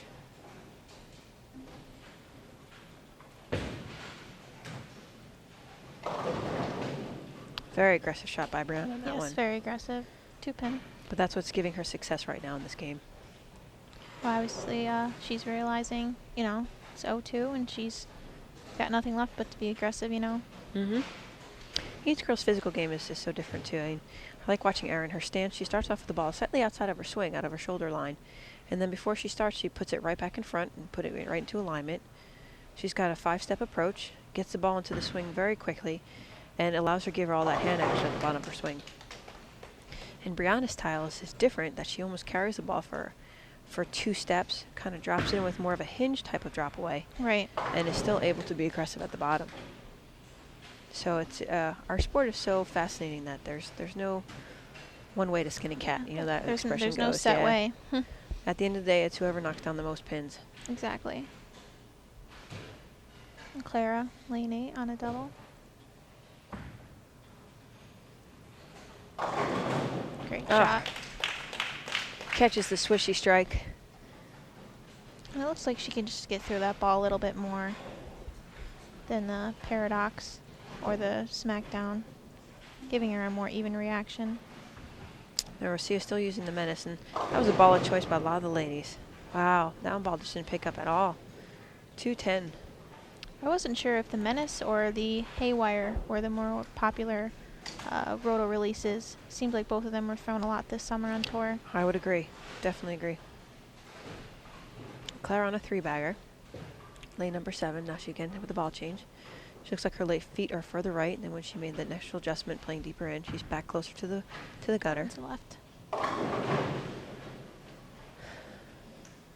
I don't know if this is good eye candy or not to watch the reaction, as I have to step on the approach here soon.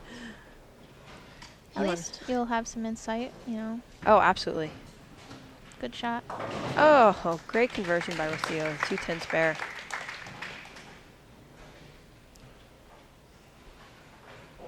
After last week's condition, and like you said, Detroit, there was some creativity in spare shooting. Yes. That was involved.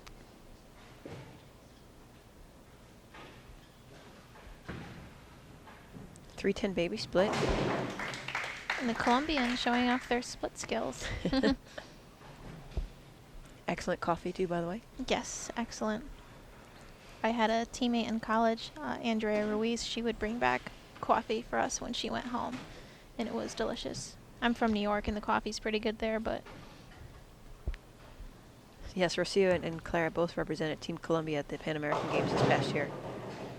Liz Johnson and Shannon Pluhowsky represented the United States, and I believe Rocio and Clara both had great success out there.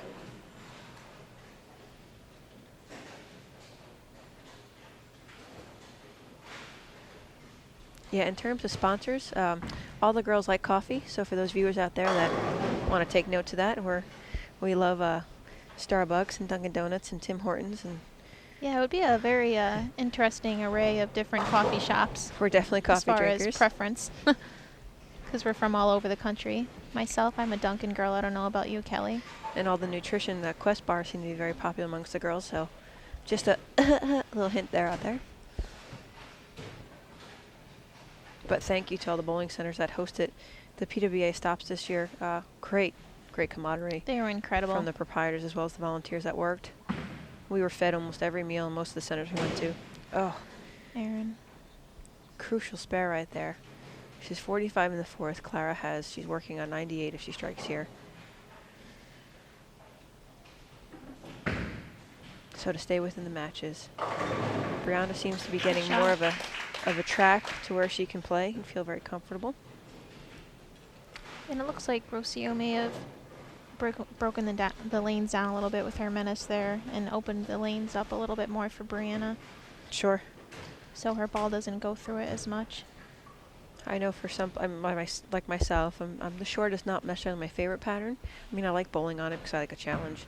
But sometimes I have to wait a game or two before the lanes open up and have built in some friction to where I can really feel comfortable not having to do too many tweaks. So, yes, that is strategy. And as much as I enjoy playing on the fresh, I do like to play when they're broken down more. But that's our sport, again. 9 count for Bryanna, lane 5. She's a 2-pin coming a little light. She came in light last time on that lane as well. Funny, she's funny. Doesn't that always happen? You figure out the one lane that gives you trouble and the other one goes away. It's funny how our sport works. The irony involved.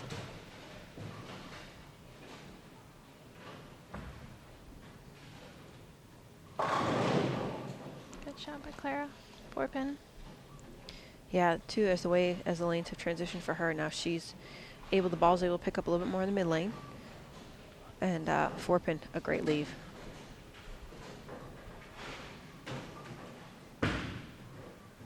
Spare.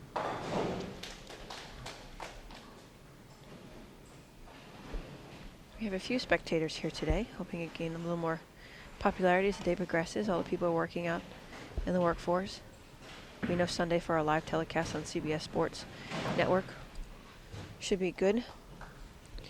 It's a very uncharacteristic miss for Clara Guerrero. Yeah, that's twice now. She missed a spare earlier, I believe, in game number 2.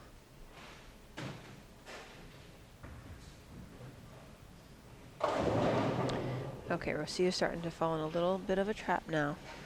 Menace is going far down the lane. Now, to me, as you watch the colors start to grate, the ball kind of seems to be kind of slowing down a little too early, not have enough stored in the back.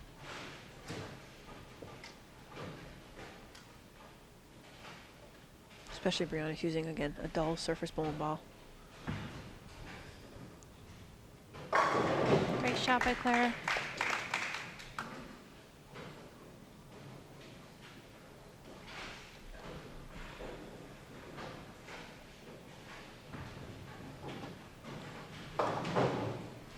Rocio staying in this match. He makes the 2-pin. So 120 in the 6th for Rocio, 139 for Bryanna. Only 19 pins different.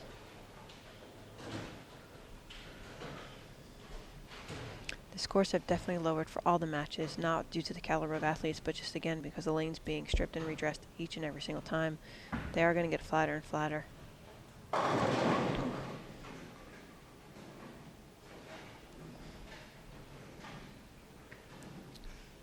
4 pins for both players on lane 8.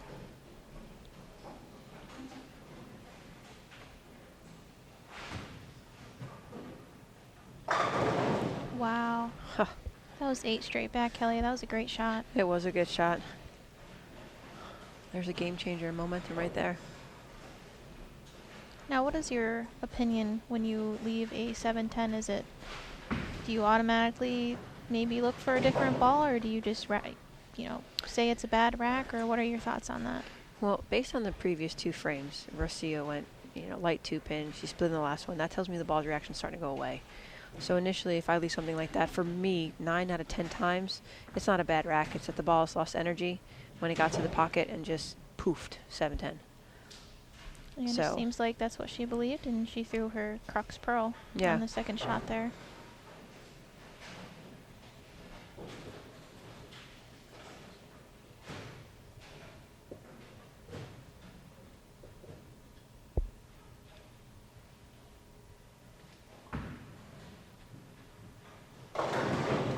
Good shot for Erin. 85 in the 6th. So again, Clara has a strong lead in game number 3. Good shot.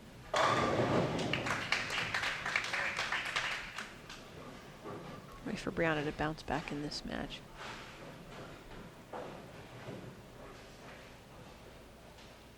So much of it is mental. I was just about to say that.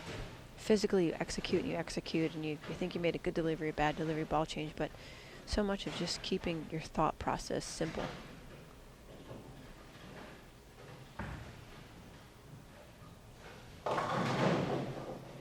Three 6-10 for Clara. Yeah, everybody's ball reaction. Bryanna's got it pretty good. Rocio's really close. The ball's just not slowing down. It's coming off the spot and it's retaining a lot of energy. And you want to see it in that rolling phase, and it's still kind of hooking when it gets to the end of the pattern. Good shot by Bryanna. Well, Bryanna just came back in this match to win game number 3 here. So Rocio can potentially strike out for 206, but Bryanna definitely has her beat. She'll just need good count in the 10th frame. So she put herself right back in this match by winning game number 3.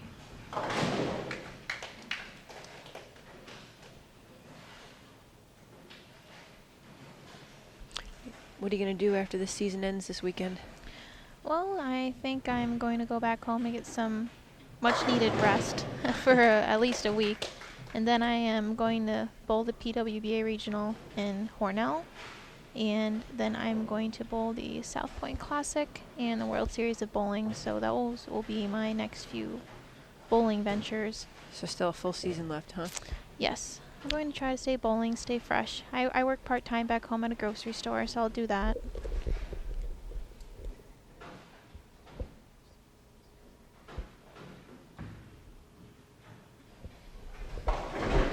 Sounds like a nice time. You know. I'll be joining you in Hornell and bowling the PWBA Regional. I've never been there, so. Hornell or Vegas? I've been to Vegas a ton. Hornell I've never been to. That's about 3 hours west of me in New York. Oh, 3 hours? It's about 3.5 hours north of me, so I'll catch you up there that weekend. Rocio made the ball change to that crux pearl, and just to get lined up in the left lane, but I just want to thank the viewers that this is possible by the PBA and PBA Extra Frame for bringing this live telecast to you this afternoon here Friday in Arlington, Texas. So thank you, Tom Clark, Commissioner of PWBA. We really appreciate you putting this together. It's been a combined effort of the 2 tours working together. Even though we want to exist separately, there's still that camaraderie of respect for both tours, and the PBA kind of made the face of bowling with the men, and now the PWBA with the ladies. But definitely thank you to them and Extra Frame for making this possible. Yes, so appreciative. Especially all the tweets and everything. You guys are so active in social media. Social media has developed to be so important. Erin doubles, so she's still in this match. Rocio finishes the game 185. So let's see, she's got about an average of around 190. Which is pretty good on a pair like this. Yeah, well, very 194, tricky. yeah. This will be a very big shot for Erin here in the 9th frame.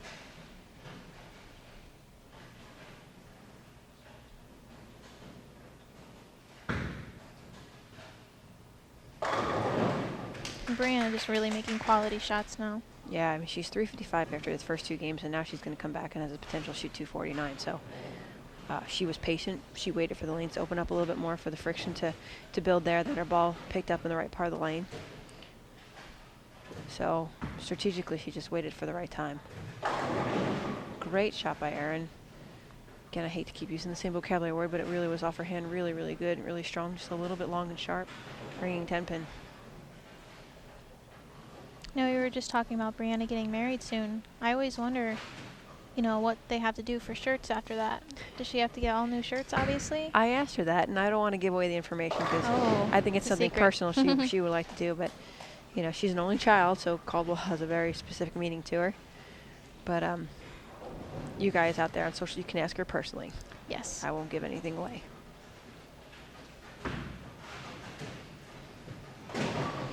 Woo. Remember, you just have to touch the pin. Erin makes the Don't hurt 10 it. pin. She can strike out in the 10th frame for a possible 184. Clara here steps up. She's on a 2-0 pace right now. Bryanna shoots Or 238. That's a 238, excuse me, yes. She could have struck out for 249, so 238. 593, she made up some pins. So both the girls, in terms of overall pinfall, are very, very close. If this was the queens, Bryanna would walk away the victor because she outscored Rocio 593 to 583. But this is, again, for those tuning in, the best of 5 games. So first to win 3 games will advance. And another quality shot by Clara there. And she went high the last few shots in that lane, so that was a really good move on her part to go 10 in the pit there. Because she went 4-pin a few shots and 3-6-10, so that's really great shot there in the 9th frame. I love her shirt. I love the colors. Very pretty. Yeah. I was going to comment on that. It's quite hard sometimes to match your skirt and your shirt the same exact shade of color, so that's impressive. Oh, I know I have that issue every day.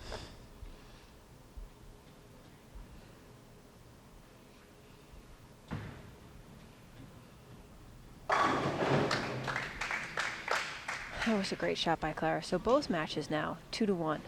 Erin will be up 2-1 over Clara, and Rocio's up 2-1 over Bryanna. So we're going to game number 4, coming up at the conclusion of Erin Clara. Rocio with the ball change. She made an adjustment because she went high on the 10th frame when that on the left lane number 5, on lane 5.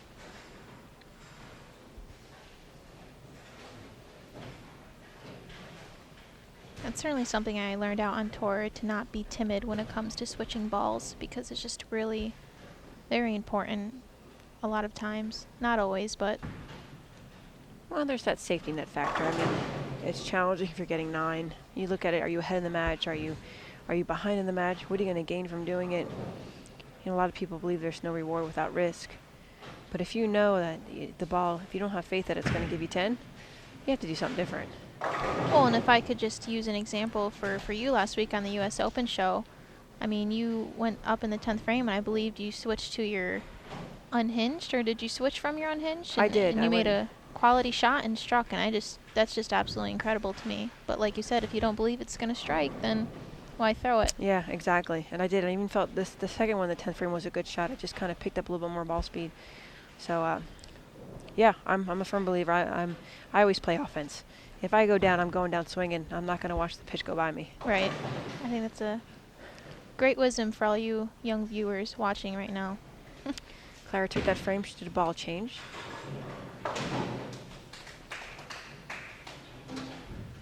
So 205 for Clara. Good bounce back. Erin can strike out here for 184 in the 10th frame. She may too strategically try something else, another ball change.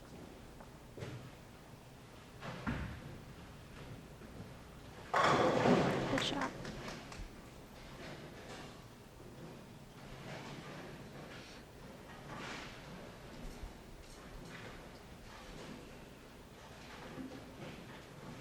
So it looks like 5 and 6. The girls are playing definitely away from the gutter. Their break point is, I would say, about 7, 8, 9, somewhere around there. It's Probably 7, 8. It's very interesting because I know Kristina in the last half of our match tried to play inside because she was really struggling from the right. But for me, my break point was much further right down the lane than it is for them right now. So it's interesting how the lanes have progressed.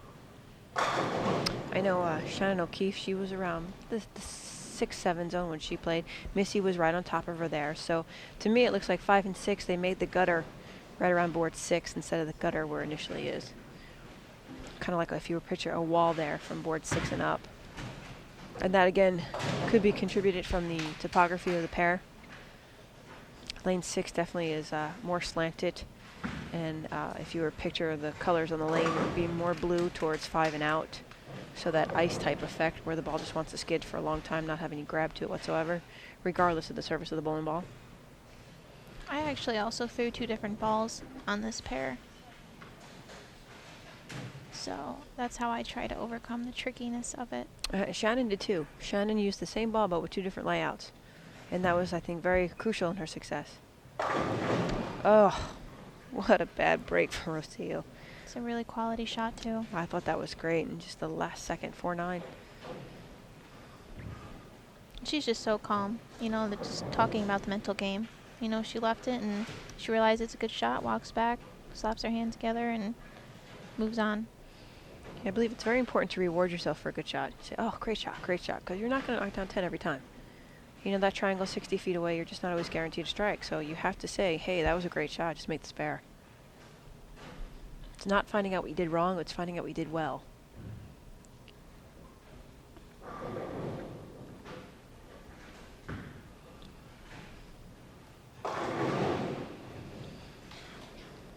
Four pin for Clara. And it looks like she's created some hold for her on that lane. Yeah, I'm sure Erin's starting a little deeper inside has pushed some, Yeah, absolutely. some down a little bit. Created a little bit of a trough, so when she went right, there was still some head oil for her. Because sitting behind her here, watching her ball roll off the lane, that looked a little bit left to me, and it, you know, obviously stayed for a 4-pin, so that's obviously good for Clara. Loosen up her swing a little bit for sure.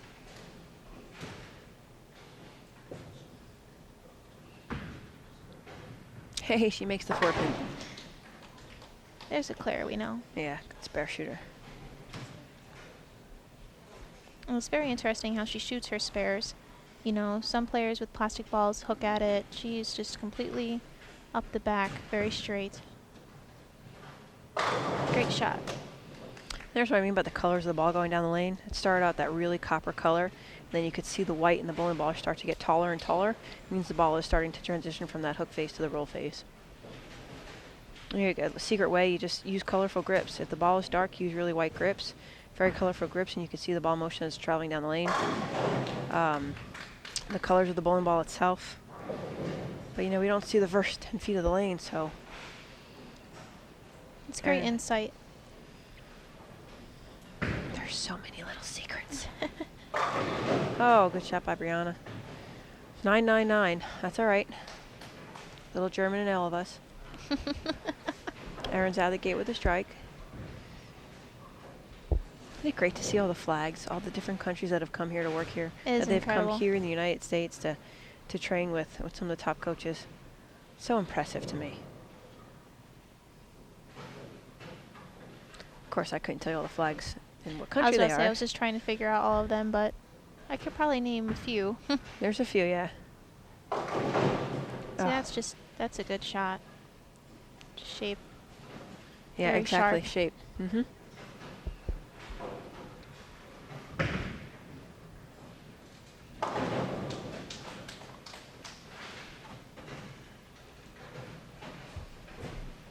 Bryanna staying clean.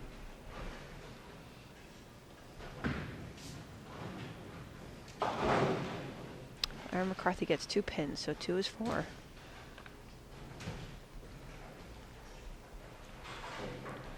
We said that in college a lot, you know, because getting your wood on splits was so important in Baker match play. 2 is 4. What's unique about this facility is the ball returns are set back off the approach, so there's really, you know, no limit as to where you can stand and be comfortable. Clara lost her footing a little bit, but gets the break. Yeah, that was a good shot. A little bit long, but she gets the shaker. She's getting her pocket to be a little bit bigger, so now when she misses, she's still getting it back to the pocket. Great shot. Stone 8 pin for Bryanna. quality delivery. That is a true tap in bowling. The truest tap. The ball just deflects enough that the ball takes out the 9 pin, but the 5 just does it go straight back rather than into the 8 pin.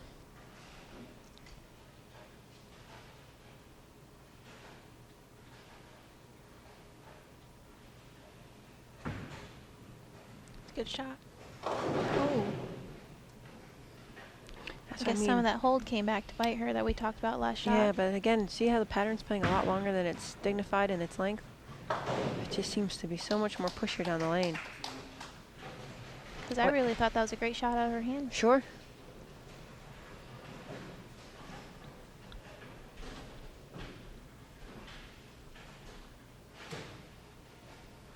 Clara got half. She's got the other half to clean up. The 2, 4, 5, 8, 2, 4, 5, 7, 8. Can't leave out that 7 pin, but it's the bucket with the additional 7 pin. We called this spare the half of loaf in college. Half a loaf. Yeah, like half a loaf of bread. Sure. She's hooking at it too. It's Wow, a good spare. that is a good spare.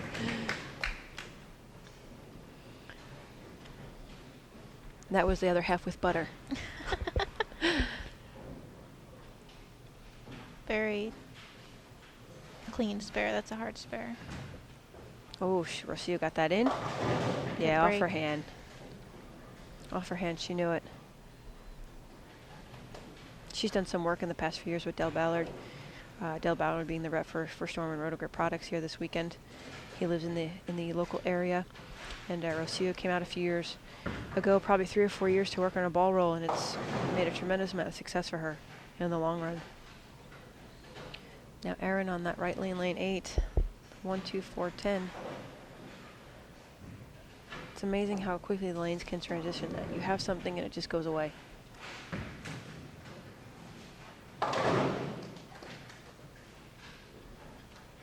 Rocio converts the spare. She's just down by, what, 9 pins here? Mm-hmm. Close match. And really, Bryanna's thrown some great shots. And Oh yeah, ring 10 pins, stone 8.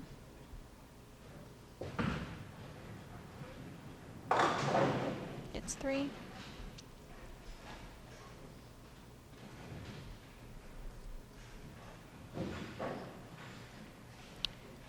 Did you and Erin bowl the same time together at Nebraska? No, Erin, I believe, was at Nebraska 2009 season, which was long before I went to Nebraska. I was still in high school in 2009, but Erin actually transferred to, Midland University in Nebraska as well, and she actually finished out her collegiate career there and had a very successful collegiate career there. I think a lot of people forget that she transferred there, but I knew Erin from just collegiate stuff. She's a real nice girl too. All these girls are nice girls. Yeah, I know she had a small stint there in Nebraska.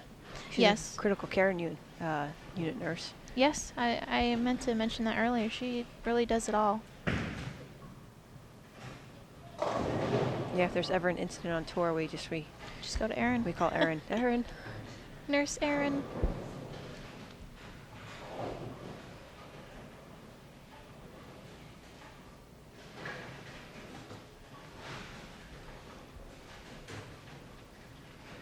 So quiet in the atmosphere too.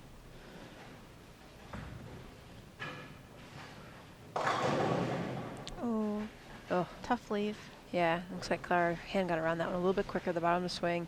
She leaves the 3, 9, 10. This Another is difficult spare. a tough split to convert. Bryanna stays clean Yep. through 5.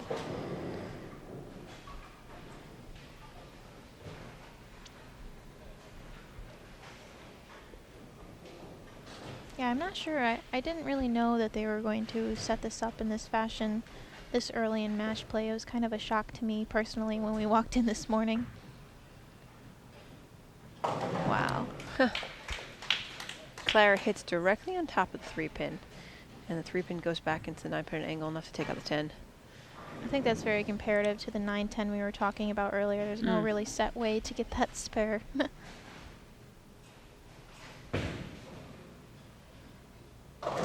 aggressive shot by Bryanna. Pays off. Finally trips out the 7-pin. She strikes in the 6th frame. So 96 in the 5th for Bryanna. Rocio working on a strike in the 5th frame.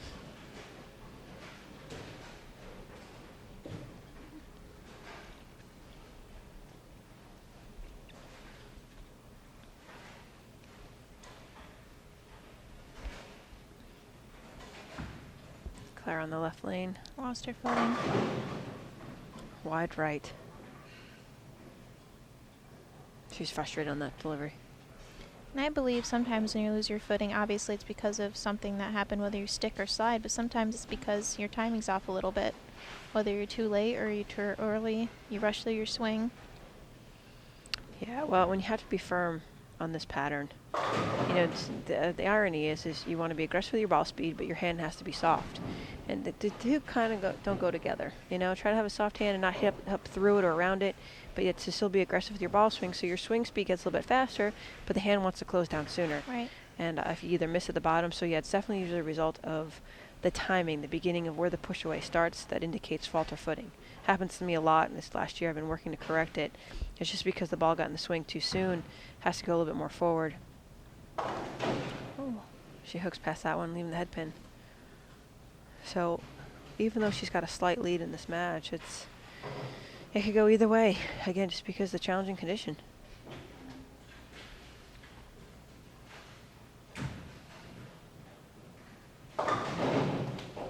It's difficult when you make a good shot and then it just gives you the result you weren't looking for. Just like the 7-10 that Bryanna left earlier in her match. Mm-hmm.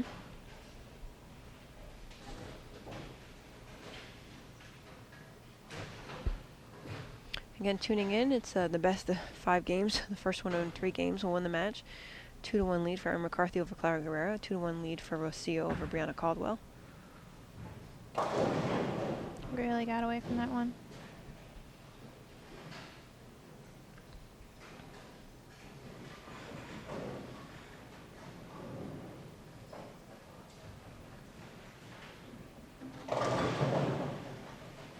Wow, the lanes are just transitioning so much.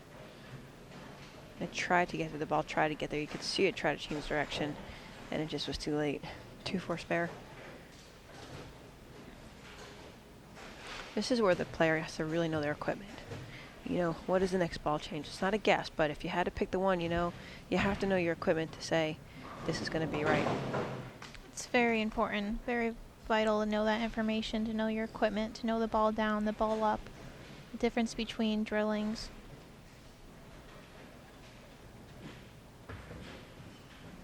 Cleans it up. Okay, Rocio converts the 2-4. Oh.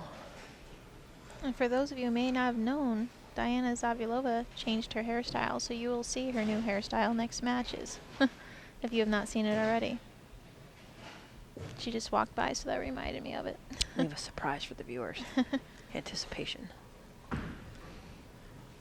Better shot. Much better. Yeah, great delivery by Erin.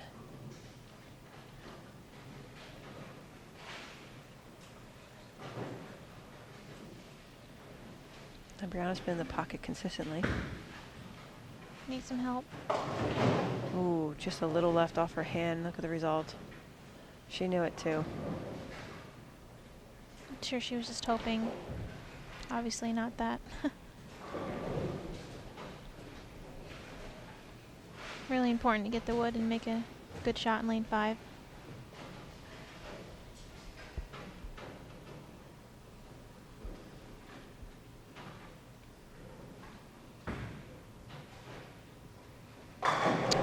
Much better shot by Clara Guerrero. Yeah, she looks like she's getting her aggression back in. Had her balance. Firm through the front.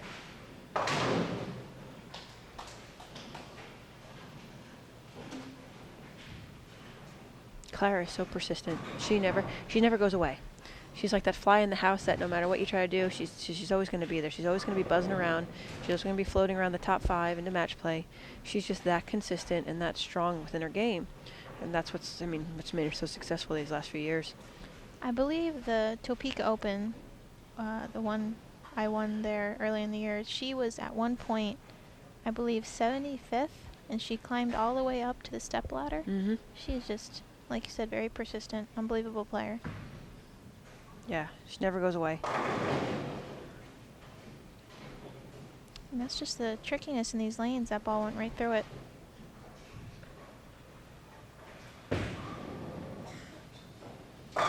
Great recovery by Bryanna. Bryanna bounces back. She's got 122 in the 7, so if Rocio strikes here, because there's 126, just a 4-pin lead. This match is going to go into the 10th frame. Now Rocio will finish this game, so Bryanna's got to step up in the 10th frame in order to solidify her extension or the ever demise end of the match. Great caliber of athletes, though. I'm just so impressed. All these girls pulled great all season long. So Bryanna and Erin, Team USA teammates, will be back here in a few weeks for our team camp before the Women's World Championships takes place in Abu Dhabi in December. Here, Rocio and Clara are both representing Team Colombia. Got away with the double dribble. Has Team USA announced their representatives yet, or do they do that after camp? They have not, yes. The coaches will gather after camp, and we'll probably find out either the week of camp or just slightly right after, so we can start making travel plans. We lose that 60 days window of booking with our friends at United Airlines. We love to fly the friendly skies. Erin goes lightly to 2-pin. Those are all good leaves, though. I mean, again, make full spares. But wow. So all the viewers at home would say, oh, bowling's not a sport. Bowling's not a sport. I said, yeah. Put your shoes on. Let's bowl this best of 5 games and see how drastically they change over time. Said this is not your average league condition or the average 220 or 230. Starting out, they can be potentially high scores, but again, as the lanes are constantly being redressed and re-oiled, different varieties of players playing on them, they're going to change over time.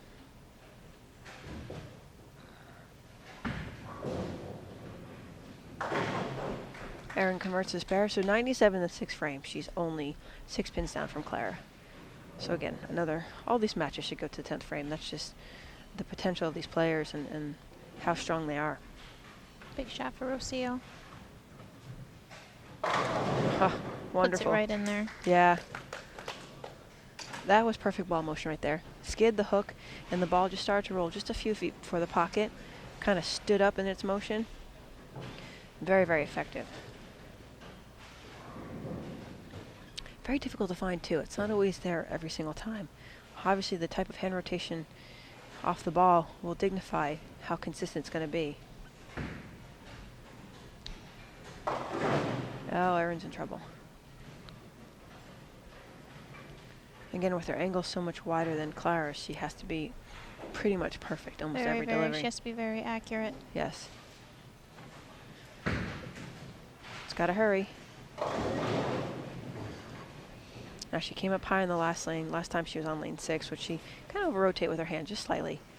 That one a little more aggressive at the bottom through the shot, so it definitely extended itself down the lane. 2-8 spare. She's probably pretty relieved that she didn't 2-8-10. Erin leaves the 10-pin. So 122 in the 8th. This one potentially can go to game number 5. So Clara, after being down 2 games, got back in the match, won game number 3, 2-1. She could strike here and really start to separate herself from Erin in game number 4. Good pickup. Yep. The 2-8 has been a very difficult spare the last few weeks to convert. I Tell really me have about to it. say. Just so many ways you can miss that spare. Yeah, with the ratio of oil being as light as it is. Oh, ay, ay, ay. 7-pin for Clara. Yeah, that was a good leave. That was a good leave. Yeah, the 7-8 wouldn't have been a very nice break for her if that happened. Now, if Bryanna wants to put any type of pressure on Rocio, she has to double in the 10th. She needs this first one for sure.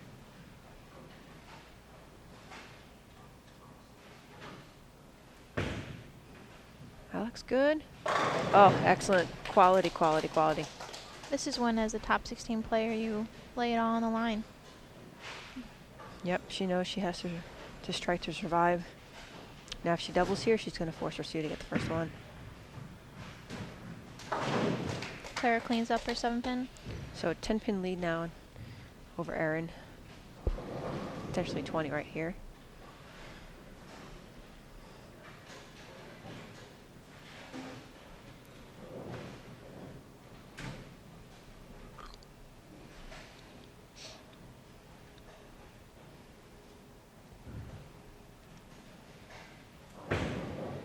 Oh, that's going to be high. Little in.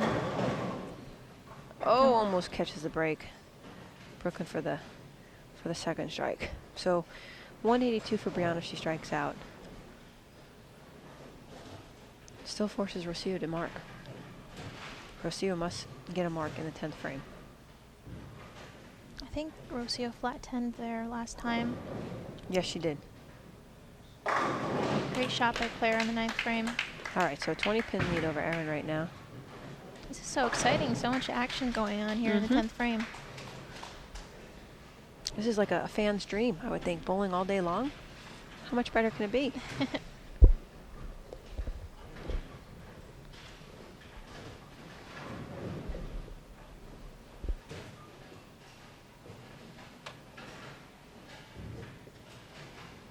Erin needs this one. Oh, and she didn't like that one off her hand in it. It's very difficult to read her emotions sometimes. She's a very calm demeanor type player. She had said that in many of her interviews in the past, that she tries not to let anything get to her, that her demeanor is constant throughout the entire match, whether it's a 5-bagger or 3 opens in a row. We saw that a lot on the US Open show as well. Mm-hmm. With Jazrael Tan. Rocio needs a mark. 2-4. Still needs to convert the spare. I think she tried to see if she struck before she let it go. And that's a tendency all players do. I mean, I do it too. It's process over outcome. You have to really focus on the process and know you made a quality type shot. We all do it. We all are guilty of it. Little inside. Oh. For those of you listening to that kind of the 10-pin was on its way down and enough wood came over to make it restand up on itself. Yeah, I was counting on you to make that call because I couldn't quite see what was going on. I thought she honestly struck when she tripped the 4. It's definitely an interesting leave. And Rocio will win her match. Well, I should say that, excuse me. She needs 8 pins to win the match. And on this condition, oof. I'll leave it to the viewer. Yep, 8 pins for Rocio. Looks like Rob's going to suggest a ball for Erin. Now, if Rocio gets 7 pins and we tie, it'll go into a 1-ball roll-off with the person who finished on the left lane, which would be Bryanna. She would step up and she'd throw the first shot, and then Rocio would follow.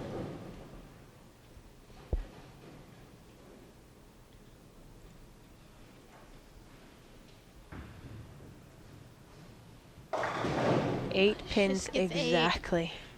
Rocio will advance into the next round of the bracket. Beats Bryanna 183 to 182. She looks a little perplexed herself, a little more relieved. I would say relieved. I would first congratulations to Bryanna Caldwell for having a great season out on tour. That's an incredible heart to come back. Mm-hmm. Erin makes the ball change. She finishes 162. So Clara's going to win. Clara made it back to take it to game number 5. And Erin tried her Columbia 300 Delirium on that fill shot, which is a ball that Erin has used a lot this summer. Yes, she has. I've seen her use it a lot. She I also seen it strike a lot. loves that ball. She has multiple drillings. She really, really likes that ball.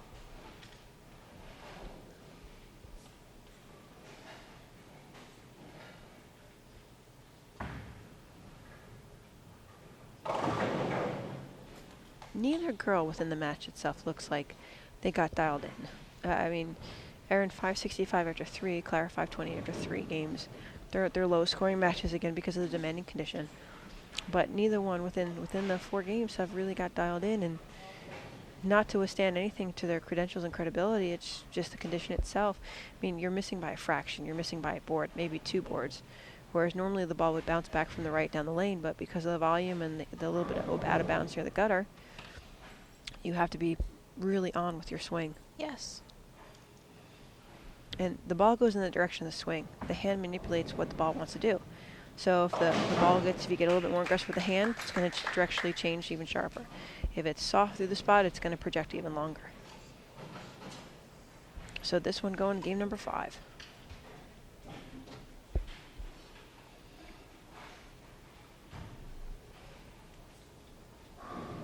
And this is the second match that I'll go to 5 on this pair.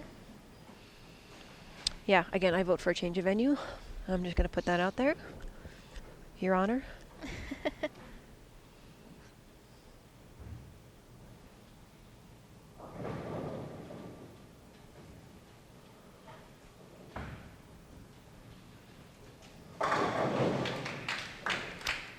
Clara finishes 182 to Erin McCarthy's 162.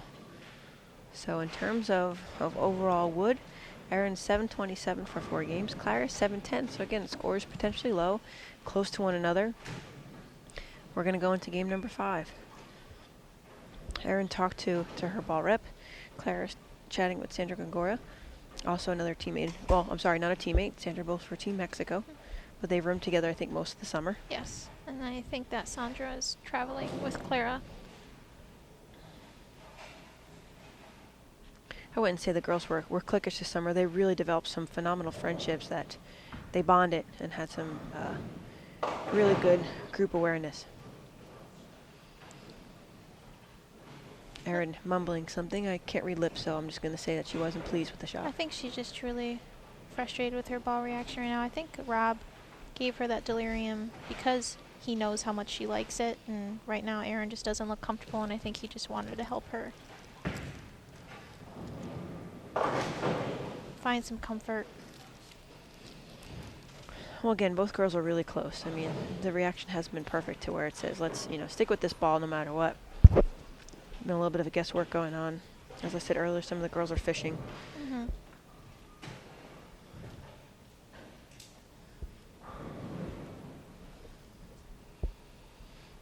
Clara stepping up on lane number 8.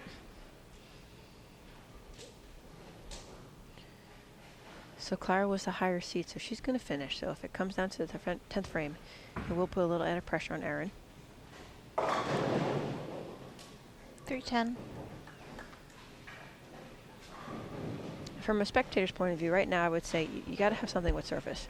You have to have something, even if you think it's enough, I would hit it even harder, because at least with the surface, it's going to get the ball to stop or slow down even more. You may flat 10, but flat 10ing right now is very good instead of washout or 310. I freshened up my surfaces before I came here in the extra frame booth because, like you said, I believe that it's very important right now to have fresh surfaces. Yeah, and I know I don't want to make insight or anything, but obviously you're good friends with Ryan Schaefer, and he's been very helpful this weekend and throughout the tour season itself. But give the fans back home some insight of what maybe he showed you with equipment or showed you with lane play that's really paid off for you this season. Yeah, obviously I've been extremely fortunate to not only have Ryan here as a coach, but have him here as a supporter and my boyfriend. But he's just been incredible. I mean, obviously he's having an incredible career on the PBA tour, and he's just so smart. He really is. He was valedictorian of his high school, and he's just a smart guy in general, but he knows so much about drillings and equipment. I mean, he's fairly new to EBI as well, but he's been very intricate in helping me understand the equipment, because as you said, it's so important to know your equipment. Is it good to practice together? Yeah, I would say it is. 7-pin late to fall, but all 10 go down for Clara. Again, the ball just so long. I really think Clara likes that motion, though. Like you said, had mentioned earlier in the match, she really likes to go through it. So I think she likes seeing the ball go fairly far down the lane before it makes its reaction, in my opinion. That's something I'm working on, just trying to see the ball shape up sooner. It's so challenging to see. I think that's just my generation as well. Ball change for Erin. She goes back to the track paradox that she was throwing earlier in the match. So again, kind of going back to that thought process of going to something stronger, so it slows down a little bit more. Which is a weird concept for a lot of people, to ball up, later in a match or when the lanes are a little bit drier. But Remember, I said all the volume's in the front. So the stronger ball in the front is going to get to slow down sooner. Maybe give more control of the mid lane. So yeah, definitely a different concept. Because carry down is kind of like a myth. I mean, if you were to go down the back of the approaches, yeah, the spare balls are going to carry a little bit of oil, but it's going to be a very, very light film. So what happens is the fronts just go away so much faster with all the surface of the bowling ball in the beginning of the lane. Great shot. Great shot. Just late 10 pin. Almost sends the messenger in front of it. But that's the thought. It's just, it's really the front portion of the lane. The middle section is the most important. That's where the ball really starts to transition because you're going from that skid to hook phase. And as it's hooking, it's changing direction. It's trying to get back towards the pocket or roll towards it just initially. And from there, where you get into the roll phase. So the mid lane is very important. And that's why you would ball up. You want something to slow down more, maybe more responsive earlier. And in my opinion, you know, with a more aggressive ball, Erin's a great shot maker, but I believe she bowls better when she has a little bit room to her right. We all have our comfort zone. Absolutely. I love being around the third arrow and even deeper. That's definitely my comfort zone. I don't mind playing up the boards at all. Yeah, I feel like I'm fairly versatile, but my quality of shots may not be as comparable to someone of Liz's nature, Liz Johnson, playing straight, and Stephanie. Just as when they get deeper inside, I might have a slight advantage. So it all evens out towards the end.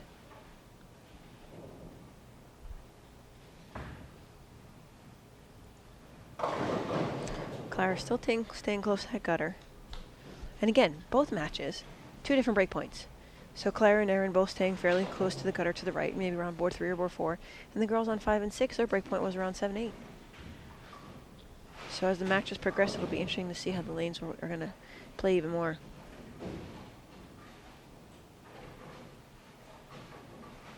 You'll hear some new voices coming in around the next round too for this live extra frame coverage, again made possible by PBA.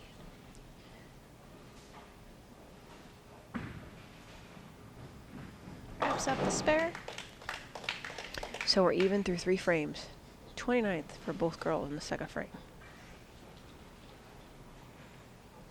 Hats off to our tournament director, Damon Sirocco. What a fabulous job he did this year. Absolutely. He has some great knowledge coming in being tour director for the PBA many, many years ago. He also was a sales rep for the Ebonite Bowling products. And he just, great camaraderie with the girls. Not so much he was like a father figure, he had a tour director at the same time. He very soft-spoken and just wanted it to be so successful. So Damon Sirocco, Jason Thomas, thank you for all your video editing and work. You guys were our bosses, but you also were our friends, and we really appreciate that. Yes.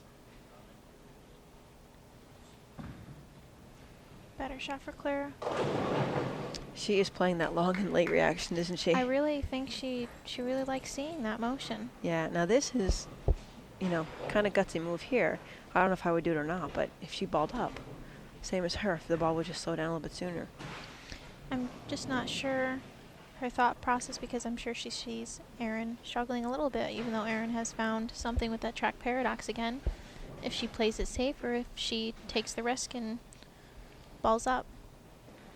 No risk, no reward, as you said earlier. It depends on what she believes is the right choice. Well, she usually converts a 7-pin. And again, she's going to finish this game first, so it'll force Erin to really stand up in the 10th frame and decide her fate. But that being said too, it's not necessarily, you make great shots, the pins just don't fall your way. But it's knowing internally that you made a great shot regardless of the outcome. I could say, certain matches, I hit the pocket every time, that's all I can ask for.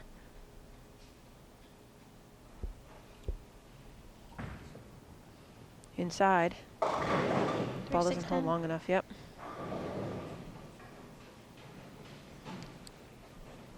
I will face the winner of this match, so it'll be interesting to see. And to me, it's just me against the pins. I'm not even going to worry about who I bowl. Everybody here this week is great. There's like, oh, I have an advantage over her. No, not at all. Everybody's great here. We're all on a level playing field. We're all of the same caliber. So it's you against the pins. Parker Bowen had given me that expression a long time ago. Good pickup by Erin. As we mentioned earlier, that's not the easiest of spares. No. No, I've missed it quite often this year. Love the 3-6-10. This 3-6-9-10 is just brutal. Absolutely brutal. Lucas can contest that too, because every time I was on extra frame, I left 3-6-10. I think I made it once in 6 tries, maybe 7 tries. Not a very good percentage. I know at team camp I'll be shooting that a lot. Emphasis on a lot.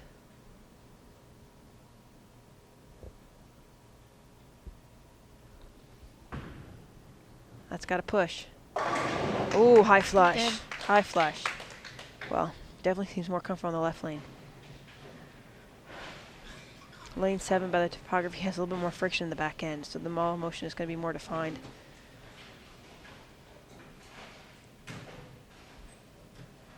Makes for a very long day here at the International Training and Research Center to go in this bracket. Yes, the way it's set up, I mean, there's no really set time, so it's all dependent on how long the matches go, and if they go 3, you may bowl sooner. If they go 5, like this one does, you're bowling later, so. But we did it all summer. I mean, you bowled Friday, you were in the bowling center from pretty much 8 a.m. till 10 o'clock at night. Yeah, if you bowled a Pro-Am, yeah. And you did all day Saturday. Shaker 7. Again, ball is just coming at just hesitantly behind the head pin, so it's not quite enough angle entry to take out the 7 pin. 67 in the 4th frame. Clara keeping herself clean. That's what she wants to do.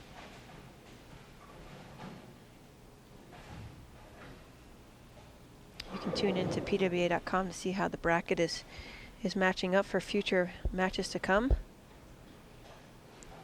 Liz being the points leader, her and Stephanie are, Liz Johnson and Stephanie Johnson are guaranteed on the show on Sunday. Both just had incredible seasons. Oh yeah, Stephanie's walking away with Rookie of the Year. If it comes down to Liz Johnson and Stephanie Johnson, sorry Stephanie, in the final match, the winner will walk away Player of the Year. So that'll be the deciding match. That'll be. How exciting is that? That would be very exciting. Yeah. In terms of a spectator's point of view, that is just comes down to the last ball. Forgive me, Stephanie, for not saying Stephanie Johnson out of the gate. She'll get me on that one later.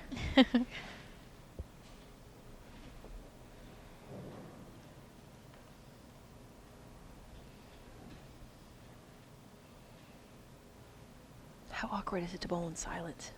Very, very quiet. Oh, that one's left off her hand. Needs a break. 9 pin. Okay, here's an example, folks, of, again, not critiquing the bowler too much, but to be aggressive with her swing and her ball speed. She really got fast with her swing, and her hand closed down a little too soon. That's why she missed inward.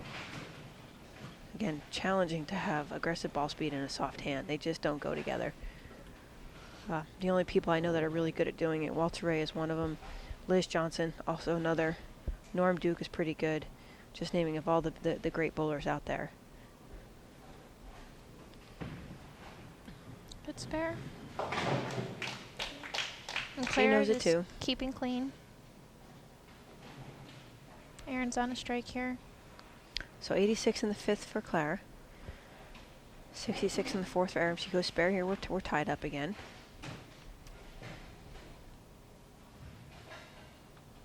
Erin has 2 strikes in this match right now. Clara only having 1. Be interesting to see the statistics of how many strikes were on the right lane and on the left altogether. 7 count. She 3-6-10 last time on this lane. It's got a push. High again. So this is where I think considering 2 different balls is very important, because sometimes you can throw a ball as good as you can throw it and it's just not the reaction you need on a certain lane.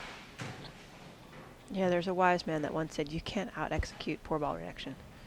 No matter what you try to do with your hand, with your ball speed, eyes, distances, and everything else, if the ball's not right, the ball's not right. And I was one of those people. I really didn't like the idea of doing that because I just didn't think I would be able to. Oh, that's got a hook. Oh, she got Woo! it. To be comfortable with both balls, but we were talking about Ryan earlier. He's somebody who's really encouraged me to not be afraid to do that because he's somebody who does it a lot. So I've warmed up to the idea. Many people let the ball be your guide. I mean, you may know the pattern, you may know the volume, the length, so many things about the facility you're in, but in the end, it comes down to your ball reaction. I mean, you can kind of hypothesize and guess what may happen or where you might start off or where you think you're going to get to, but in the end, you still have to watch your ball go down the lane, and that ultimately is going to tell you if you're stronger, weaker, more ball speed, and so forth, and really start to eliminate and fine-tune you in. That was a pretty good shot. She definitely looked more comfortable in that lane.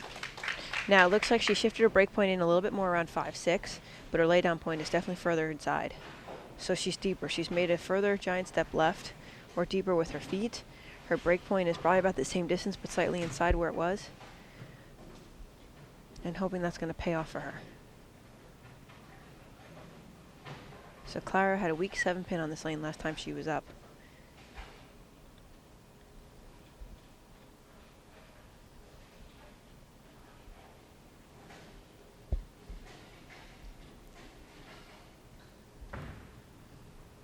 Uh-oh. Oh. Gets the break. Gets a crossover. So we're tied up here, folks, through 7 frames.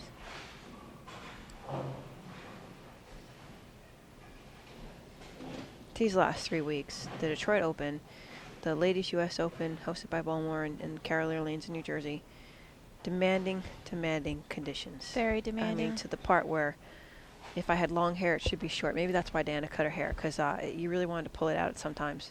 The cat's out of the bag now. Well, no one's seen it. They just know she's cut it.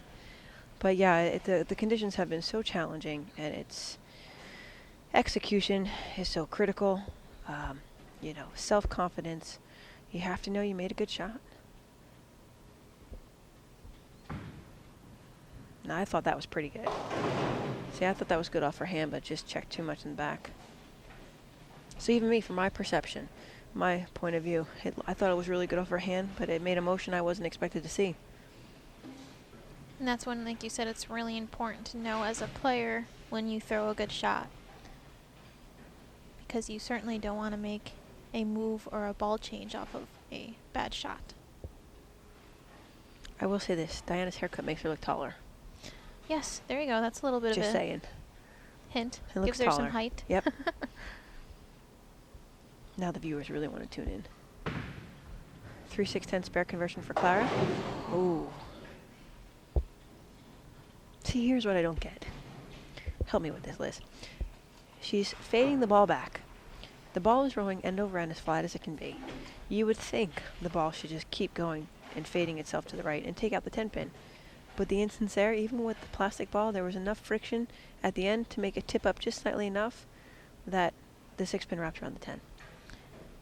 It's a very funky concept. I've had my fair share of spare ball woes this summer because obviously I didn't get to throw one in college, so it was kind of fresh for me, and you never really know what's going to happen with it. I want to go back to geometry class. Work on my angles and lines. All my theorems. Great shot by Erin. Yeah, definitely deeper with her feet. Her break point shifted in slightly. She's using some of the hole down the lane and opened up her angle. She doubled here. So the break that Clara got where she struck on the crossover. Erin took a slight lead now by doubling in the 7th and 8th frame. Now she struck here before on this in frame 7 and 5. She's got a strike. Frame 3, 9 spare. She really has looked comfortable on this lane 7 all game. And again, lane 7 has a little more friction in the back. So for her, that's what she likes to see. She likes to see the ball change motion.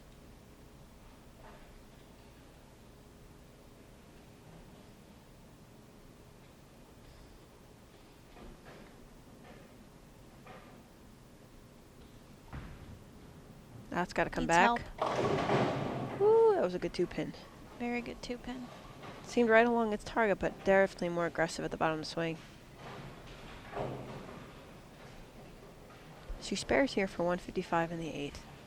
So she can potentially strike out for 205.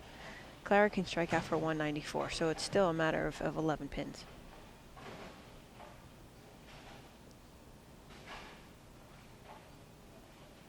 And we'll come back live on Sunday afternoon at 12 p.m. in the afternoon. 12 p.m. Central Time, that is, 1 o'clock Eastern on CBS Sports Network. find out who will be Player of the Year and winner of the PWBA Tour Championships.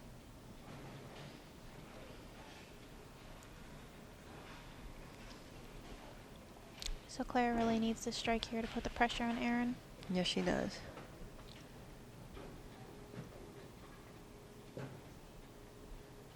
To stay alive, she has to. And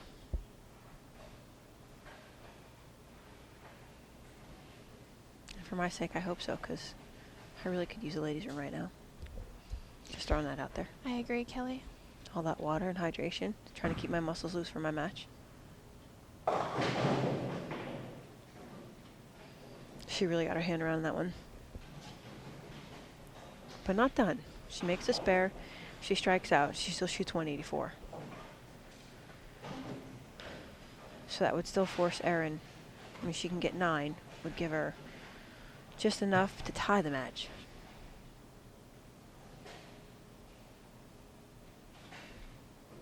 On the first ball. 9 on the first ball. If she missed it, would be they would tie the game.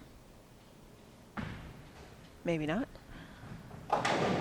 I'll re-add my math. 1 + 1 is 2? Yes. Okay, so she strikes out here. 154 is 184. 165 + 9 is 174. Oh, so she would win. Okay. Don't worry, viewers. Just keep watching the score monitor. It's been a long time since I graduated college. I just graduated college and I'm not very fresh at it. I do remember how to keep score by hand, though. I do too, recently. Yeah, she would shoot 183 if Erin went 9 out, so Clara would win the game and the match. Oh boy. 151. 9 here gives her 160, so Erin is going to walk away winning the match. She will face me in the next bracket, so you'll have 2 more hook players go aggressively at it in the bracket.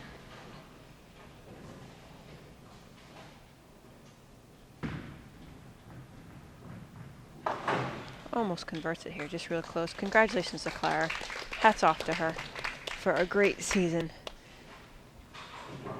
Finishes the game with 159. Again, on a demanding condition. Very challenging conditions. The game changer was when, unfortunately, she missed the spare. The 3-6-10, and I thought she made it.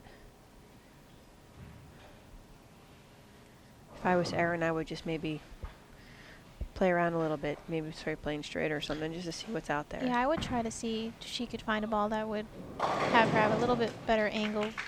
Yeah. You know.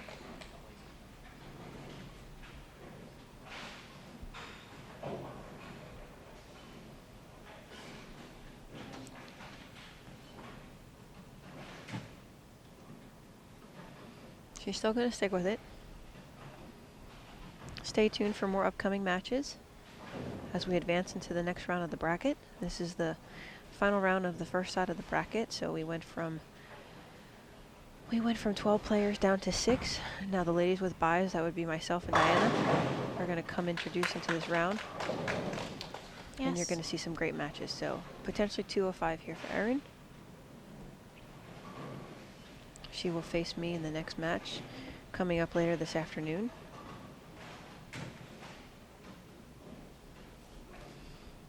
We have Shannon O'Keefe coming up against Diana Zavalova in the next round, as well as Danielle McEwan against, well, the fan favorite, Liz Culkin. Myself. I have a little bit more of a trek through the bracket than some others, but... All right, Erin closes down with 205. We're going to be back in about 25 minutes to begin the next round of the bracket, so stay tuned for more live coverage of the PWBA Tour Championship. That will wrap up our round 1 in this year's Smithfield PWBA Tour Championship. Erin McCarthy will advance. She will face Kelly Kuhlkin in the next round. And Rocio Restrepo has advanced as